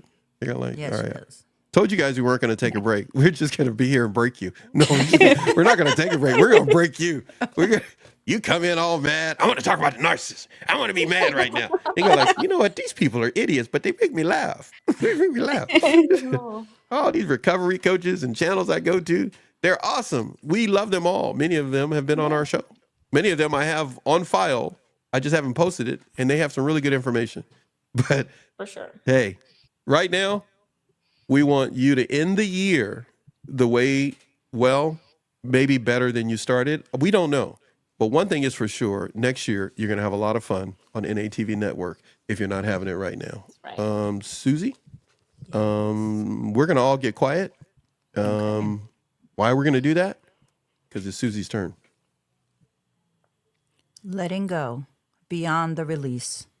Once you realize what's been draining you, you feel your energy returning. Suddenly you have the bandwidth to explore passions, nurture healthy relationships, and show up for yourself fully. You start to trust yourself again. Letting go is proof that you can make hard choices and survive them.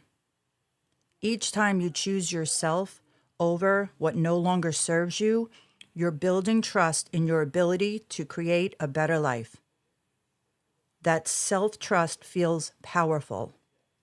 It's a foundation you can rely on. You open up space for joy. Joy thrives in the spaces we create when we let go. You might find yourself laughing more, sleeping better, or simply enjoying the small moments you used to miss. Life starts to feel colorful again because you're no longer trapped in survival mode. Here's an easy visualization exercise. Close your eyes and imagine what your life would feel like if you let go of what's weighing you down. See yourself moving freely, breathing deeply, and stepping into new possibilities without hesitation. Steps to take when fear and uncertainty arise. Even after deciding to let go, fear and doubt will test you. You'll wonder, am I doing the right thing? What if I regret this? These feelings are normal because change, especially letting go, can feel unfamiliar. Here are steps to keep you grounded when uncertainty strikes. Anchor yourself in your why. Write down the reasons you're choosing to let go. Is it for your peace, your growth, your health, or your future? Revisit this list whenever fear creeps in. Your why is your compass when doubt clouds your path. Try saying this to yourself. I'm letting go because I deserve to feel calm, respected, and free. I refuse to let fear keep me in a place where I'm unhappy. Take one small step at a time. Letting go doesn't have to happen all at once. If it feels overwhelming, take it step by step. Start by setting one boundary, clearing out one reminder of the past, or committing to one new habit that supports your healing. Talk to someone who supports your decision, and surround yourself with people who remind you of your strength and validate your feelings. Whether it's a friend, therapist, a mentor, or just leaning on others can help you to stay clear and confident in your choice. Shift your focus to the present moment. When fear tries to pull you back, ground yourself in the present. Take deep breaths, notice what's around you, and remind yourself that you are safe. Letting go is about moving forward, not looking back. Here's an easy mantra you could say to yourself. I am safe in this moment. I trust myself to make choices that serve me. And don't forget to celebrate the small wins. Every step you take toward letting go is worth celebrating. Did you set a boundary? Did you go a day without second-guessing yourself? Acknowledge those victories. They're proof of your progress. Imagine the freedom that's waiting for you. Fear often comes from focusing on what we're losing. Instead, shift your perspective to what you're gaining. Freedom, peace, clarity, and the chance to build a life you truly love. reflect and ask yourself, what possibilities open up for me when I let go of this burden? How will my life improve when I stop holding on? Letting go is one of the hardest things you'll ever do. But on the other side of fear is freedom. You'll feel lighter, stronger, and more at peace than you've ever felt in a long time. And when you doubt yourself, remember this. You are not letting go to lose something. You're letting go to make space for everything you deserve. The process isn't perfect, and neither are you. But every step you take towards release brings you closer to a life filled with peace and joy. Thank you for joining me on Beyond the Release. Here's to trusting yourself, stepping into the unknown, and discovering all the beauty that waits for you after you let go. Love it. Love it, love it, love it. Absolutely love it. Man, Crystal and I enjoyed it. Crystal, you were going to say? she's got me all in my feelings, and both of them, Yeah. Gemma and Susie, get my heart today. You made me breathe a little different. Yeah, I almost want you to reread some of the parts out of that were really good. Go ahead. You were going to say, I mean, you experienced it. Your actual life story is there in that. Go ahead. Yeah. You were going to share. No, this is this is what I'm doing and living in real time. That's why I say I get like I can read it, but to explain it and express it in real time is a bit overwhelming right now. Yeah. But it's helped me to be able to say it, and my hope is that I can help someone else to know that, they can get through it. And as scary as letting go is and was to me, it was the best decision I ever made. What proved to be a couple of the fears that maybe someone else can experience or is experiencing right now that you could talk about when it came to quote unquote letting go, which is different for everybody. That's why we're laying this, I should say you are laying out this groundwork as to what it means, because that's what you're literally experiencing now in the multiple times that you've had to move to get to where you are now, which is back home with people who know you, love you, grew up with you. Actually, we're getting some advice there in the chat from Dr. Pepper 76. I don't know if you can see that there. He's giving everybody some advice there. He's saying, Dr. Pepper says, gotta live your best life. Well, I think what I was doing and what I was stuck in, I was stuck in the cycle of doing everything for everyone else. So I forgot about me. And by letting go, I've remembered who I am and that I matter, and working on my self-worth and self-love. And now I'm in the process of understanding that once you get beyond the letting go part, the fear of the unknown, the fear of, like I said, making a mistake. What my biggest thing was, what if I regret this? And there's so much that I could let my mind go there, but I don't, because what's in front of me is so much better and brighter and happier and more peaceful that I don't want to look back any longer. So all that fear, just sitting in it and feeling it, was extremely difficult to do. And now that I'm a little beyond it, it's so freeing. And, we really can't do this alone. You can't do it alone. We need support. We need people we trust. And it makes it doable. It makes it easier. It makes it happen. So, yeah. I didn't see all this coming, and here I am. And I'm so grateful that I held on and got here. Me too. Wow. It's been quite a journey. Yeah, it has. In a year, and it flies by. And look at you. Listen to you. Right, Crystal? Like It's you can amazing. attest to the first time I talked about it, and this was not a plan. This was not my plan. No, that's the beauty of it. Yeah, it just happened. That's the best part, right? You let go and look what could happen. Yeah. Just I'm living proof. Life happens how it's supposed to when we finally let go.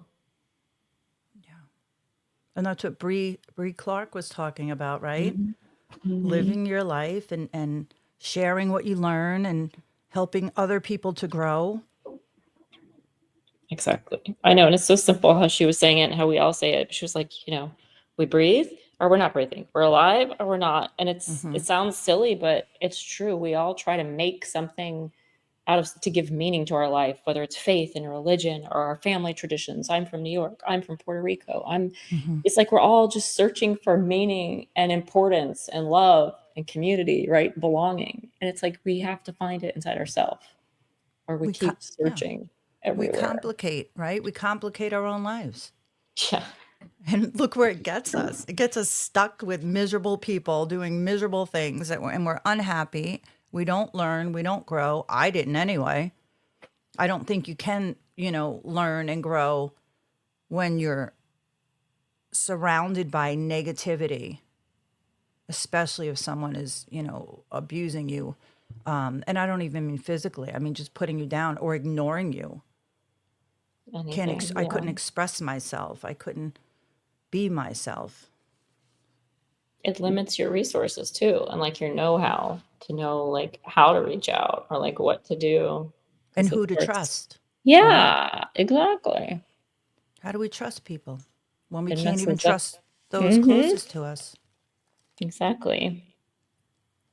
I feel like we were just talking about that recently, talking about safety and Keeping you ourselves say it so safe. well. I didn't keep myself safe. I had to work in therapy on keeping myself safe for probably all throughout the last 3 years with Dr. Mack. I didn't know how. I could keep everyone else safe.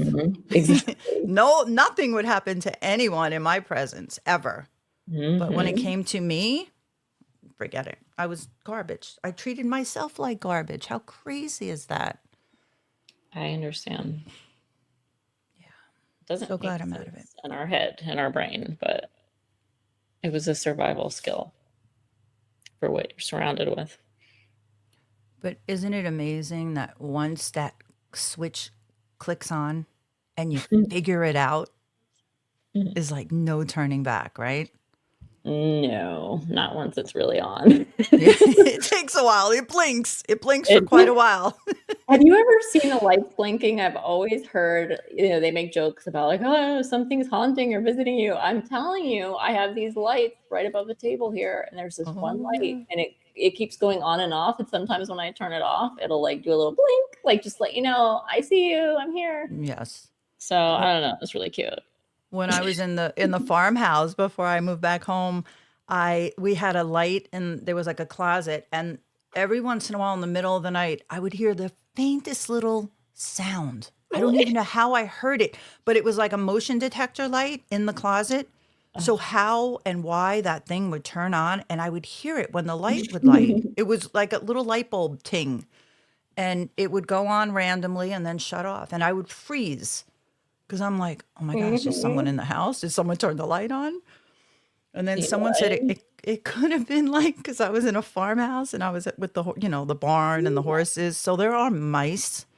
So someone said it could have been like a little mouse running across or something. I don't know. Yeah, whether it was an animal like a mouse or something triggered that light. I hope it wasn't a spirit. It could have been your angel mouse. Your mouse. There you go. It literally, it's totally like this. There's no limit. No. Could be something looking out for us. And there you go. Did you ever hear of the story when you were a kid, the country mouse and the city mouse? Oh yeah. That was like one of my favorite storybooks when I was growing up. Oh man. I forget who visited. I think the city mouse would go to the country house. The city one would get to the country more easily. Yeah. You And get neither that. one liked it, and they ended up both going home. Sounds like all of us. We're just all making our way home. Well, and here I am, home. Here we are. Here you That's it. are. Back I'm home. happy for you. Thank you. It's It's one been an day at a time, I adventure. know. And it will continue to be, just in a different, better way. Exactly.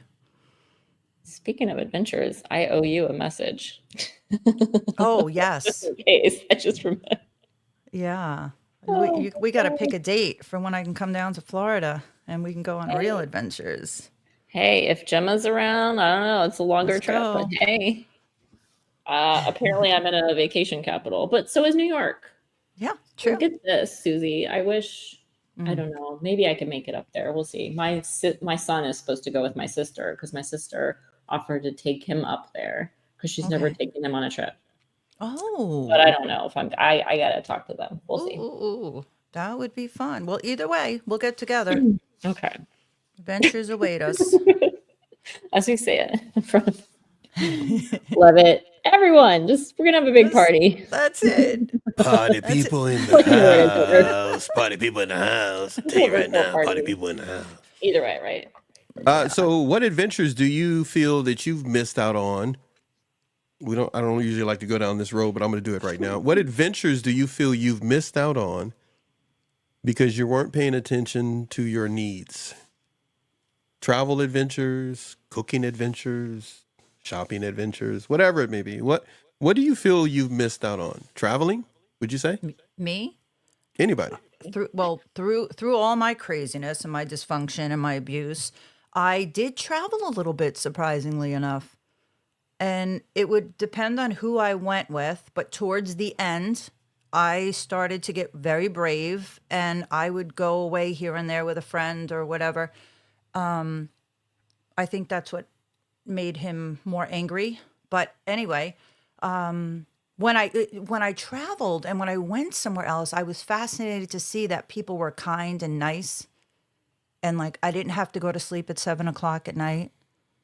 So no, I'm serious. Oh my God. It was like an adventure, and then school. It's always been education for me. Yeah, I definitely missed out on school and a career. I'm sure, right? And I would've had this a was even job. before you met someone who had narcissistic behavior, or however you describe it, toxic person. Before that, so the audience knows, when you say schooling, you're talking about at a early age, at a young age, I want to say, had to become an adult right away. Correct me if I'm saying that wrong. Yes, my mother and father were very young when I was born, so I was pretty much the parent of them, and I had a younger brother and sister, and I was their mother. My mother was an absent mother. She was in the house, Yeah. but she wasn't there. So I had to be the mom. I grew up way before my time, and then abuse set in, and then I left school. I loved school, and then by like 6th grade, abuse started happening in the house to me, so I just lost interest. I couldn't relate to my peers, my friends. It was just very hard for me. So by the time I was in 7th grade, it got more difficult, and I went a little bit of 8th grade. So I left by the time I was 15. And I always wanted to go back. I didn't want to leave, but it was too hard. And my mother, I guess at that time, she felt it was easier just to remove me because she didn't have to deal with the school and me and everything else. But you like learning. You enjoy learning. Yes. I find that fascinating about you, for me personally, because I notice no matter what it is, you want to absorb as much as you can educationally as possible. And then I see you immediately put it to work to benefit yourself. It's highly commendable that you have that type of spirit and nature as a person and as a woman. Crystal, on the other hand, is a constant researcher of stuff and makes sure to share with others. You're always sharing what you come to learn and know. Your son must have. Do you drive him crazy with everything that you look up and find out? Oh yeah, sometimes when I get like hyper off the candy or whatever, and I'm like, guess what I Off the just learned? candy. Or like, look at what I'm on was gonna say, ChatGPT. Come here. And then I'm like, I just learned this in my book, and I get super hyper like a little kid, and he's like, oh my god, he's like, Mom, he's like, you need to get off of there right now. He's like, you need to walk away. Like he was really concerned if I get too much. He's like like that. a he's I like don't a really care. he's like a bartender. He's like okay, we Yeah. need to cut you off. We need yeah, you're a little too much for you, lady. A little too excited there. And that's exactly what it is. And I'm like, wait a minute, we switched roles again. Because then he gets like that. And I just egg him on more and more. I don't cut him off. I'm like, yeah, totally. So did you have to grow up fast? I think it was touched on a little bit earlier, but I'm going to repeat something just in case people are new popping in. So did you find yourself, I know you didn't have to parent your parents per se, maybe, but did you find yourself having to be this adult person in a teenage body? Who, Crystal or Susie? Crystal. I was like, wait, are you That's your name, Crystal. Look Yeah, at me. I've talking to been you. trying so good to be good today and polite. Okay. Yeah. So You don't have to, hey, it's just us right now. You don't have to do that anymore. Free for all. Free for all. Let now. her loose. Let her loose. Let her loose, lady. You know what happens. You already heard my little Random. Andy. Okay. So what do you got for us? You been this adult in a teenage body from young or what? Agree. I remember I have these memories, and I was described of as like a 2, 3, and 4-year-old child. I would sit in front of the big, huge window in our Atlanta, Georgia house, like a big, huge window in the dining room, and I would just sit there. I think there was ferns. You know that TV show with Zach Galifianakis, Between Two Ferns? Well, that was me, between two ferns that were in that room, and I would just stare out the window for hours, and I would just sit there. And I know I was contemplating life, intricacies, nuances of, and I was so small and young that it was like I knew it was weird, like in my own head. I was like, this is strange because I'm a little kid that I'm thinking like this, the meaning of life, death, like watching other people, observing how they're acting, and just how I'm like, is this how life is? Just the race of it all. I mean, I do feel like I was like a 90-year-old in like a little kid's body. And then at some point something broke. I think I was 5 years old, and those are more memories I had when I was 5 and 6 up, because it's very spotty when I was younger like that. That's like the only memory I have when I was younger. But something happened where I got hyper. I don't know, something activated the ADHD or whatever, and I just became like a wild animal. I was just like, I had so much energy. I was running around. I probably was eating a lot of candy, getting hyper. I was in kindergarten, first grade, and just starting to live life, but I was acting like a kid, and I bounced right out of that very adult mindset. And I remember leaving that for a long time, and then it came back a little bit later. I know that's a long answer, but No. That's not. You weren't. That wasn't long. That was very appropriate. Based upon what you just heard, Susie, and I know you have oodles of information over there that you've been researching and putting together for your digital products and other things, and workbooks or journals, things you're going to be making and put out to your viewers and the public.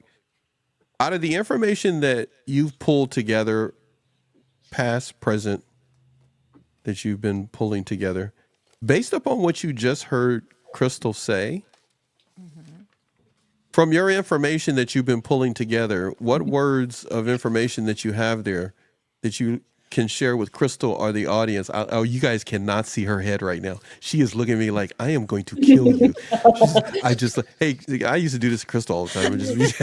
Crystal would be like, just Did make she up react stuff. like I do? No, not even close. Not even close. Not She was even. behaved we're all different. and poised. First of all, the Me, you word get the New behave. York out of me. First of all, get all the Italian New York coming out of her. And first of all, the word behave should never be attached to Crystal. Ooh, Okay. True. child. They should never, ever use the word behave next to the word, her name, Crystal.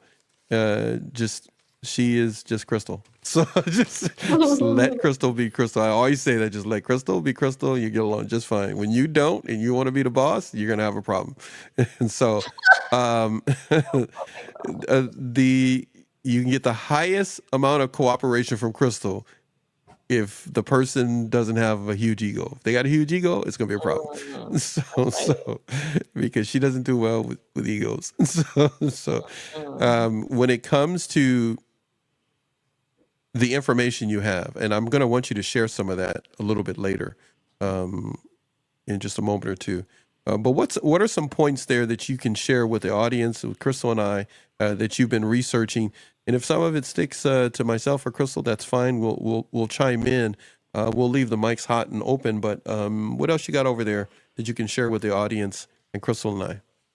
So when we talk about children, right, and if I think back to my childhood and hearing Crystal's sitting between, the two ferns, and then, contemplating and thinking about all the adults, I would assume, around her, and then becoming hyperactive, what comes to my mind is that when a child withdraws and becomes hyper due to family stress, it requires like us to have a lot of patience and understanding. And if I look up some of my information, I'm looking up strategies to help children to regulate their emotions. That's something important. Because I think as the children are going through this, we don't necessarily know what's happening.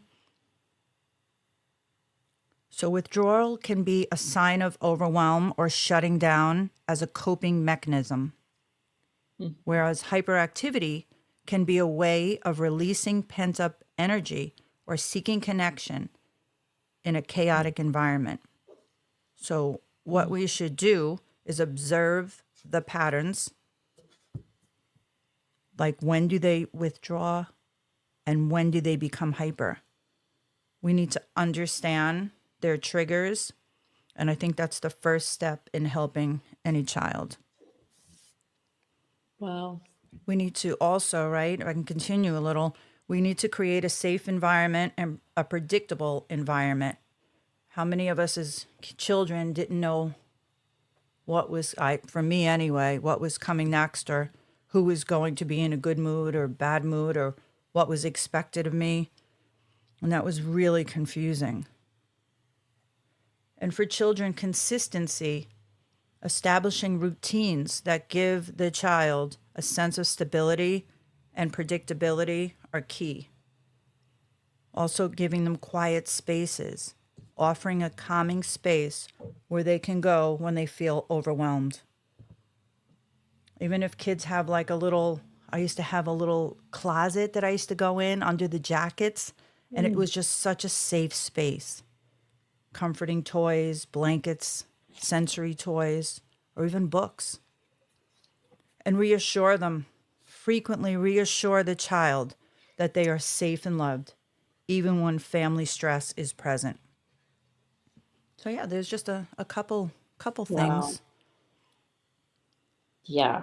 What you said there at the top, just the definition and understanding withdrawing and hyperactivity, it's just like so perfectly defined. And I would have never thought of it like that in the past, like that. And I've been learning that, but the way you said it was perfect. And even when I was a kid, you were saying you were like watching everyone around you kind of thing. I did the same. And because my parents were so young, they were like my children, to be honest with you. They were more immature than my children ever were. I remember looking at them thinking, like, what are they doing? They didn't act like parents. I knew they didn't act like parents, right? Because my grandparents acted like my parents. And I remember thinking and knowing in my head that I would never be like them. Like, thank you for teaching me how not to be. And Right. that's what they did. That was their purpose, I think, of being my parents. Exactly. But I Right. also know that I believe they did the best they could with what they had at the time. Right. Because they did not the best things not that they hurt me, but they didn't intentionally hurt me. I don't believe they ever intentionally hurt me. I just think they didn't know any better. Right. No, that makes sense.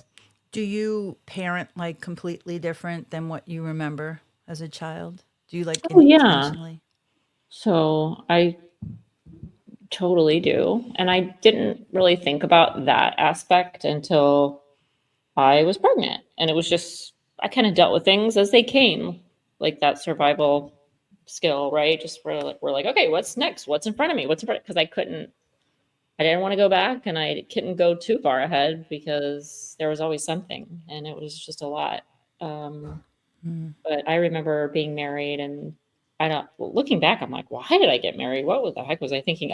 I've gone over it so many times because I was so young, getting settled down. It was really insane. But obviously, I had my son out of it, so there was much purpose and meaning behind it. But I got pregnant kind of purposely because I was like praying secretly that, it would happen because I was so miserable and I was getting depressed. And I was like, I can't get a divorce because blah, blah, blah, religion, family. And I convinced myself that. So I was like, if I get pregnant, that'll be perfect because I can put all my love and attention in my child and there will be a buffer and blah, blah, blah. Which sounds terrible. It's true. And I've said it. So it's not a secret around here, but people don't like to hear that. But I can relate. Right? It's like, it I sounds did the same bad. thing. Okay, because then like if I say that in front of my parents now or anyone, they're like, "Oh my God, why didn't you say something? Like, how could you think like that? It just gets worse if you have a kid or if you get pregnant, everything gets harder and more stressed." And I'm like, at the time, I was like, nothing could have been worse at the time. Like, Yeah. and it's true, it actually did get better because of the focus. You were able to be a mom and all the love we have inside of us Yeah. to put there. Did you think, because I remember thinking that I'd have someone to love. Exactly. And it may sound selfish, but someone that loved me. You know what? I realized that much later because at the time, I don't want to cry, but I might. I just realized I can give all my love to him and I don't need anything in return. I don't need any other man to ever love me again if I can just give it all to him. And then I realized later, oh my God, he does love me with all his heart too. Because when they're little, they can't say that or really think that or verbalize that. It's too much. They're just growing and developing. But now when they get older, my son's 14, and just the way we are together, I'm like, wow, until God really brings me with the right one and we're totally united, he's the one that's loved me out of anyone I've ever known. It's just my son. Beautiful. All these other people I thought loved me. I'm like, nah. Well, when he was little, you know how they run and hug you when kids like run and hug you and they just squeeze you so tight. There's nothing better than that. I know, right? You can feel it. Yeah.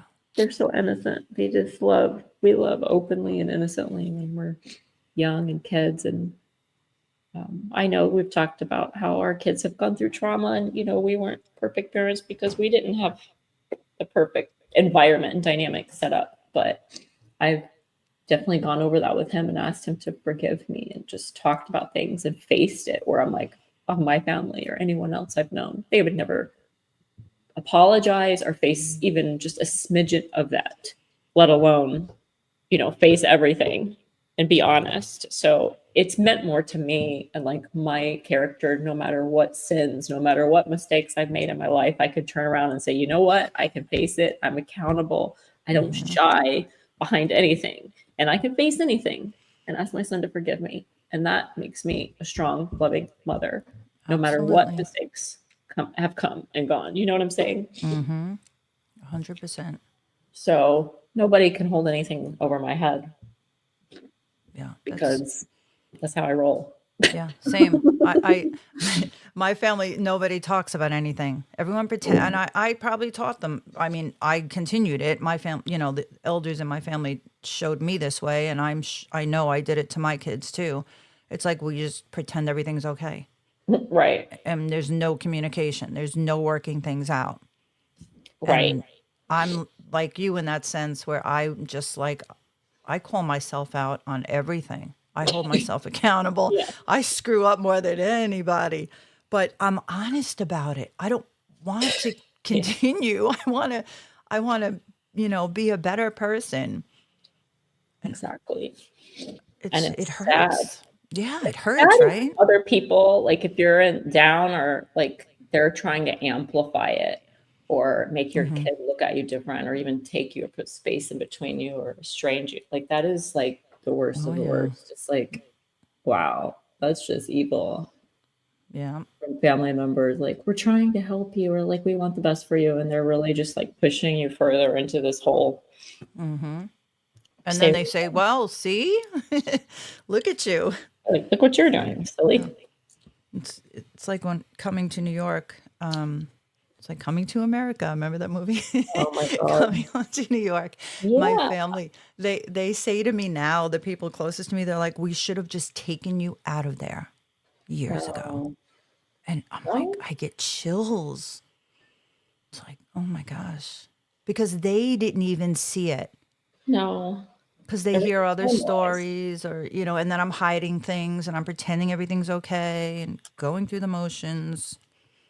Did you ever, growing up, or even when you got older as an adult, before this whole healing, and say anything like, or try to say like, hey, this is going on, like to another family member, course. to a neighbor or friend? Okay, so you did. Okay.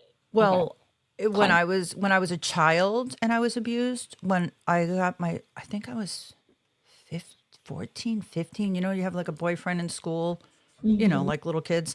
And I remember he tried to kiss me and I freaked out because I Aw. had been molested when I was younger. Yeah. And he called my mother Oh my God. and he said, this is what so-and-so did. Susie's like freaking out, hysterical. And she started crying. And then supposedly she was going to do something about it. And she never did. And other family members knew. And no one ever did anything. And I don't think back then people really knew what to do either. Because, you know, But still. this was 40 something years ago. Right. So it's a long time, 45 years ago.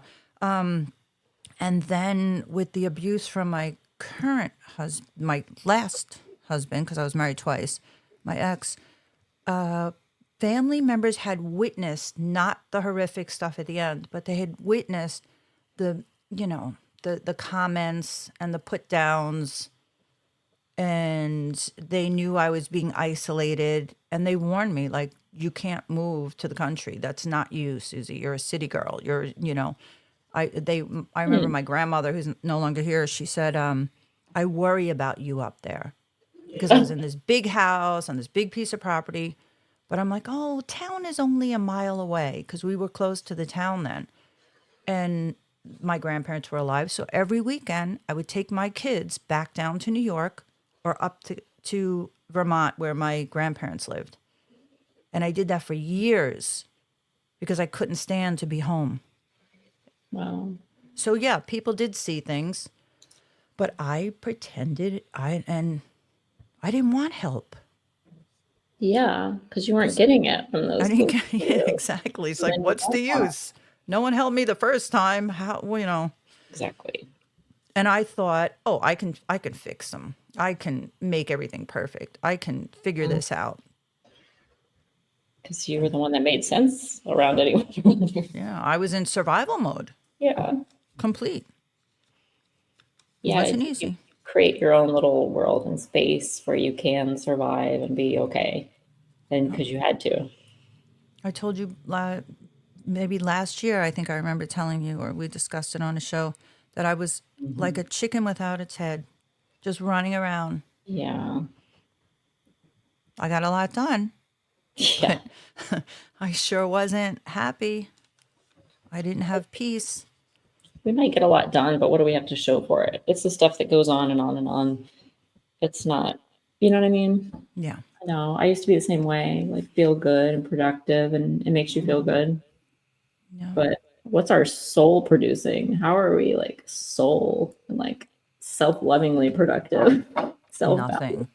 Self-valuingly productive. It shows up very different in other people like that. They don't see it. They don't know what we're doing. Like right now, nobody has any idea unless they're experiencing it, whether they're listening or they will later, or they've gone through a life change, transformation, trauma, whatever. You don't know unless you've gone through it. People don't think this is productive. They think we're wasting our time Well, being on here, that's, for example. yeah. And it's like, just because you have no idea, because you value worldly things and Right. worldly production of things, physical 3D things. So how are you going to be blessed in a much bigger, better, more soul-filled way if that's all you're focused on? You're not. Yeah. You have to do the work within that we're talking about. Yeah. And you need support. Absolutely. Amen. That's A why I'm lot so of glad. support. I'm so glad I found you guys and Paxton found me on the formerly Yay! Twitter, now X. I'll never forget that. Jeez. Oh my goodness. And Gemma, I don't know how he found you, but he's finding everybody, just connecting everybody together. It's awesome. Well, that's Pretty part of cool. letting go, right? It makes room for all the good to come in and all the connections and all the positivity and all the Yeah. things that I never knew existed. Yeah, exactly. You Me don't too. know. You don't know until you're here. And it seems impossible to get here because I don't know if you can relate, but I didn't know there was a here. I thought that's just how life was because I Yes, didn't know any different. exactly. That's how I started writing in my journals and like whatever. I would just write in my free writing. I'd be like, I guess this is how life is. I'm so stressed and I don't know why. I don't know why all this pressure in my. I would write about the pressure and all the physical manifestations, and I'm like, I can't figure out what's wrong or what's wrong with me. And then I would just write about random things in my day. And I'm like, I guess life's just tough like this. It's just how life is. Because that's what we were taught. And you start experiencing it, so you believe it. I remember when I was a kid and then I left school and I went to work and my mother decided then, what, 10 years after she found out I was being abused, that she was going to leave this person and move my sister away. So she put the house on the market and she got my sister together and she said, okay, you have to get married. So Oh, right. Oh my I just God. went and got married. I didn't know. That's right. My mom did it. So I just repeated the cycle Oh my God. and I got married. And You I felt was like you 8. had to. She told you Yeah, that. she told me. And I was 18 years old. So from the time she told you that, like, what was your process? Or were you like, I got to go to church, I got to go here, I got to meet somebody? You really want to know? Like, yeah, So this was a long so time ago before the internet and oh online. yeah. So I was I was when I left school at 15. By the time I finally left, it was 15. I didn't go much before that for a couple of years. But 15, I was completely signed out, and I went to Gloria Francis School of Makeup and Nails.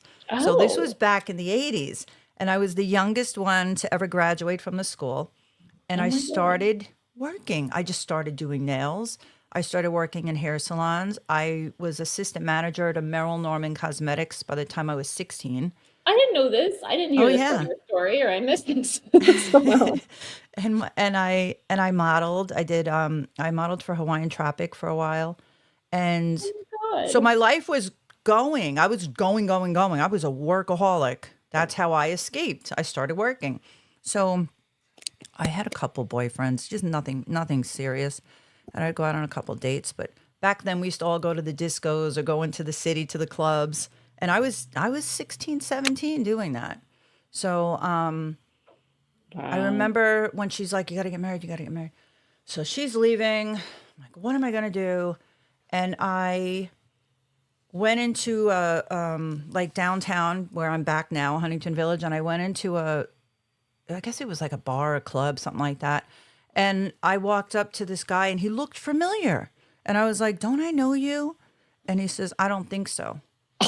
And I think and then he showed up at my door and asked me to marry him, and I married him 30 days later or Oh my some God. crazy number because my mother was leaving. But I was fascinated because I always got a lot of attention and I didn't like it.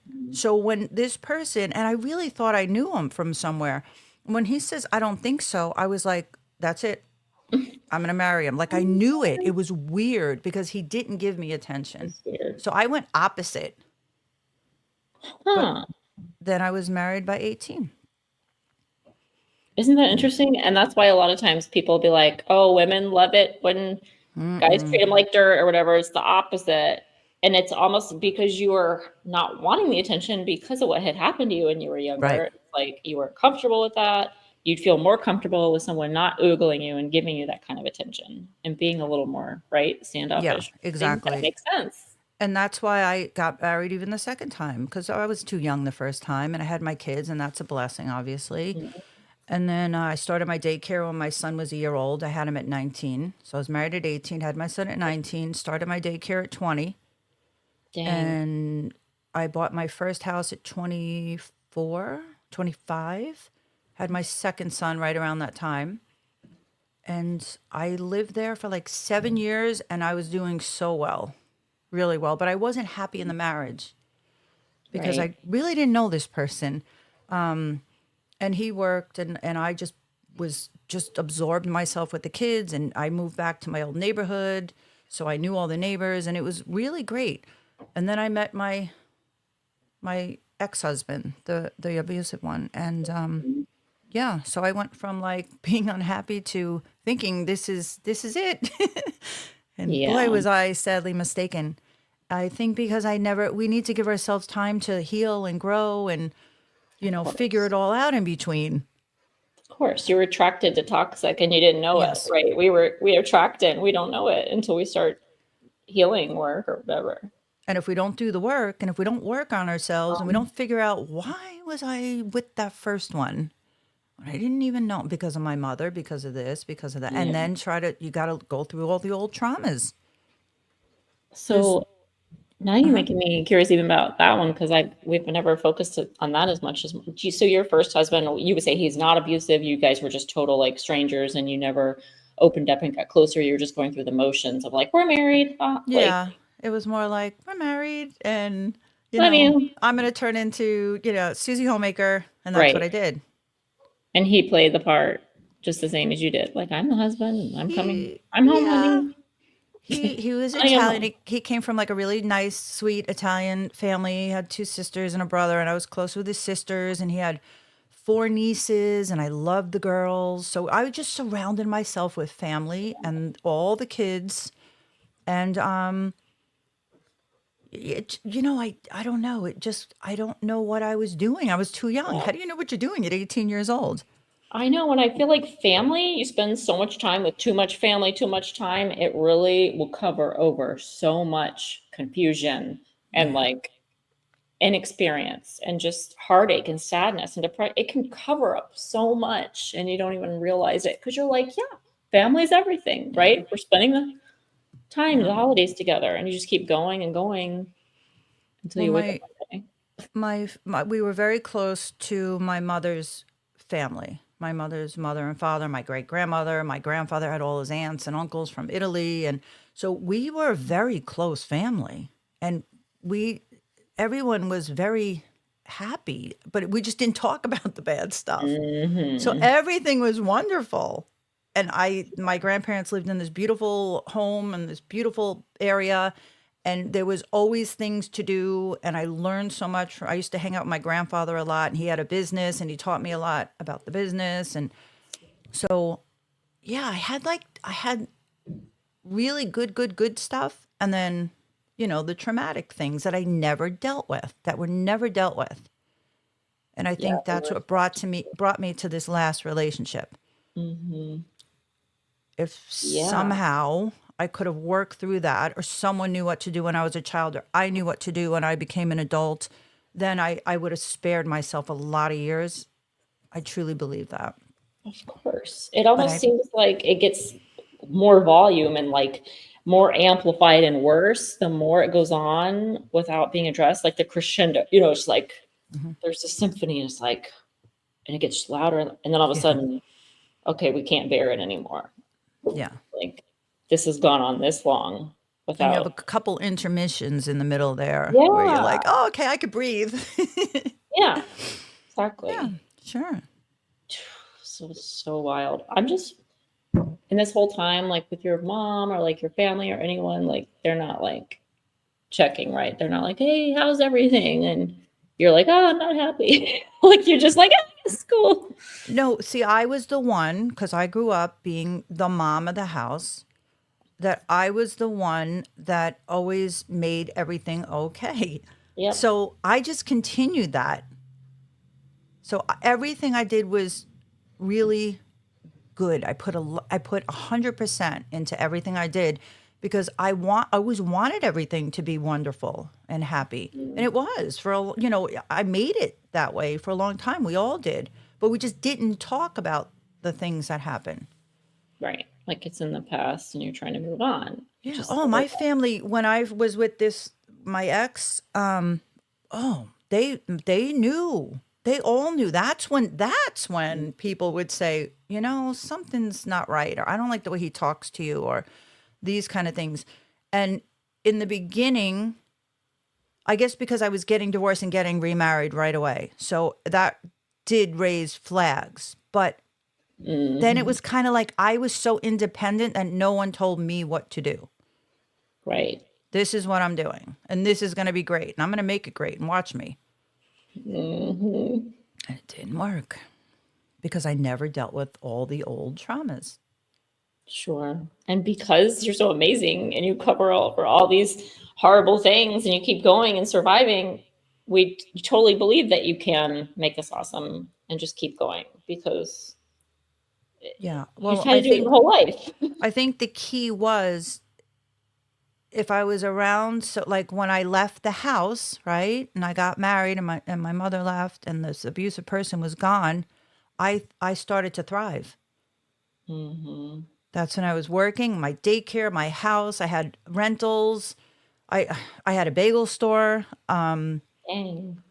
I just, oh gosh, I love life. That's when I loved life. And then it was like, okay, everything's great, but I wasn't happy because I was with my first husband for like 8 years, and I was just like, I don't know. I realized it was like I don't want to say bored, but I just Yeah. outgrew him. How's that? I outgrew him. He was content with working a 9 to 5 and doing this and doing that, and I wanted more. I need to do more. Like I can't just sit here and. Right. So that's when I went back and got my full diploma, and I was going to go to Culinary Institute, cooking school, Wow. and that's right at that time is when I met my second husband. Got it. So and he was larger than life, and had a really cool job, and promised me the world, and we started traveling and all this great stuff. It's perfect timing when you've been bored and there's monotony and looking Yeah. for something more. Enter like toxic individual that is larger than life. Yeah, I've had a few of those in my. So how many women or even men out there are in an unhealthy or unhappy relationship, and they meet that next person without digging deep and going down to the roots of what's going on, or why did I outgrow this person? What's going on with me? Right. Or if you're feeling unhappy or depressed or anxious or any of these like signals, and maybe you don't know why, and you're not even sure, like me and my marriage and my relationship in the beginning, and I didn't know what was wrong. And I would try to bring stuff up about counseling, and I was totally shot down. Like, that's for people with problems. Like, how dare you even bring that up? We don't have any problems. And I just remember feeling that way and feeling so small. And it just like I swallowed everything and just kept going. And that's what made me want to get pregnant. But for people like that, like you can't figure out what's wrong because it's not this abusive thing totally in your face. Right. But there's signs like that. Like if you're getting shut down, you're starting to get dismissed if you start to speak up. It's an obvious sign. Or if you're not speaking up and you're having all these feelings, it's another sign. It's like, why can't you speak up for yourself? Like, Right. what are you have to kind of, yeah. And then once you have children, right? What happened to me was now I have to make it work. I can't do this to my kids. Yeah. I got divorced from their father. So now I put 100,000,000% into the relationship because I didn't want to fail again. I felt like I failed. But meanwhile, I never learned the tools. Yeah. Again, putting all the pressure on yourself and ourselves. It's like, where's the other accountability? Where's anyone else? Yeah, wait, there's two people in this relationship. Yeah. Yeah. It's supposed to be. Yeah, it's supposed to be. It's really crazy when you realize how strong you are later. You're like, I had no idea. I was like shouldering and burdening all that. Right. That's really nuts. But I know my family now, they're all like just thrilled. They see me and people that I know that I grew up with and all that. Yeah, they see the difference. They're like, there you are. Like that's the Susie we remember from when I was young. And it feels so good. It's like, oh, I made it. Because I know how much hard work this was. Yeah, only you do. It's hard work. I mean, I'm an extreme case in some ways because I never got a break in there. I never found, I think I tried to go to counseling a couple times, but that was the extent of it. I never gave it a chance. I never tried to understand why I was in these situations until this last couple of years. And it took for really bad things to happen for me to finally be like, okay, it's this is it, kid. You're either going to figure this out and heal those old wounds and strengthen yourself once and for all, because you can't be putting the Band-Aids on anymore. That's right. There's like no more skin to attach them to. I totally get that. I've always been extreme too. I've had to have the extreme things happen to get my attention. Yeah. Unfortunately. But I'm grateful for that. But we're doing it. Yeah. Like whatever it takes rather than not happen and not be aware. Feels good, doesn't it? That's the real tragedy. People that have no idea. Yeah, it does feel good. Even, some women that I talk to, it's so devastating. It's like, okay, they're out of the abusive situation or the unhealthy relationship, but they're still a little stuck. It's like, come on. Like you cheer them on. You could do it. You could do it. Because you have to try different things and live life and be willing to mess up and make mistakes. Yeah. And not know anything and look silly and not be a beginner. You have to be willing to be a beginner over and over and over all the time, every day, whatever it is. You can't be a know-it-all. You can't be like, I gotta be perfect. I mean, we're never gonna be perfect. It ain't gonna happen. I'm the furthest thing from that, right?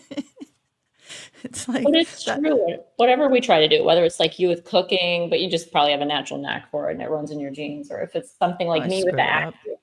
Yeah, maybe. I'm thinking you cook everything perfect Italian. No. Okay. Of course not. Okay. No. I've just done it for so long. But, give me a new recipe. I'm sure I'll mess it up or tweak it or, And that's what that's perfect. Because these people run around like, perfectionist and like, this is my thing. And like, I do. No. Yeah, I'm known for this. And it's like, you're doing the image thing again. You're, melding yourself together into this little step for image or persona. The persona is not who you are for real on the inside. It's just what I'm not afraid to try. I was never afraid to try. And the things that came naturally to me were things that I kept doing. That's good. So it was like working or being a mother, taking care of children, volunteering, taking care of animals. I enjoy, like, I didn't realize it then, but looking back now, I can see that I felt good doing these things. Yes. That was part of who you were. It's like you knew who you were when everything else wasn't like so toxic around you, right? Or you had a breath to breathe, or you were living your life. And what's funny? You said yours sounds so healthy compared to mine when I think about it, like horseback riding, animals, this, that. And then I'm over here. I have all these memories of like play acting as a kid, but when I would play with my Barbies or I'd play house, just, I'd watch a movie scene and then I'd reenact it. Mm-hmm. I feel like it was so toxic, my play acting, because it was what I was absorbing. I just started pulling out my parents' like liquor cabinet when I was 5 and 6 years old, and just like, because I was doing my little scenes from whatever movie I was watching. Or if I was playing house, I would pretend like the most extreme things, like, oh, I had an affair with a neighbor and now I'm pregnant. And I'd put like a pillow under my shirt and I'd be like, I'm pregnant. Were you the young, like very inappropriate things that I don't know where I got it from. Did you have siblings? I had a younger sister. She was 3 years younger than me. Oh, So because I was she was going to say, really were you the small. youngest or the middle child? Because I don't know, maybe because I was the oldest, so my I, job was to take care of my siblings. I did, But and I was like that with her. Like she was the cutest little baby to me, and I just like I loved playing with her. But I would do my hardcore playing by myself, or like with my cousin, and like yeah, there was obviously some things that I don't remember, or some things like Dr. Pepper 76 down here. He said media can be impressionable. Yeah, you're very right about that. Like movies I've watched, just being surrounded by things people were saying, maybe some things that happened I don't remember, spotty memory. There was just mhm, a lot of sexualization as a small child. Because like I remember knowing everything at a young age, and like you know, just just a lot of different things I probably won't mention on here. But it's like mhm. uh, yeah, it's I'm realizing later, like after I have a son and I'm talking to my friends and making sure he's healthy and good, I'm like, all of that was not normal. There was obviously some things going on there, you know. Yeah, I don't know, maybe because my grandparents were old. It was like I should have been their daughter. So I had so many people around me that were mature and stable. So my mother and my father were so young and immature and dysfunctional. So like during the summers, I'd stay with my godmother had a house next to my grandparents, and my godmother and my uncle, my mother's brother, they're the ones with the horses. So it wasn't, Okay. I would ride because she taught me. It was a blessing. It was a blessing. But after I was abused as a child, I stopped riding. So my See, life did change. And that's when I didn't really want to go to school any longer. But I still took care of everything in the house. And I knew I had to go to work. So I just oh put myself into work. yeah, to focus and like hide and make yourself scarce, right? Like No, I I'm gonna needed focus. to. No, I'm more like I needed to make money and I wasn't Okay, going to school. And I liked working. I enjoyed it.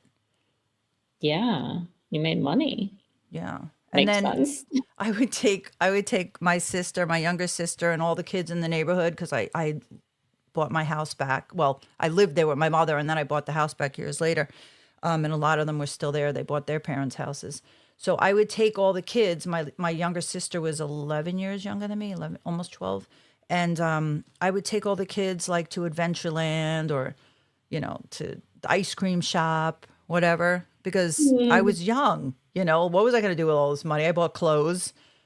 And I traveled then. I would jump on a plane and go visit like family in Florida, So all that cool. kind of stuff. That's a really cool experience, though. I don't know. How old were you? Even if it was, When I was doing that, like yeah, 15, 16, dude, 17, and so then I got married young. at 18, and then I bought my house. So then I was settled. I was already settled. Isn't that wild? I had 8 to 10 kids a day that I watched. So I was very busy. I didn't have A time. lot of Yeah, responsibility. I had a lot of responsibility, always. See, I didn't have anything like that. You did. I just kind of relate to the young age thing because I was 17 when I met my ex-husband and we Hmm. stayed together, and I was 22 when we got married, and I was 25 when I had my son. So it was See, just like that kind of young is weird for my generation and people that I know. They're like, "What? You were so 17? You settled mm, down and didn't break up?" Like that's weird. that's young. Yeah, my like crazy years were 15, 16, 17. Where when I say crazy, I'd like go to the club and or concerts. But you see, I got spared from a lot, I believe, because the kids that I would have been hanging out with were all doing their teenage stuff. Oh Where yeah. I was in a True. different group of people at that time. Like That's people true. from work. They were a little older and more mature. So Yeah. I would go out dancing or concerts, that kind of Seems stuff. more fun than the Yeah. crazy, yeah, teenage stuff you would have gotten into. See, that's very interesting. So, Would they would just let you in the nightclubs and stuff? It was oh my probably God. not Well, I legal, looked right? You were older. I yeah, got they're like you're dressed up. I'm fine. 5'10". I think my mother gave me her license because I used to have the paper one back in the day. Don't You try scared this the at home, bouncers kids. because you were taller than the bouncer. Oh my gosh. Nothing with you. You're like, yo, if you don't let me in, I'd get I'm in. gonna I saw New York all Madonna. over. Like, yeah, we'd all get in. It was fun. It does sound fun. It Man, I would have been was. right there. That would have been a blast. I'm telling you. I was into music and concerts. Yeah, I jumped on the train. I'd hide from the conductor when I was a kid. But I mean, if that's the worst of it, I'll take it. I could Pretty have cool. I could have went the other way, right? No, that was perfect. Who I knows? think I would like fantasize about stuff like that, Susie. And I think I pretended my Barbies were doing that. So maybe like in some far off world, you were like a Barbie to me. I don't know. I was living vicariously through you. When my Barbies were dancing the disco in the club, playing that music. I just I've been going back to church.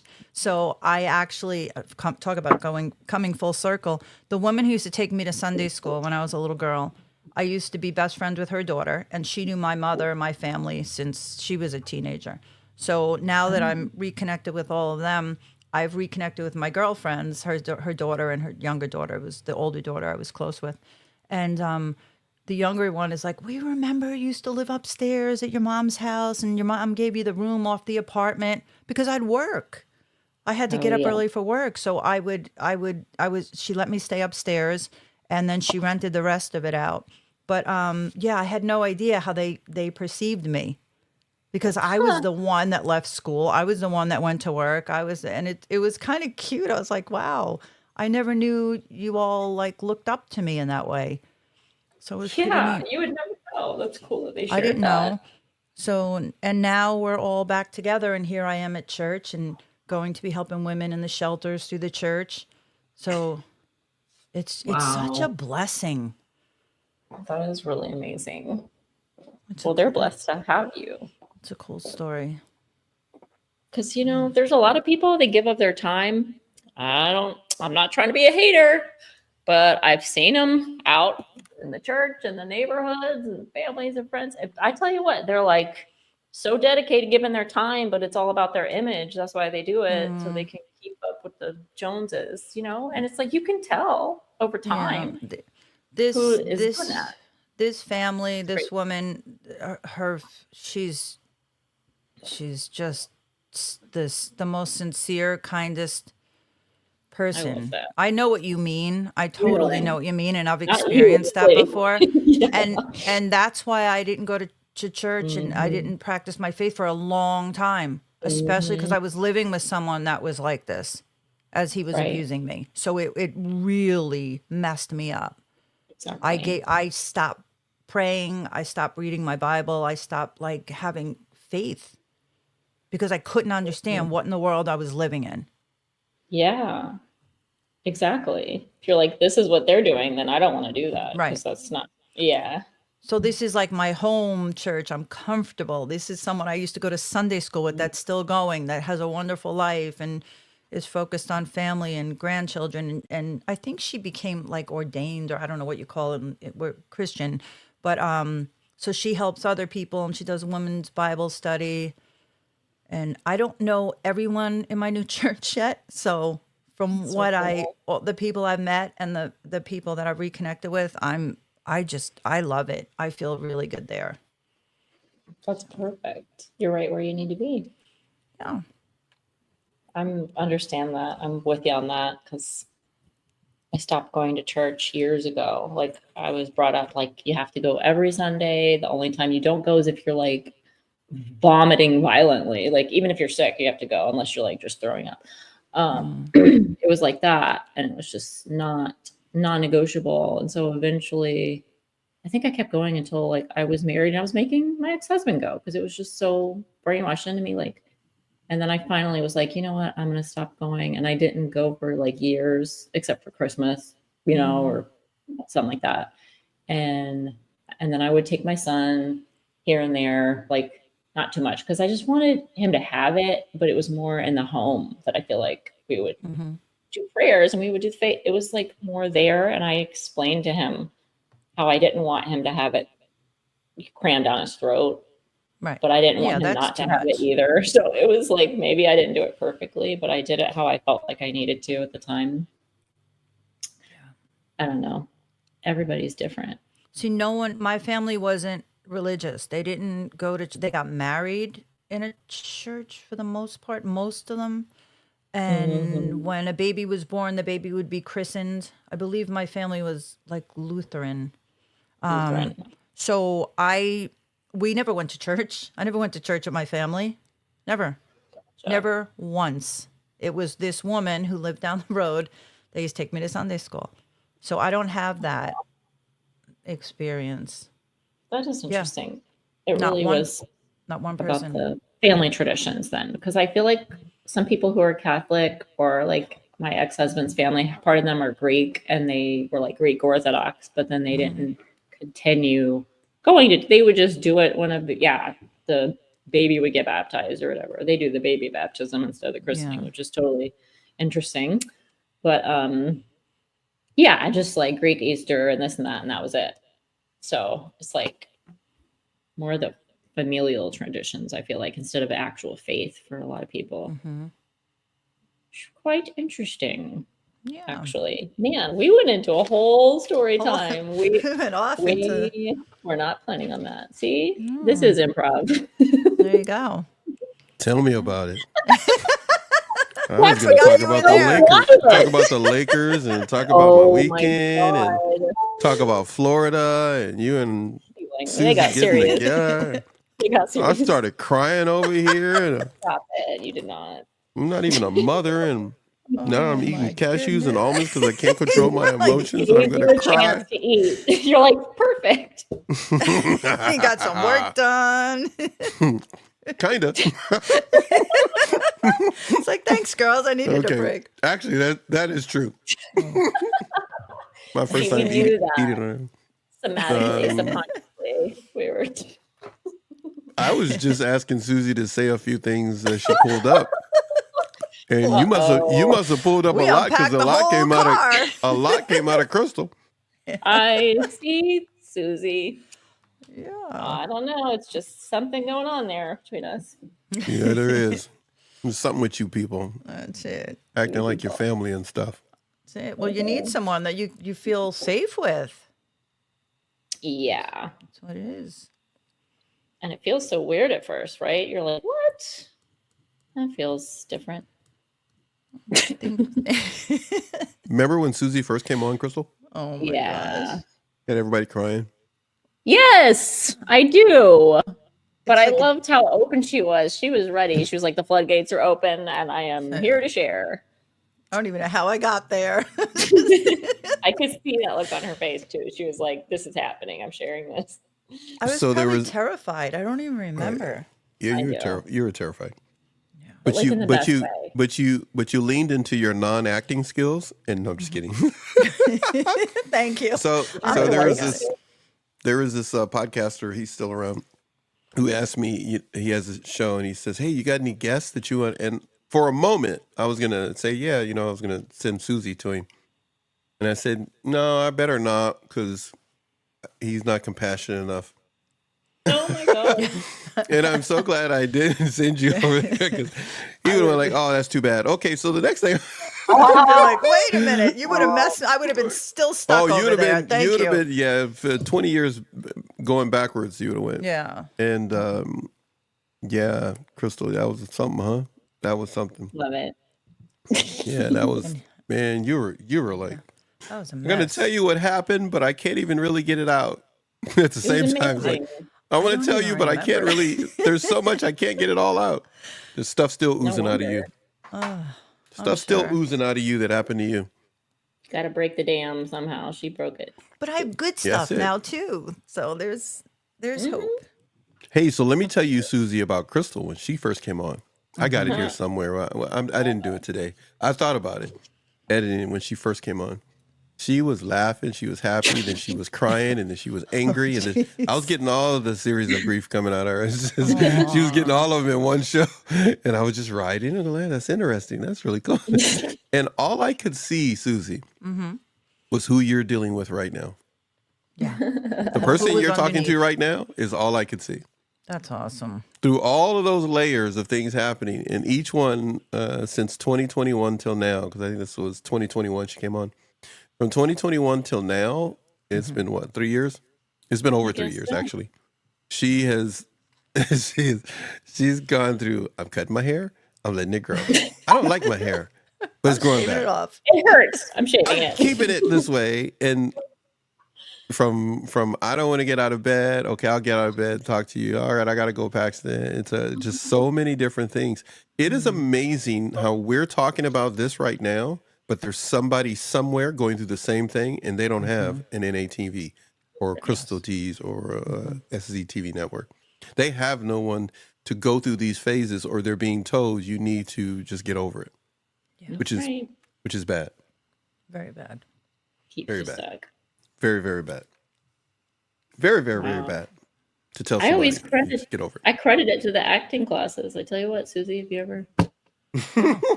It taught me Susie's how to gonna do live it now. life. I'm going to Yeah. try it. Vulnerable. I got to see what this is all about. If this is going to help me and help me dig a little deeper, heck yeah, I'm going to try it. Because you're I a don't know if- storyteller. We're all telling stories here. See, I just told her that. Different form. Crystal, I just told her that the other day, as she's a storyteller, and not the way many other people hear that phrase. Very good. But your emotions need all. Our emotions benefit from all of us being storytellers, not a storyteller, but a storyteller. And you know, I think I referenced it to you in our private talking, Susie. That's why I tell people you got to see The Princess Bride. Oh yeah. And you know what I told you the other day, Susie. Yep. You got to be Peter Falk. I've done that to people, and they've never seen it, Susie, and they go like, Yeah. "He is just off of his rocker. I have no idea. He just keeps telling me to be Peter Falk. I'm not going to be Columbo. I refuse to be Columbo." Or have you watched Clue? Has anybody watched Clue? Because Peter Falk is in that one too. If you haven't watched it, you got to go watch Is it. it good? I'm going to put that on my list. He does, Susie. He does both characters per se. The grandfather in The Princess Bride and Columbo all in one character Ooh. in Clue. He Ooh. kind of That's a good shows the element of his acting is in that range. And every time I watch it, because I've seen The Princess Bride before, when I hadn't seen The Princess Bride and I watched the movie Clue, I just go like, oh, okay, that's kind of cool. He's kind of doing Columbo. But now that I've seen The Princess Bride, there are elements where he's kind of like the grandfather. I just can't say it right. You have to watch him. And then too, it's my twisted brain looking at it. But if you haven't seen the movie Clue, it's made after the board game. It's a totally different. I think it's another one called Clue, but I'm not talking about that one. Yeah. But both of you have the ability that you're comfortable with using. Some people have an ability they're not comfortable in using, or they don't know they have it, of being able to tell what happened to you in a story format. Or in other words, as I often use here in my house when I'm talking with my daughters, it's easy for a man to understand a woman if she does it as a timeline, because we're very pragmatic. So if you start talking about X, Y, Z, and we're still at A, B, C, we've lost you. So and you both have the ability to talk in a time Interesting. frame kind of a Chronological. way. Yeah, it's kind of like, okay, then this Where it happened. makes sense. Yeah. Yeah. And then you have the ability to totally stop and talk about the future and then come back to the future, go right back. And so And men pick can up. follow that. Yeah. They can follow what you're saying. That's why certain people can understand Crystal's channel, but a lot of men will, and it has nothing to do about the way she looks. Because Right. when you go to explain something, we can understand it. It's almost as if you say, okay, I could talk this way, the way I do with my female friends, or I could talk this way to you, which I know is a lot slower. So you can, and if you watch Crystal, she does it because Yes, she she lives with does. males. And men can tell when a woman interacts with males because she doesn't talk really fast. She does. And so then this happened. Oh my goodness. Then I had ADHD. And then and a man is going like, okay, you need to talk to somebody else, or you need to understand I'm not a woman. Right. Oh my God. You know, that guy is like, Too much. it's not even really like too overload. much per se. It's at the moment. But if they don't go like, okay, I tag out, I'm out. It's like wrestling, right? Okay, I'm tag out, I'm out. It's like, if he doesn't do that, he goes like, okay, I'm in it for the long haul. Let me just listen. It'll all make sense at some point, just not to me right now. And so what both of you do with your content, and when you're on, you just did it. And when you go back and listen to this, you can watch it, but you know what I always say, don't watch it, listen to it instead. Mhm. The listening experience is exactly what Dr. Pepper was talking about. And I'll put it up on the screen what Dr. Pepper said. The first few 5 words or whatever, this is a great channel. The only reason he said that is not because of, per se, me. It's because of what he just experienced with both of you talking for that period Right. of time. Yes. And you both spoke. And you don't even know you're doing it, I believe, sometimes, even though I've talked to you both about it off camera. You both speak as if you're speaking to men, but you don't even know you're doing it. You're just speaking. But Interesting. men can understand you. But when a man has an agenda, and this is what we talked about separately or collectively, when you had men in your life who had an agenda of abuse, neglect, lying, and all the above, yes, they're not going to understand. They understand you. They just don't want to understand you because you'll figure out what they're up to, Right. which is not your well-being. And your Right. well-being, both of you have been describing what it feels like to grow. That's right. And now we get back to what Bree said, what Bree Clark was talking about. We're here on this earth to do those things, to grow, to experience life in a beautiful way. But when you're with somebody who has an abusive nature, because that's how they hold an upper hand, it's not going to work. No. Got it. You got Bad it. news. You see what the man says about you, right? Oh, On the thank screen. you. You both. Yes, both of these young ladies are priceless. Princesses. Princesses. You know what? I have to make my screen bigger. Thank you, Crystal. No, I don't There, think it's bigger now. So, but he can say that because, and he understands. He understands. He can say that because he's a guy, and trust me, that's a compliment he's giving. That's not some male chauvinistic concept. He's saying that because he recognizes that you understand that you have a gift, but you were using your gift talking with one another, and men are going to more than likely listen to you do a show. That's good. Because Bree Clark just did it. Sarah that was on earlier does it. Gemma does the same thing. You all have the same talent and ability. You make it easy for people to understand you. That's a good. Even when you cry. It's the men that don't care that don't understand you. Right. Yeah. You're the same person that you were going through, that was going through those things. You're the same person. Thank you, Dr. Pepper. I mean, you know what, man? Look, hold on a second, man. Hold on a second.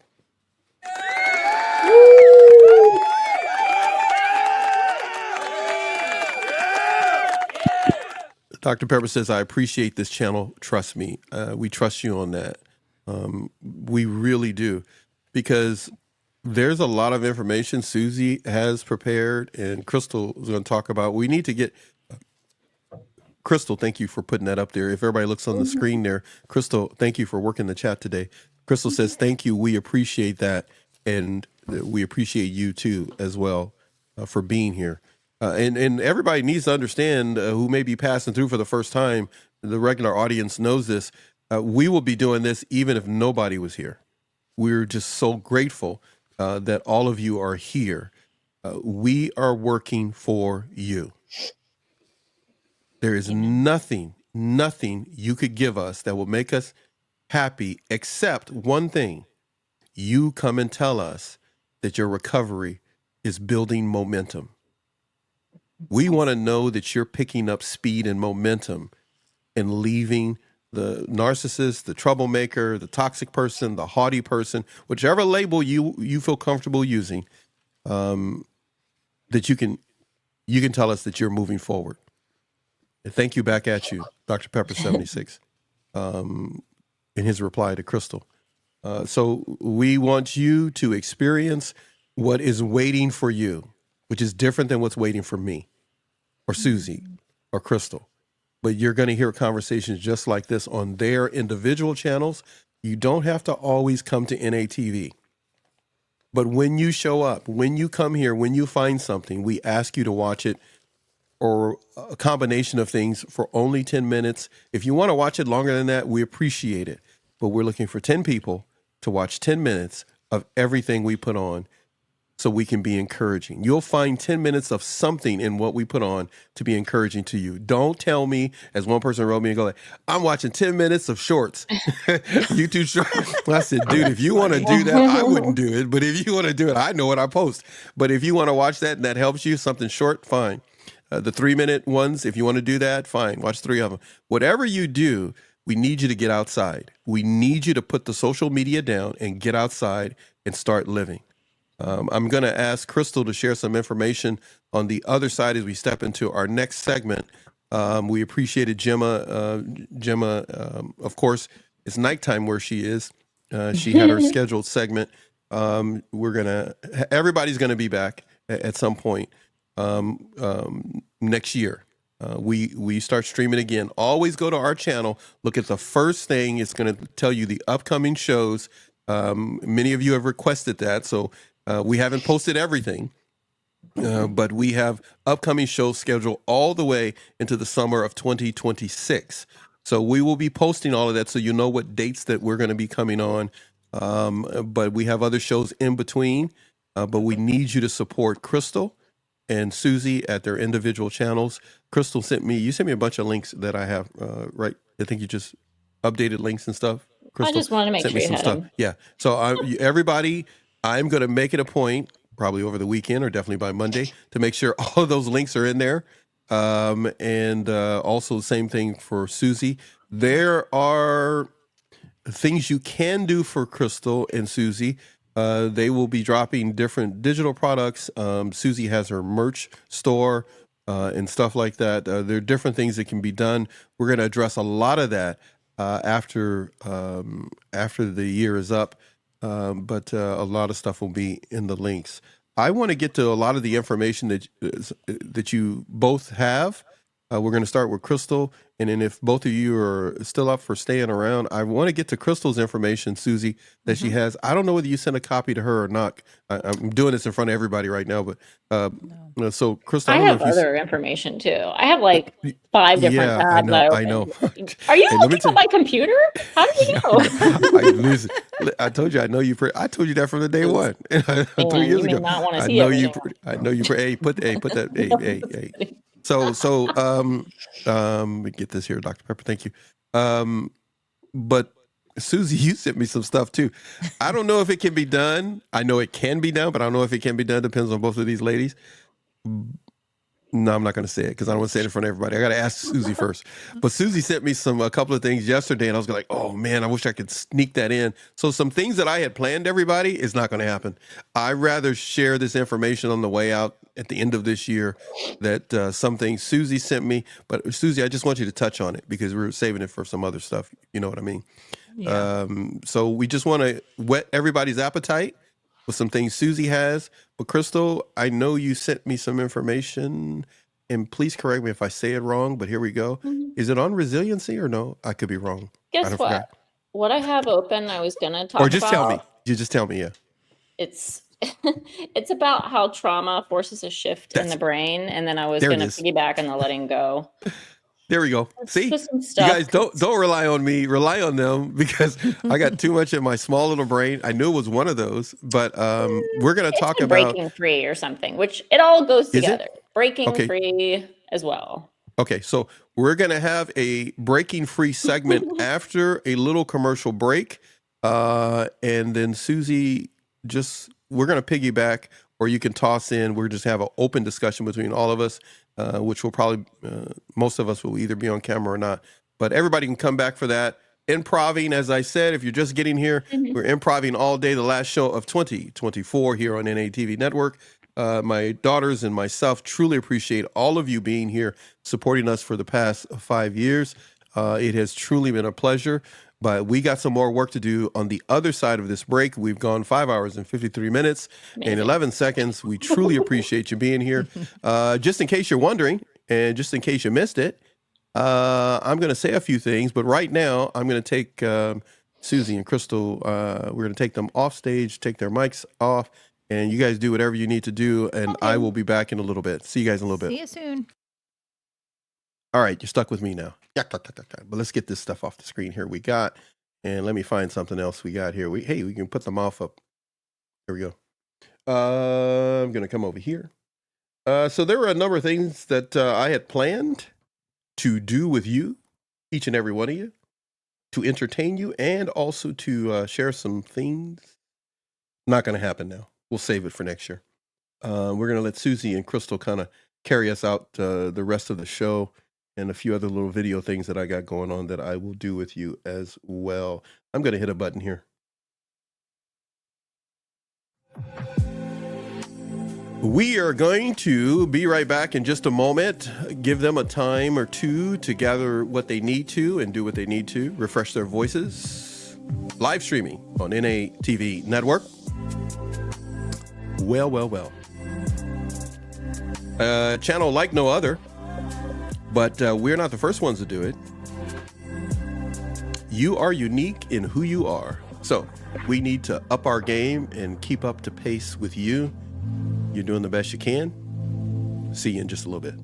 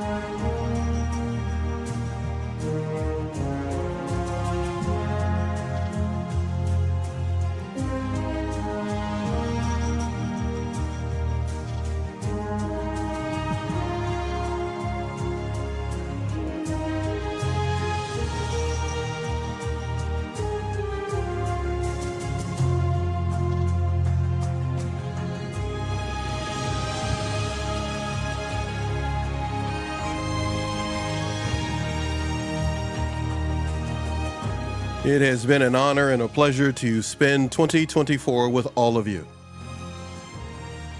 Let's see, I got too much sound happening in the back of my head. How about turn that one off? All right, I'm telling you, it's been fun. Spending time with all of you in 2024 has been a blast. But we need to show you what we've been working on for the past half year or a little bit more for 2025.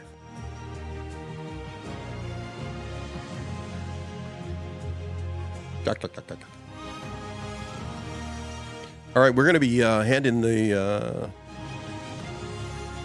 attention of all of us over to Crystal.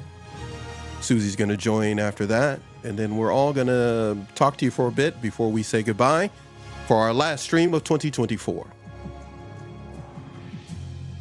This is the format that's overall coming your way in 2025.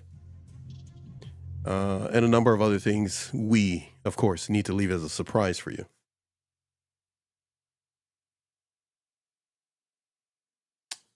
Let's see here. What do I need to bring to your attention? I want to thank everyone that has responded to our videos and everything else. You have made it worthwhile for Susie and Crystal, myself, and our guests for 2024. But we need to bring this thing to a conclusion. Crystal's going to start it off for us, and then we're going to go from there. So, you ready, Crystal? You're there somewhere. You're ready. You ready? Ready? Sure. Okay. All right. So, let's drown the music out. And Crystal, what is on your mind? Just one thing? Well, we'll pick one thing because there's always too many things on my mind, but I love how we covered just so many different topics today and weave the stories in between. We were just talking about that. I love that. I live for that. So I know we started off talking about like coercive control and coercion, and that's been like one of the hot terms, one of those hot button topic terms that I've thought more about lately, but just to switch it up a little bit. So I might bounce in between that, breaking free, letting go. But I thought about this one today. Between all of this, whether we call it coercion, manipulation, abuse, just life challenges, right?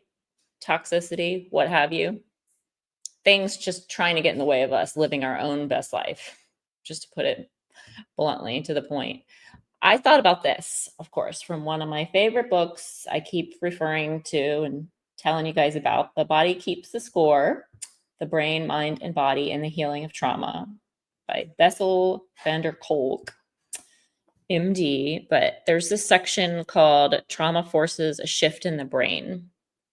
And this is one of those things that I've learned more recently in the last year or two. And I don't know about you guys, but over the years, I've been obsessed with getting online and taking all these different types of quizzes, whether it was like a personality quiz or, stuff, just funny stuff like that. Like, what's your best talent or what are your strengths and weaknesses? Like a SWOT analysis on yourself. And then I came across some quizzes and tests that were like, are you more left or right-brained? And I became obsessed with those tests for a while because I was amazed. I tried a few different ones and it came to the same conclusion that I was a split down the middle, 50-50 left and right brain. I just couldn't believe it. I was totally obsessed. And I started learning more and more about like the left versus the right side of the brain and what the differences are and how that impacts our life and our experiences in life. And now, as I've learned about trauma and how we've experienced trauma and healing and moving forward in life. So I've learned some new things amidst my obsession with the left versus the right brain. But in The Body Keeps the Score book, Dr. Bessel van der Kolk, he delves into how trauma can profoundly affect both of our mind, our body, and one of the central concepts he explores in this book is how trauma forces a shift between the two hemispheres of the brain. It's really fascinating. He explains that trauma impacts our ability to process experiences in a balanced way. We always talk about balance and we're joking. Yeah, I'm not balanced at all. Well, this is part of the reason why. Like, I'm going to say it again. Trauma impacts our ability to process experiences in a balanced way, often pushing us to rely more on one hemisphere than the other. So, we're going to just break down this idea and have a few key points that might work well for us to discuss here. But the first one is brain function and trauma. So, this book explains that our brain has two primary hemispheres. And just like any anatomy, right, physiology kind of class, anything you look up online, you're learning in school, the basics are here, but we just take it a step further with books like this and actually learning about breaking neuroscience news. Okay. But there's two primary hemispheres, and each is responsible for different functions. So the left hemisphere, this is what we call the left brain, the left side of the brain. It is more analytical, it's verbal, it's linear, right? That's how we all experience and talk about life and ourselves and our experiences as being linear. And then we learn later, if you get more into neuroscience and quantum physics and quantum mechanics, I sound like a total nerd, but if you get more into these topics, you'll learn, oh, it's actually not linear, but the left side of the brain is. Okay, so it's involved in the more logical thinking, language, learning languages. So it's not just math and science, it's learning languages, making sense of events of our life in a more structured manner. That this is the side that likes to get organized, right? If we're cleaning house, talking to family, to friends, I would say most people operate more out of the left side of their brain primarily because that's how our society runs. That's how the world respects organizations, people, places, things. It's just how it is. It's how everything's set up in the world and what we're viewing as our experience in the world. And that's where the ego resides and comes from, right? Because the ego, it was here to help us with our survival, but it also a little puffed up there with some chest puffing and a little shoulder pad to puff up. But the ego wants to know it's important. It's proud, right? That has something to show in an image and that it's logical and thinking and smart and intellectual, right? You like how I explain that? And then we have the right side hemisphere, and this side is more emotional, right? Some people can be almost like insulted calling you more emotional, but this is our right hemisphere of our brain. This is integral to us living a full, best life and experiencing all that life has to offer. Emotional, sensory, meaning all of our senses. If you lose a sense, if one of your senses is weakened, it weakens your entire life experience, right? But thankfully, our bodies are so smart. Another sense will heighten to go ahead and balance that out, equal that out a little bit, but to help with the overcompensation there. So we got emotional, sensory, intuition, intuitive. That's often put down. I know when I was growing up, the faith-based and the Christian religious-based structures was people were often saying do not trust yourself, do not go off your own intuition, only Jesus can save you, only God, you only listen to God, you don't listen to yourself, your intuition means nothing. And it really was damaging for me because it's taken me a long time to learn how to trust myself again and build my own intuition and align that with what we would call God, the higher power source. Okay.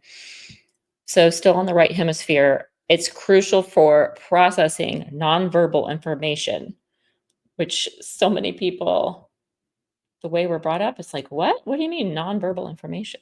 Right? Have you ever just like the wind blew or something happened and then all of a sudden you just knew something? I've been experiencing that my whole life, but more and more over the last few years, I have experienced what I call the great knowing. I'll just start knowing things and then I'll fact check it. I'm like, is this even true? something on my right hemisphere activated so sensationally, so amazingly, that I can confidently say we're all fully capable on our healing journey to process nonverbal information, things we're not even looking for, and it could just find us and we could know it, and it will absolutely strengthen our intuition. Body language, other nonverbal emotions and communications, especially important. This is for self-awareness and empathy. So I feel like that's often why in this world, in our experience, the right hemisphere, the right side of our brain is often blocked or held back or diminished, put down, because it can be so powerful. And when you link the left and the right together and you have this total mind and then body connection, we become unstoppable. And yeah, I mean, there's nothing that can come against us when everything's working so perfectly how it's designed. So, when a person experiences trauma, it disrupts the balance.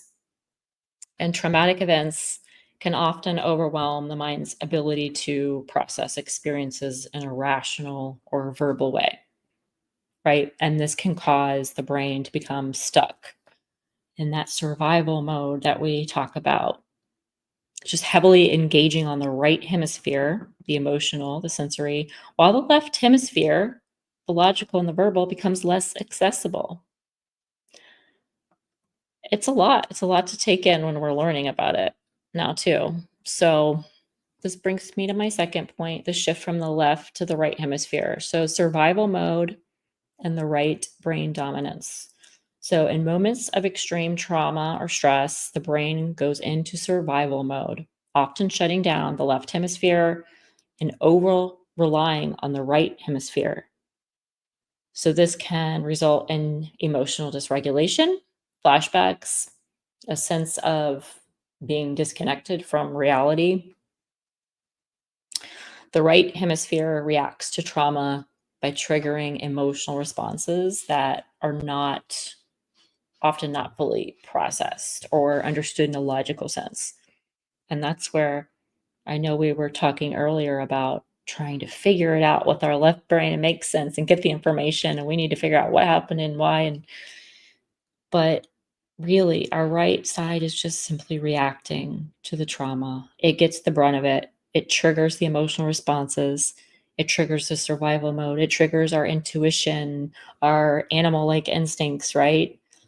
But it's our human intuition instead of the animal instincts. And they trigger those emotional responses that are not fully processed because the trauma's perhaps been too much. It's too fast, too much, not fully processed, and not understood in a logical sense. And like this book explains, it's very much to protect us. Our brain's trying to protect us. And so is the body, even when they got disconnected. They're doing their best and absolutely giving us their all, which is very much appreciated. So, disconnection from language and logic. Because the left hemisphere, because it's responsible for language and linear thought, it's less engaged. So the person might find it difficult to articulate their feelings, for example. Might be these people we call avoidant or not emotionally available, right? They might not be able to explain their feelings or understand the trauma in a coherent way, period. This is why trauma survivors often struggle to find the right words for their experience. Trauma survivors often struggle to finish sentences, just like I'm talking through this. When you really think about the trauma, it can get us stuttering, it can get us tongue tied, it can mess up parts of our story if we let it. And if we do the work and we just face it, and we grab hold of ourselves and everyone that we know is part of our soul family, and we link arms and we do this together, absolutely, we become strong enough. And we're passing the baton on to understand and feel the trauma, to face it, to heal it in our most coherent way possible. This is why trauma survivors often struggle to find the right words again and the right ways to express and how to heal from our experiences.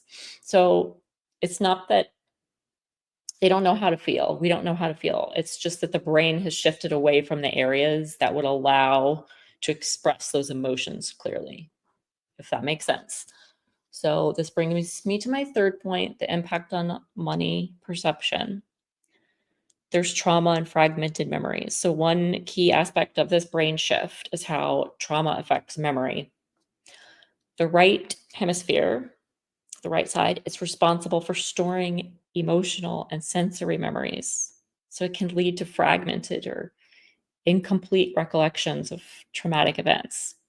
Instead of a coherent verbal memory of an event, something chronological, that the person may only remember fragmented sensory experiences like images, smells, sounds, even just a whirl, like you're almost watching a movie scene and it's just flashing and you have no idea what to make of it. So those are often the overwhelming and hard things to put into context, are those fragments. And then there's flashbacks. And this is where the phenomenon of the flashbacks come into play. When the brain is overwhelmed by the trauma, the body and the mind may relive the traumatic event, which triggers involuntary sensory-based recollections. That's why people feel like they can't control themselves, because it's involuntary. It's like, where did this come from? I'm triggered, right?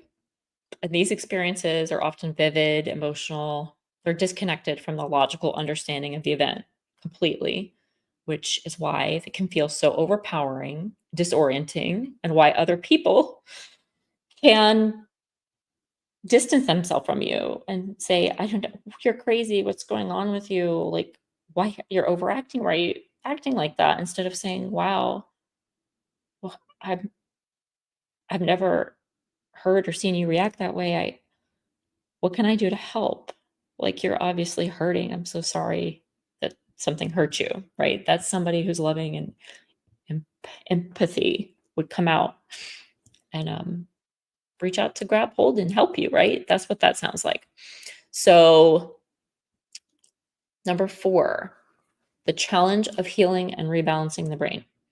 So the author here emphasizes that one of the main challenges in trauma recovery is helping the brain reconnect and rebalance the hemispheres. Healing involves not just understanding the trauma intellectually, which is what we keep talking about. You can understand and learn as much as you can later, but it's really not the focus. Healing does not involve just that, but it also processing it emotionally and somatically on the right side. And for me, I know that was most important. Everyone has a different experience and healing journey. But integrating the mind and the body techniques such as somatic experiencing, we're talking about what you're feeling in your body. When you hear people, like if you're doing yoga or dancing and trying to get you more comfortable with your body and moving, you might hear somebody say, like, drop down into the body, drop it down in there, so you can actually feel free to move without judgment, and loosen up yourself so you can work through some of that pain. Okay. Somatic. Then there's neurofeedback. And there's yoga, all different kinds of modalities. That's an example, a way to help survivors just reconnect the emotional, the sensory experiences that's stored in the right hemisphere, to pair it with the logical verbal processing abilities on the left side. I think that's why yoga has been such a popular healing modality and exercise and all that somatic experiencing for so many people. And then there's trauma-informed therapy. But this one's like utilizing therapies that engage both sides of the brain.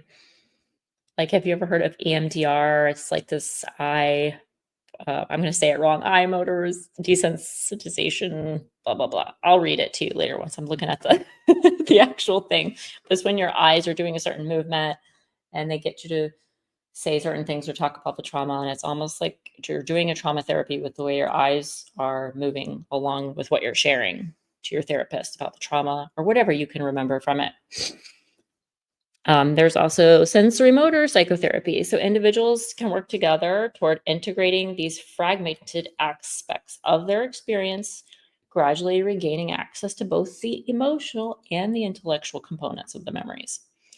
So trauma-informed therapy, that's been more popular in recent years because this has been a huge movement and revolution happening. I feel like it just got bigger and bigger during COVID times, during the pandemic, which I'm grateful for. So just some more key points I was going to pull out from this book, and just learning about how trauma forces the shift in the brain and what can we do to reconnect everything, right? Here's a quote. Trauma is not just an event that happened in the past. It is also the imprint it leaves on the mind, the body, and the brain. Traumatized people are often stuck in a state where the right hemisphere dominates the left, leaving them unable to process the event logically or narratively. The left hemisphere tries to make sense of the world through language, analysis, and logical thought. The right hemisphere, in contrast, processes things in a much more holistic way. So it relies on sensory experiences and emotions. And trauma often bypasses the logical, verbal processing abilities of the left hemisphere, which leaves people feeling disoriented and unable to make sense out of their experience. And it can be very maddening and just debilitating when people are trying to do that. And if we're trying so hard, we really have to let go. We're talking about letting go. We have to let go so that we can let ourselves begin to truly heal. Because the body knows the score, and the body knows how to heal itself if we get out of the way. So in the aftermath of trauma, the brain can become disorganized. The left hemisphere, which helps us to organize and narrate our experience, it shuts down. And then the right hemisphere takes over. And this can lead to a sense of chaos, disconnection, emotional reactivity. But trauma really has a powerful impact on how our brain processes the world, our life, all these experiences. So by disrupting the balance between the two hemispheres, it can lead to emotional dysregulation and fragmented memories. Healing from trauma, it's not just about working through the pain. It's about reestablishing the integration between the emotional, sensory right brain and the logical, verbal left brain. And they really do speak different languages. I was going to read just a short part out of the book while we're still chatting. Very well put. Oh, thank you. I'm just looking at the screen now. Dr. PPR. If you haven't checked out this book, I'd recommend it. I'll write it in here for you in just a moment. But get this. I'm on page 44 where it says shifting to one side of the brain. It says the scans, talking about brain scans, revealed that during flashbacks, our subjects' brains lit up only on the right side. Today, there's a huge body of scientific and popular literature about the difference between the right and the left brains. Back in the early 90s, I had heard that some people had begun to divide the world between left brainers, the rational, logical people, and the right brainers, the intuitive, artistic ones. But I hadn't paid much attention to this idea. However, our scans clearly showed that images of past trauma activate the right hemisphere of the brain and deactivate the left. How interesting is that? We now know that the two halves of the brain do speak different languages. And the right is intuitive, emotional, visual, spatial, tactual, and the left is linguistic, sequential, and analytical. While the left half of the brain does all the talking, the right half of the brain carries the music of experience. It communicates through facial expressions and body language, and by making the sounds of love and sorrow, by singing, swearing, crying, dancing, or mimicking. And the right brain is the first to develop in the womb. And it carries the nonverbal communication between mothers and infants. So we know the nonverbal communication between mothers and infants. We were just talking about that earlier. Susie talking about our children. It's so powerful. We know the left hemisphere has come online when children start to understand language and how to speak. And this enables them to name things, to compare them, understand their interrelations, and begin to communicate their own unique subjective experiences to others. And the left and the right sides of the brain also process the imprints of the past in dramatically different ways. The left brain remembers facts, statistics, the vocabulary of events. We call on it to explain our experiences and put them in order. The right brain stores memories of sound, touch, smell, and the emotions they evoke. It reacts automatically to voices, facial features, and gestures and places experienced in the past. So what it recalls feels like intuitive truth, the way things are. Even as we enumerate a loved one's virtues to a friend, our feelings may be more deeply stirred by how her face recalls the aunt we loved at age 4. Under ordinary circumstances, the two sides of the brain work together more or less smoothly, even in people who might be said to favor one side or the other. However, having one side or the other shut down, even temporarily, or having one side cut off entirely, as sometimes happened in early brain surgery, is disabling. I'll read just a little bit more and then we can chat. Deactivation of the left hemisphere has a direct impact on the capacity to organize experience into logical sequences and to translate our shifting feelings and perceptions into words. Broca's area, which blackouts happen during flashbacks, it's on the left side of the brain. Without sequencing, we can't identify cause and effect, grasp the long-term effects of our actions, or create coherent plans for the future. People who are very upset sometimes say they are losing their minds. In technical terms, they are experiencing the loss of executive functioning. And I learned about that when I was diagnosed with ADHD, when I was reaching out for help the other year. We were talking about that earlier with Gemma and Susie, and I learned about executive functioning. And we can talk more about that too, but that's a huge part that's impaired with especially ADHD, sometimes autism. When something reminds traumatized people of the past, their right brain reacts as if the traumatic event were happening in the present. But because their left brain is not working very well, they may not be aware that they are re-experiencing and reenacting the past. They are just furious, terrified, enraged, ashamed, frozen. After all the emotional storm passes, they may look for something or somebody to blame for it. They behave the way they did because you were 10 minutes late, or because you burned the potatoes, or because you never listened to me. But of course, most of us have done this from time to time. But when we cool down, we hopefully can admit our mistake.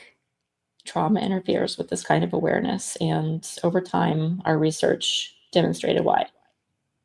And that ends on page 45. So I pretty much read a whole page from the book after chatting about that. But what do you guys think about the left and the right and just everything? I know there's a lot to take in. No, I'm processing it all. It's like someone opened the blinds, right? And Mhm. now by you explaining all this the way you just did, I always thought that the traumatic things I went through, I would get like a physical response. I would feel it physically. Right. I would shake, you can't breathe, you anxiety attacks. But basically, let me see if I understand this and correct me. So it was it like the PTSD and the anxiety and the stress, was it the right side of my brain shutting down or overtaking the So left? I know. It's like, I know. And see, your left brain wants to understand it all. You can This is see what me, we're I'm talking like, about. We do it all the time. I love it. but I want to So, understand. yeah. So when we're actually, it's truly traumatized, it's just too much. Mhm. The right side has to take over because Okay. it's the survival side with that self intuition or sensory nerves and experiences are in there. Anything with sensory got to take over.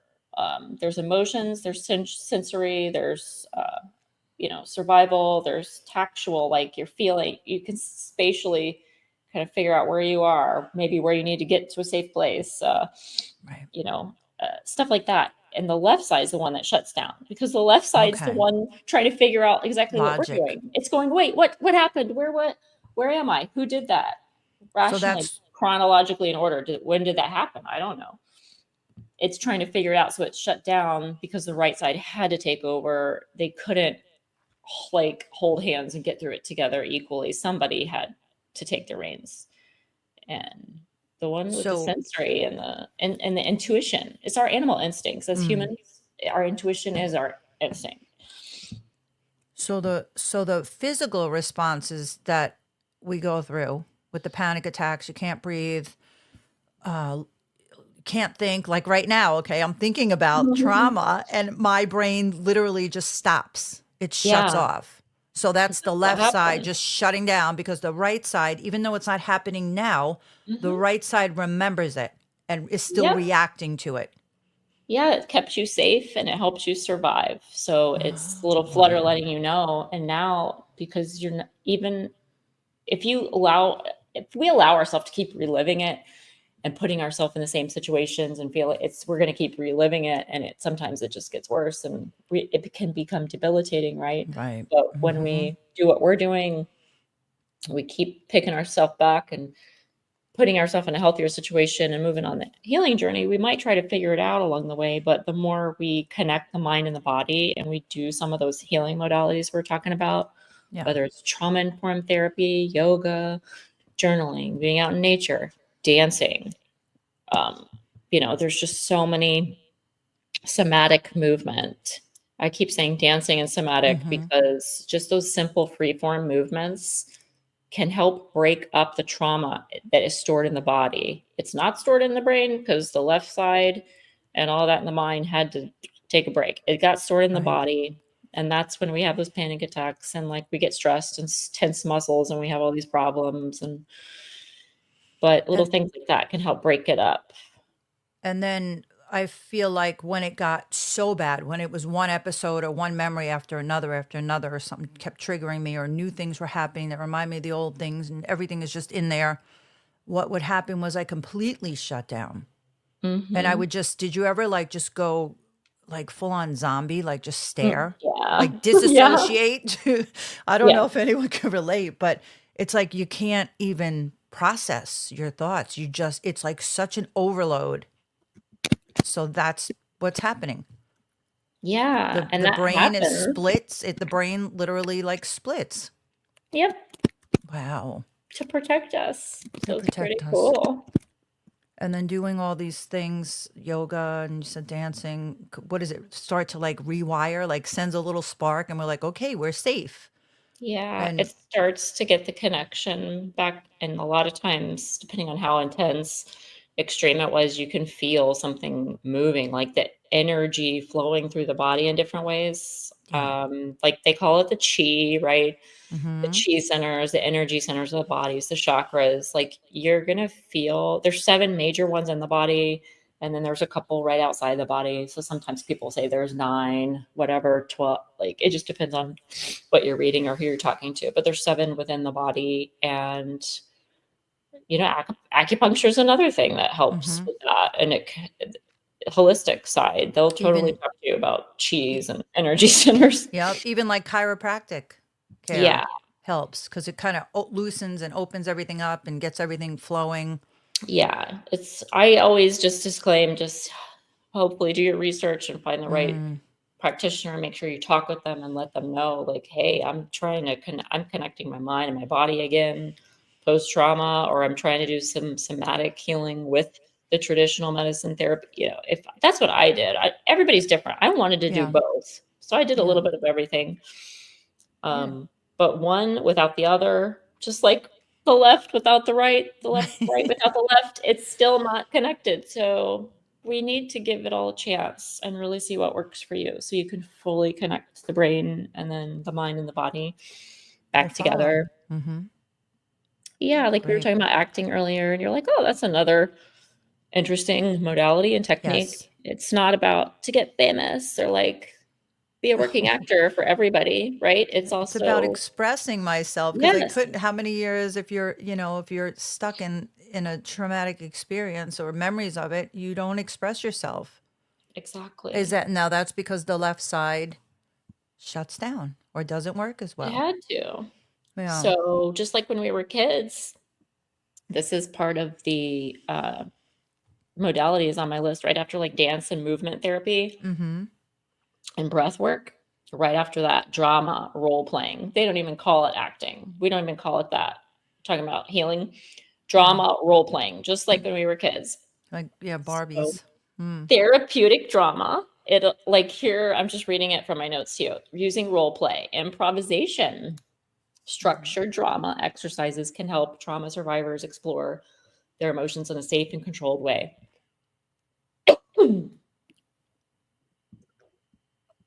So acting out Yeah. So different acting. Yeah, scenarios. I'm gonna look into that. I will try anything, and I feel like every time I add something new, it helps me a little bit more. So, Right? yeah, Me too. it's You and me true. both. I know, right? It's like I'm excited. What else can I try? Oh my gosh. That's been me. I've heard about EMDR therapy. I have not tried it. Bless you. I have not tried it.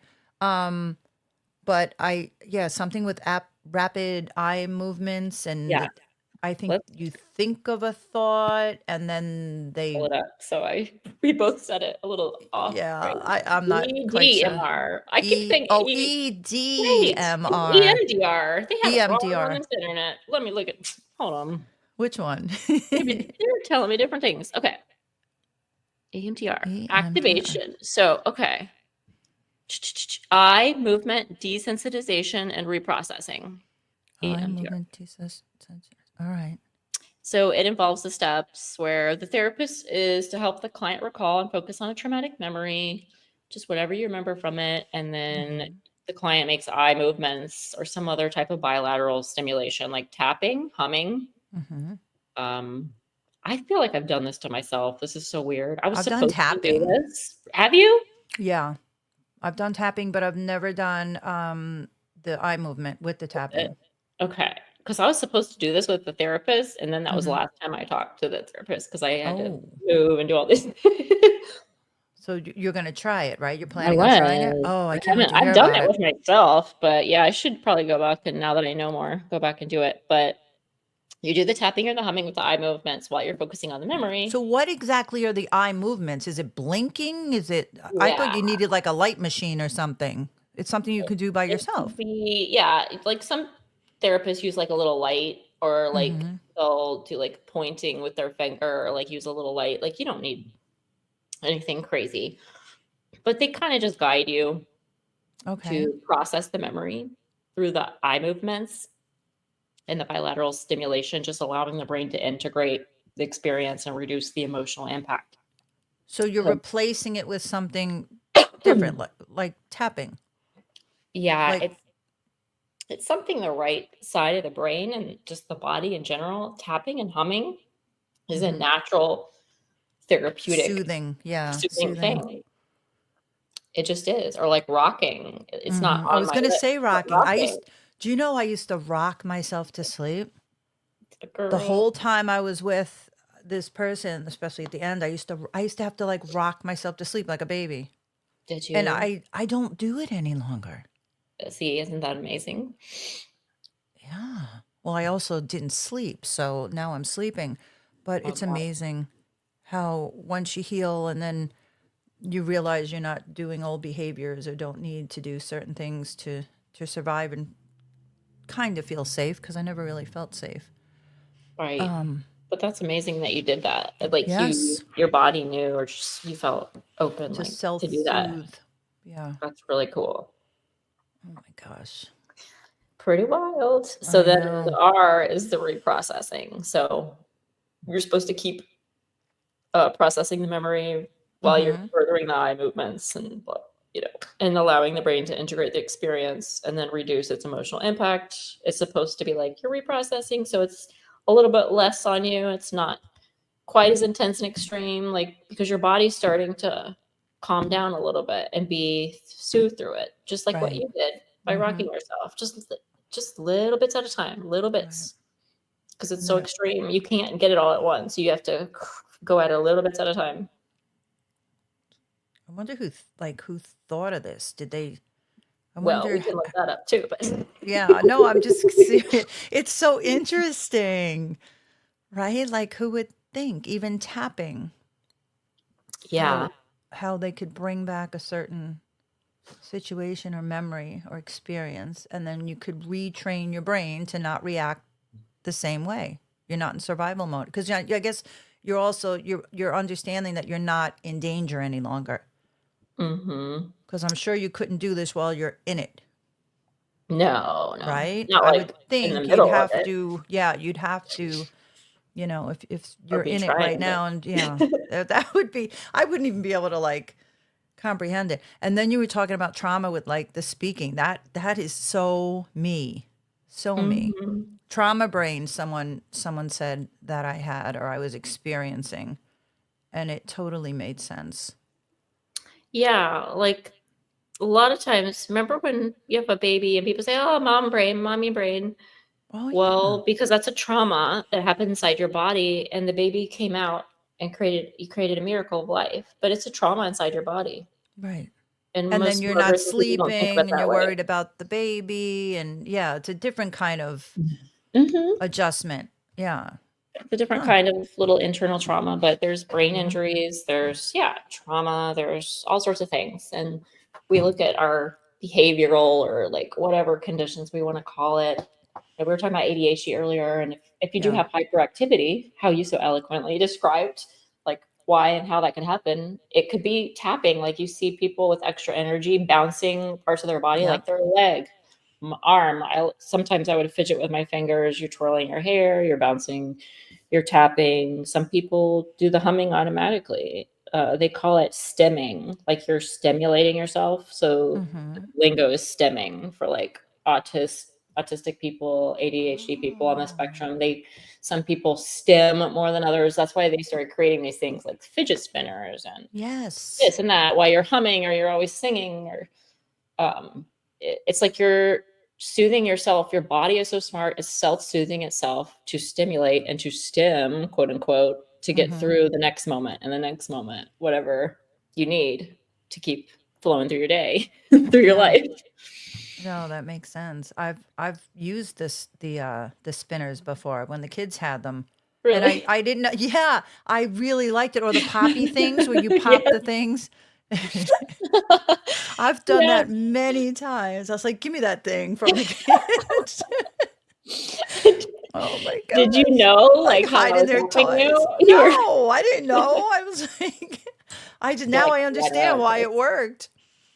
yeah. Makes Why sense, huh? it calmed me down. Yeah, it's like whatever works. Now I play like Tetris. I do the blocks on the Oh. phone, and it's so because I was never really a person that played video games.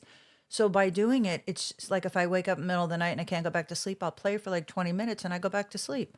It Whatever totally just works. distracts me. Yeah. See, and it's distraction, it's Well, escapism. We all need it to some point. It doesn't have to be unhealthy. It can be such a great tool, just like that, do you think that we video need. games, do you think kids that play a lot of video games, do you think that's like an escape? Of course, everything's an escape. I mean, everything in Well, moderation, I go, everything's an obviously. escape. Yeah, that's Everything true. really is, whether it's cooking, you look at Working, our mothers and our families, shopping. you're like, "Oh, I'm working so hard," and you're drowning yourself in cooking and being a mother, or the dad out here working because you don't know how to balance out your life and spend time with your kids and be emotionally available and face all this stuff and be yourself. So Okay, you're so hiding behind these images and these personas and so behaviors. if we go to the beach and just chill out and have a picnic and go swimming, then we're not escaping, we're enjoying life. Yeah, That's a good totally. But like, if We'll you're have like, to work on that. let's say you have so much anxiety and you're like, oh my God, I got to do this thing for work.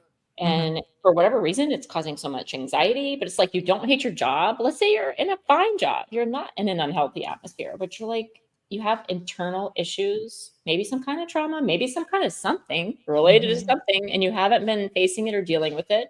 You've been escaping it. You've been ignoring it, pushing it down. So it gets bigger and bigger, grows more over time. And let's say you're like, Crystal, let's go to the beach because I'm going to D out on this thing I got to do for work. And you know what I mean? And then it Right. becomes, That's like procrastinating, yeah, and yeah, that's a whole other issue. we might enjoy ourselves, but the whole time you're going to have that feeling in the bottom of your tummy. Because Like, you're not doing what needs to be done. Well, that's another thing. Like, I feel like I have to break that habit of procrastinating because I work better under pressure. yeah. Most Does that make sense? Like, if you throw something at me, I'm like, okay, I'll figure it out. But if you give me like I know. 2 days to do it, then I'm like, I'm overwhelmed. I'll look too much, or it's not good enough, or I'll try to fix it or find something else. Yeah, it's like I overdo the job. Yep. I know that all too well. And it is a trauma response. And it's just something that you know from surviving and what you're used to. Otherwise, if you have too much time, you feel like you have to make it perfect. But Right. if you don't have too much time, you're like, I got to do it. I got to do the dang thing, and I'm going to do it like I always do. And then you you don't feel have time to so worry much about it. better. Yeah, you feel so much better when you're done. It's like, oh, I got it done. Well, Isn't I was that even funny? I was doing that with laundry when I first came on the show. Like once a month, I would do my laundry, and the only reason I would do it is because I didn't have any clothes left. So Oh, yeah. it was like really bad. Or Really have you bad. ever rewashed things? I was like the queen of like leaving stuff in there and then it Yes. going yucky. And I'm like, oh, I'm going to rewash it. That's fine. Just rewash it. No big deal. That's all. Yeah, I've done that.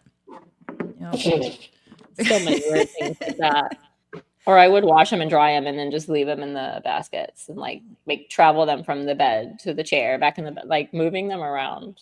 Like clearly that's All right, they're almost in the drawers. They're from the very basket on weird. the bed now, or they're on top of the dresser.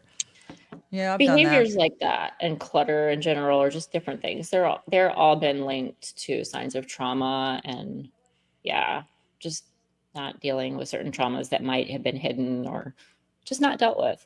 It's like OCD, another one.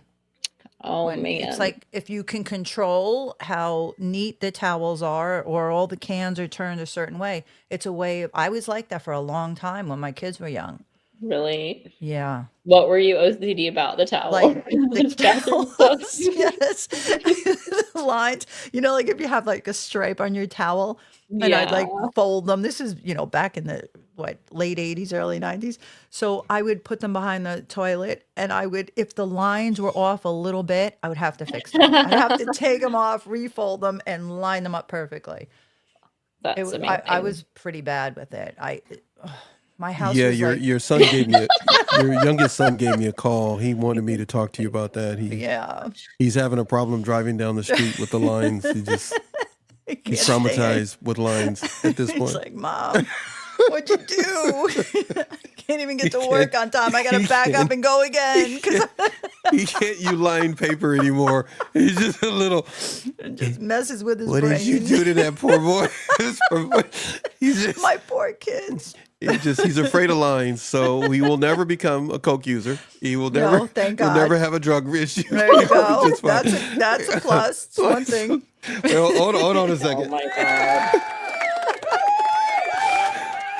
You're an excellent mom. You won't have to worry about that. They had clean lines. towels and they were organized. Don't look- They would talk at night. Can we get Mom some towels that don't have lines? I think She'll that's finally what I come out of did. the bathroom. She'll finally come out of the bathroom. She's been in there for 20 minutes. She has a measuring tape. She's just. Oh my God. The kids in school, man, what's the deal with your mom, man? She keeps coming to the school and saying we gotta walk by these lines on the ground. Get her some help, man. Please. She needs some help, man. Help that woman, man. They would have helped me then. Would have saved me a lot of time. Hello, Miss Cosman. Can't wait for her to leave. Hide all the lines. I'm organizing the kids' crayons. Crayons. The pieces of chalk. Oh, there's broken ones. Oh God.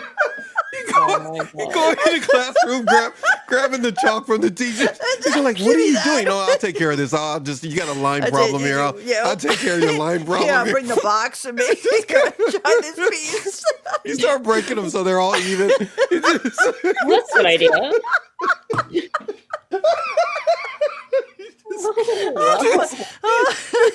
Can somebody call security? No. Then she made them all get in a circle so that they got in a circle so that she wouldn't talk to them. So she would be confused. Everybody would get in a circle so they can avoid you. It's the lady with the lines. Get in a circle. Get in a circle. Get in a circle.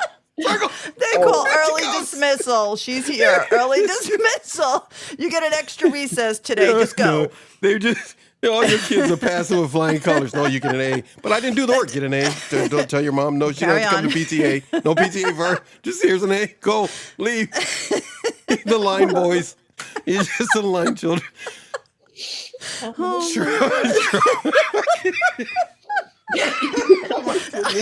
I'm sorry, you guys. No, I'm not. I'm just we're having fun.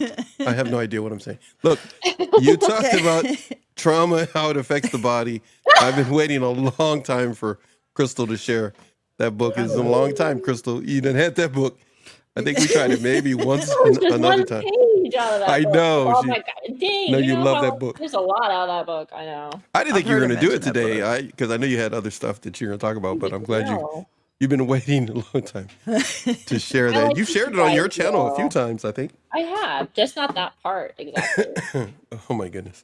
No. Oh, man. Look, Good hey, information. Susie, Yes. I know you got some more information over there. Jeez. But I just want, I got to do this. Susie don't know I'm going to do this, but when I do it, she'll go like, I knew he would do that. So most of you may not know that Susie, her last name is Cosman. She just recently legally changed it to Churchill. So she.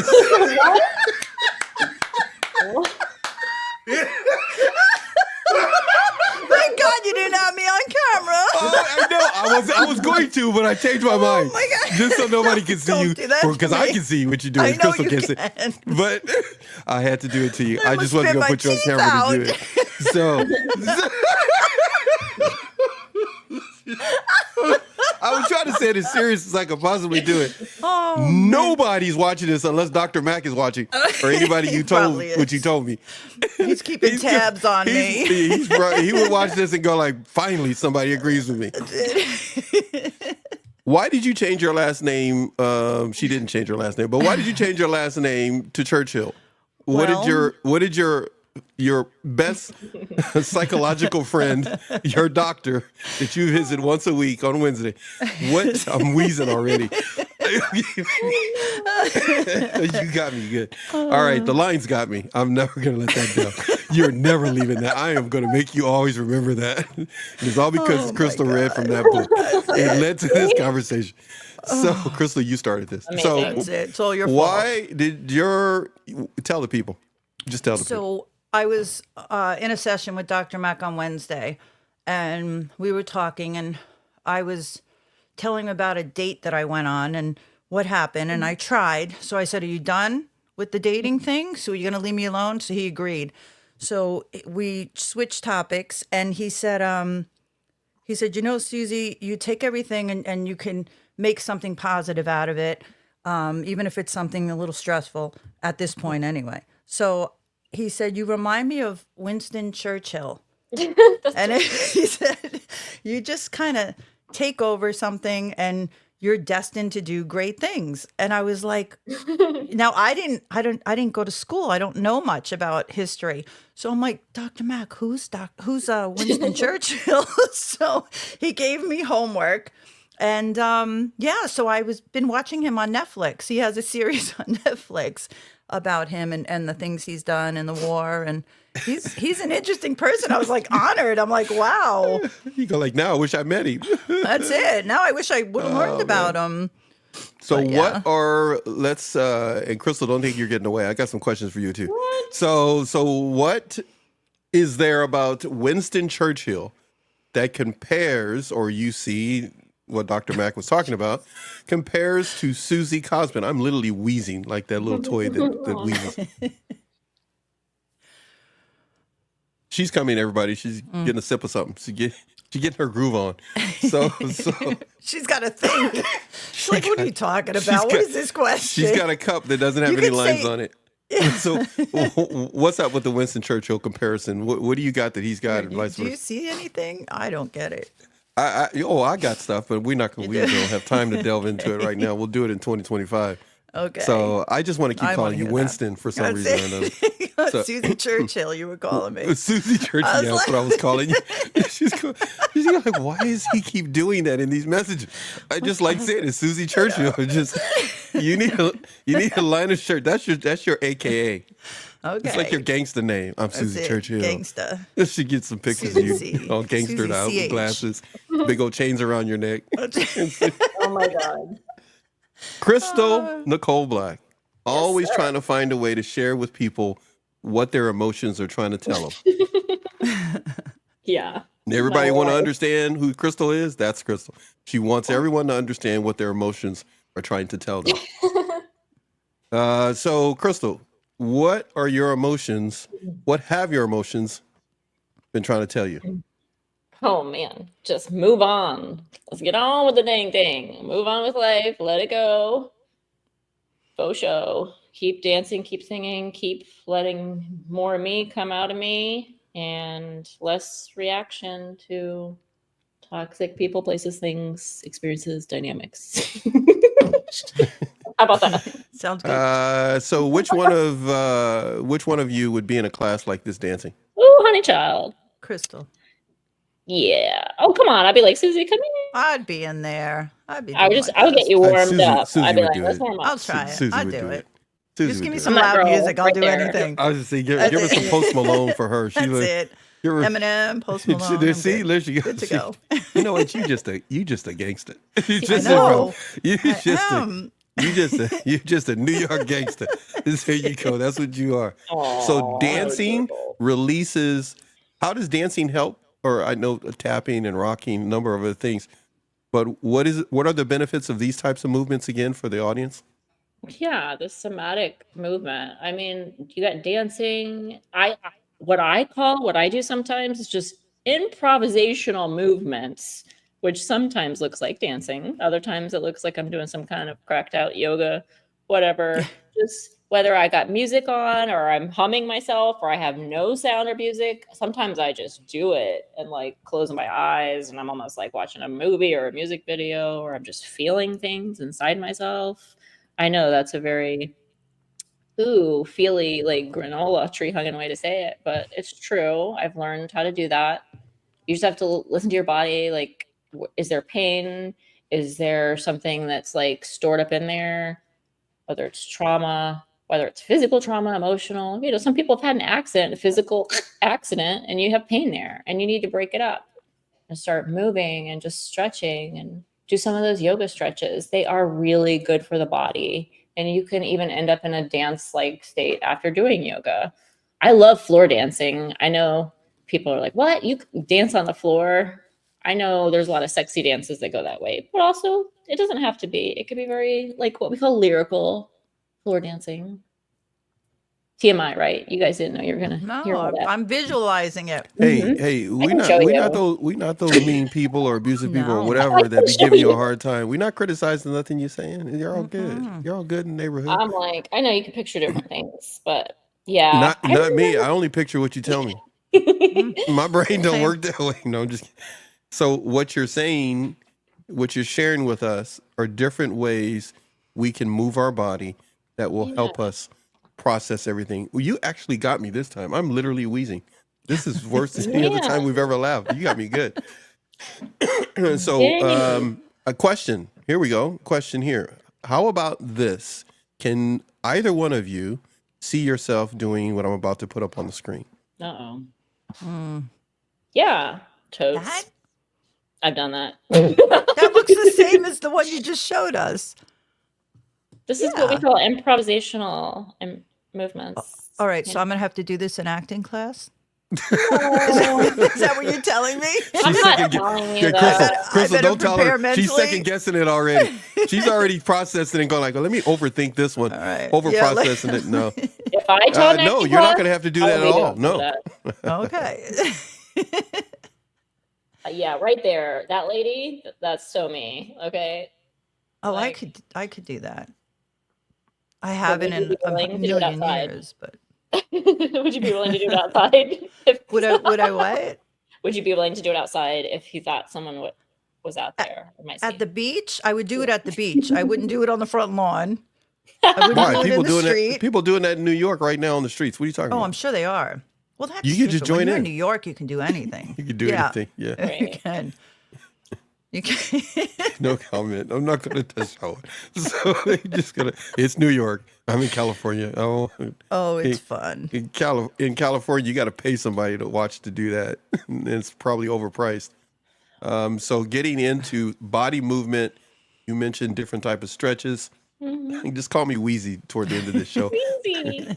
George and Wheezy. I can't believe it. I can't believe I just lost my voice talking to these people. So we have experienced a lot together in the past few years. Susie, you joining us here. Hold on, everybody. Joining us, and then Crystal, you being around for 3 years. We've got to help a lot of people over that time frame. A lot of them you have not personally met. I get to see all the messages. It's too many for me to send your way. Sometimes I have told you. Sometimes I've mentioned one thing or another. I wait to the end of 2024 to finally lose my voice in a show. No. But I have to say, what both of you talked about today in multiple segments is going to be beneficial for a lot of people for a long time. Evergreen content, without a doubt. Good. Awesome. I want to be able to say a few things before we end up leaving. There's a lot that I need to share with the audience that came in late that I'm going to play on the way out. Both of you don't have to stay for all of that. If you do, of course, I'll talk to you on the other side because there is no Laker game. But what I was going to say is, this is too funny.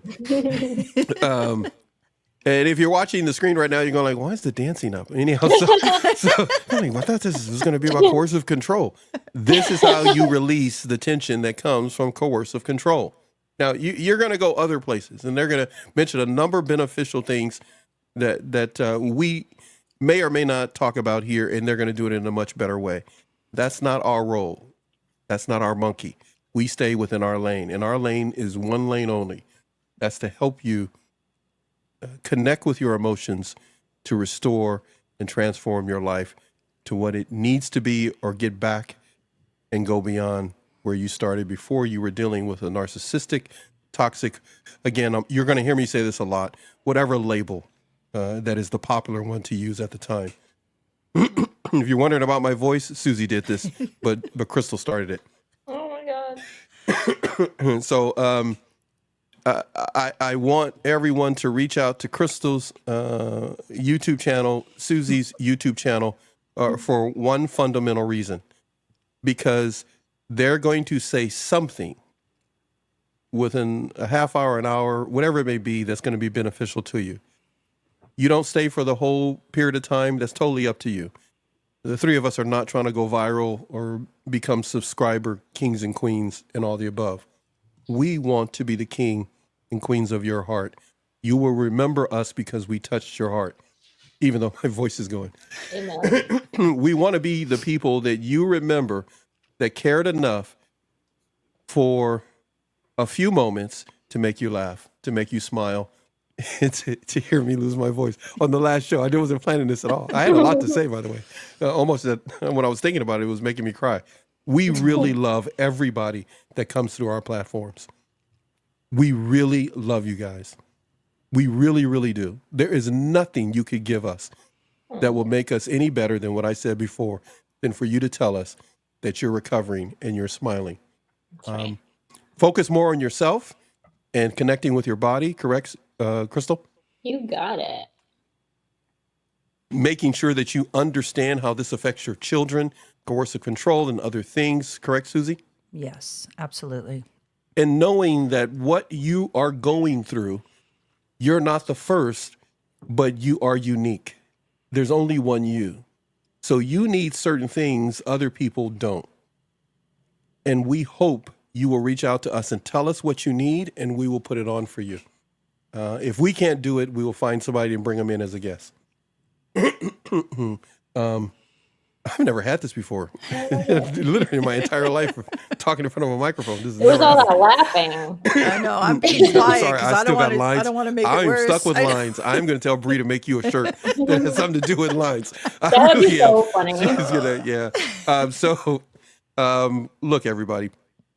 We're going to end the show, but it's going to take us like 20 hours before we actually end. It's going to seem like that because I have a lot of footage that I'm just going to toss at you. And it may not make sense and it may make sense, but we hope you go out. If you're not doing it right now, we hope you go out and get some dancing in. You said tapping, you said rocking. What other things?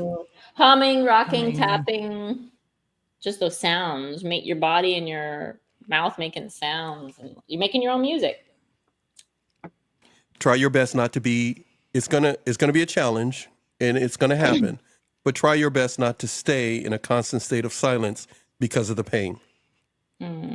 Find some room, some open space. pull a crystal, go out on the street and spin around and do it. There it is. I was waiting for it to pop back up. Get out there and get your movement on. Get that stuff out of your body the same way a cat does. Animals do. They get it out. They shake it out, whatever it may be. We're going to see you in 2025 for sure. We're going to be doing a few things to end the year that's behind the scenes. Keep stopping by us here, but go make your home in the meantime and on a regular basis with Susie SCTV Network and Crystal T's TV. We want you to succeed. Don't know you, haven't met you, but I'd hug you and say hi to you because we want you to succeed if I saw you in person. And I'm looking forward to you coming back in 2025 and enjoying yourself on NATV Network. Ladies, your turn. Anything you want to say before I get started? Closing out the show. Yeah, I just wanted to just very quickly just say that if you're listening to this and you're in the thick of it, I see you. We see you. Your pain is real, but so is your strength.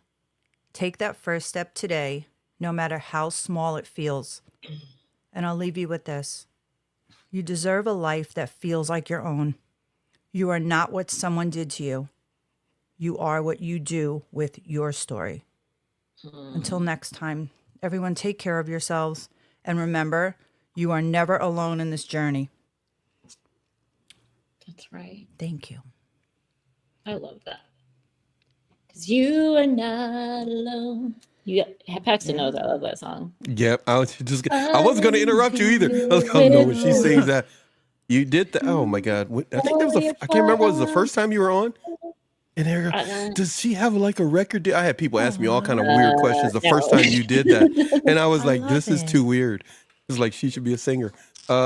Crystal, your thoughts you want to share with everybody before I start closing it out? Yeah, I love what Susie just said, and just thank you for being here. And just like she said, no matter where you're at on your life journey, whether you're like, I need to start healing, or if you're like, I have no idea what is going on and what all this is about, just know that we do love you and that we're here for you, and our hearts are open, like Paxton said, and that's what we're just opening ourselves up. We're opening up this vein of gold right here, just spilling out so you can get a touch of that, and it'll just bless your life and your day and make you smile. Make sure you come visit us on our channels. Like he said, I'm at Crystal T's TV on YouTube. Excellent. That's all we got for you, everybody, except for what you're going to see on the screen and hear through your speakers. trust me, whatever you're going to get right about now is not everything that I was going to do. We're going to just go ahead and repackage that and put it and save it for next year when we come back. And I'll do it probably the first show I come back. But right now, what we're going to share with you is what happened today. We may share some other things. You may hear strange things as I'm pulling up different videos. They may play ahead of time. Just do me a favor. Consider this the moment for popcorn.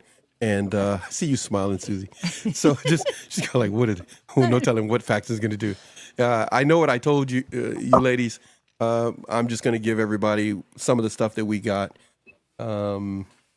Enough of me talking about it. I really am going to miss everybody. We love streaming with you, but we need to now reboot, and we need to get ready for 2025 and for our opening for then.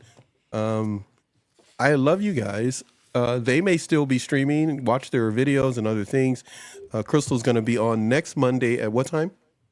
8 Eastern PM. Not in the morning. Not in the I morning. was going to say, wait a minute. You at 8 in the morning? That ain't happening. So she's going to be on at 8 p.m. Eastern time. So if you're here on the West Coast, check her out. And if you're anywhere else, check her out. Susie and I are going to be doing some things behind the scene. I'm going to kidnap Crystal to do the same, and some others. So enjoy whatever I'm throwing at you. I'm going to be throwing some stuff at you. I don't know what it's going to be. It's just my mood. And get your dance on.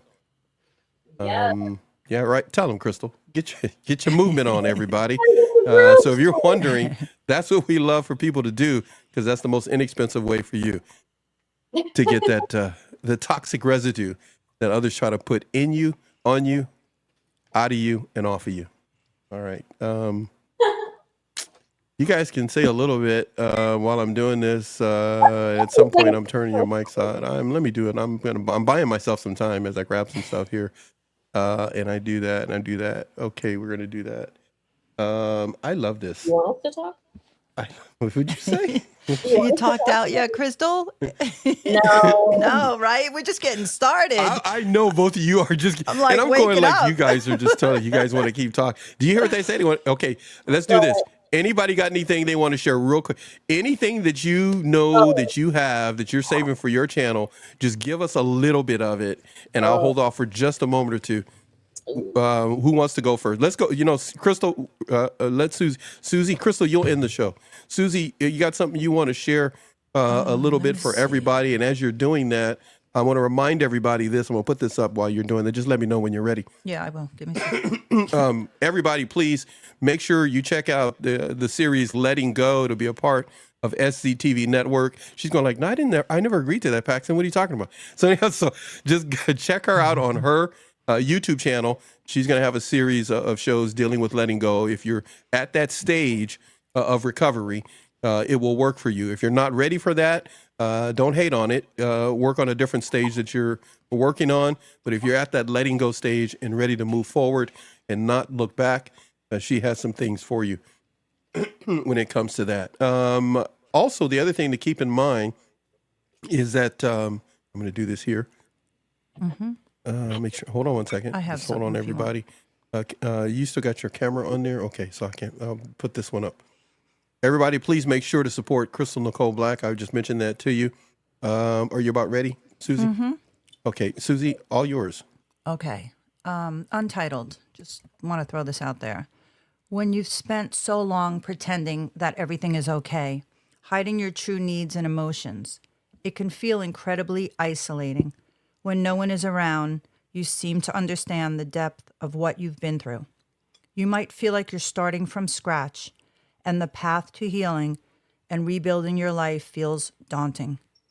First, recognize that your journey is uniquely yours, and healing begins with accepting your own truth. It's okay to take small steps. There's no rush, and you don't need to have everything figured out right away. Surround yourself with people who get it, whether that's through support groups, therapy, or like-minded individuals who can offer understanding and empathy. Here's a quick self-help tip. Start by setting small, achievable goals. Practice self-compassion. Reclaim your voice. and keep going. The road to recovery can feel long, but with each step, you are becoming the person you're meant to be. There will be days when it feels hard to keep moving forward, but remember, you've already come so far by choosing to heal. Don't give up. You're worth the effort, and your new life that you're creating is waiting for you. Surround yourself with positivity, whether that's through uplifting books, podcasts, or people who empower you. As you rebuild, fill your life with the things and the people that nourish your soul and remind you of your strength. Never forget that you are worthy of peace, joy, and love. Wow.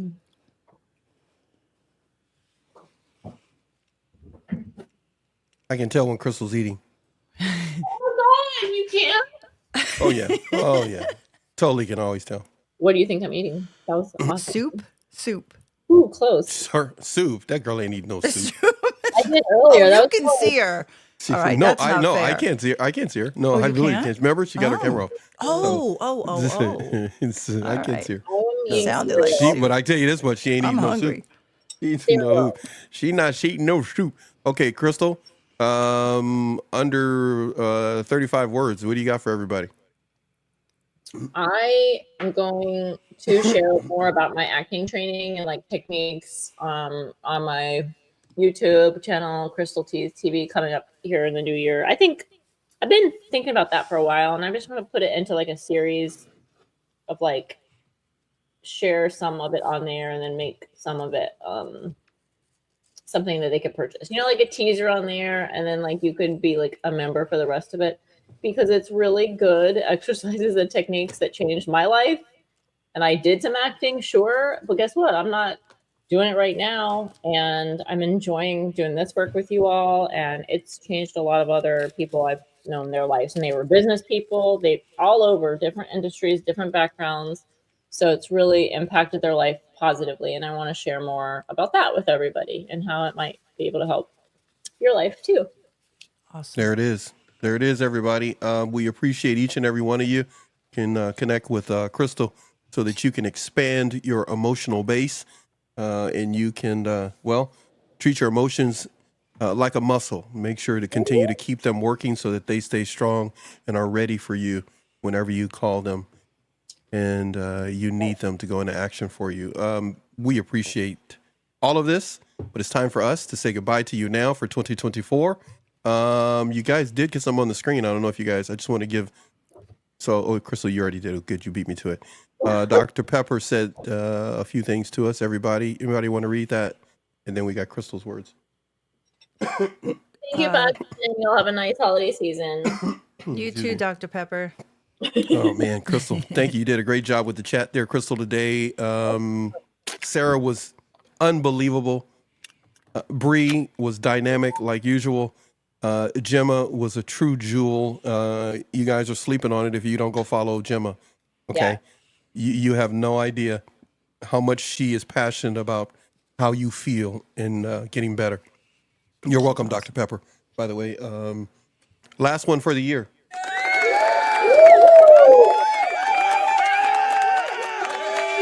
I have to say, next year's going to be different, everybody. I found some new ones. I just didn't play them today. I just can't get a guy to scream like this one in the background. Go get something to eat. Susie and Crystal, if you guys want to take off, I love both of you. I'll talk to you soon if you're here when I'm done. But I'm about to, let's hit this button. And let's do that. And let's do this. This is kind of the way I'm feeling right now.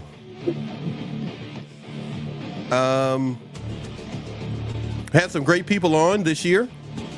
Enjoyed a number of people. Thank you, both of you ladies, for sticking with us through the year. Appreciate it. Big time. Thank you. Stay safe out there.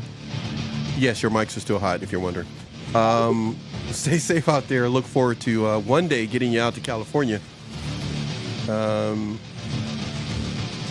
Later, people.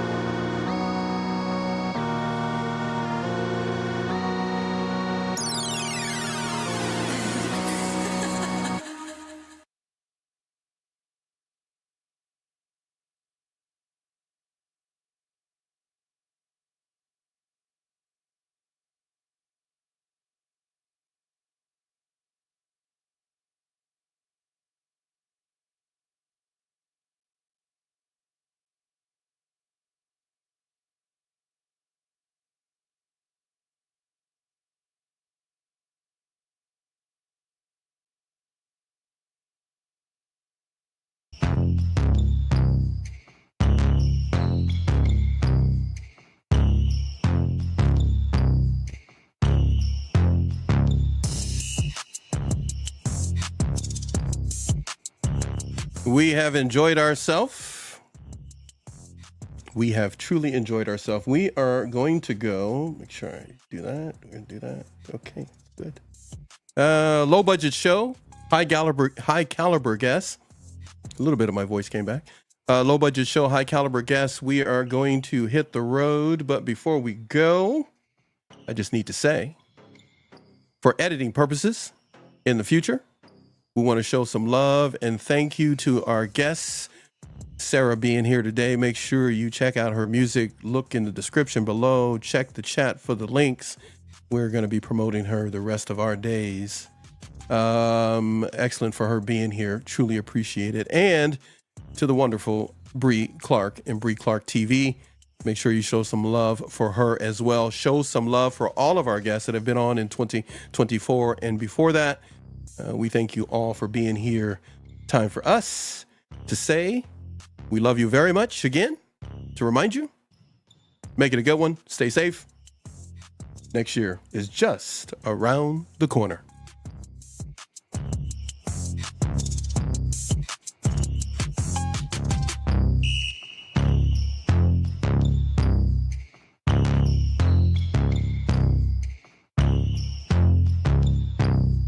NATV Network.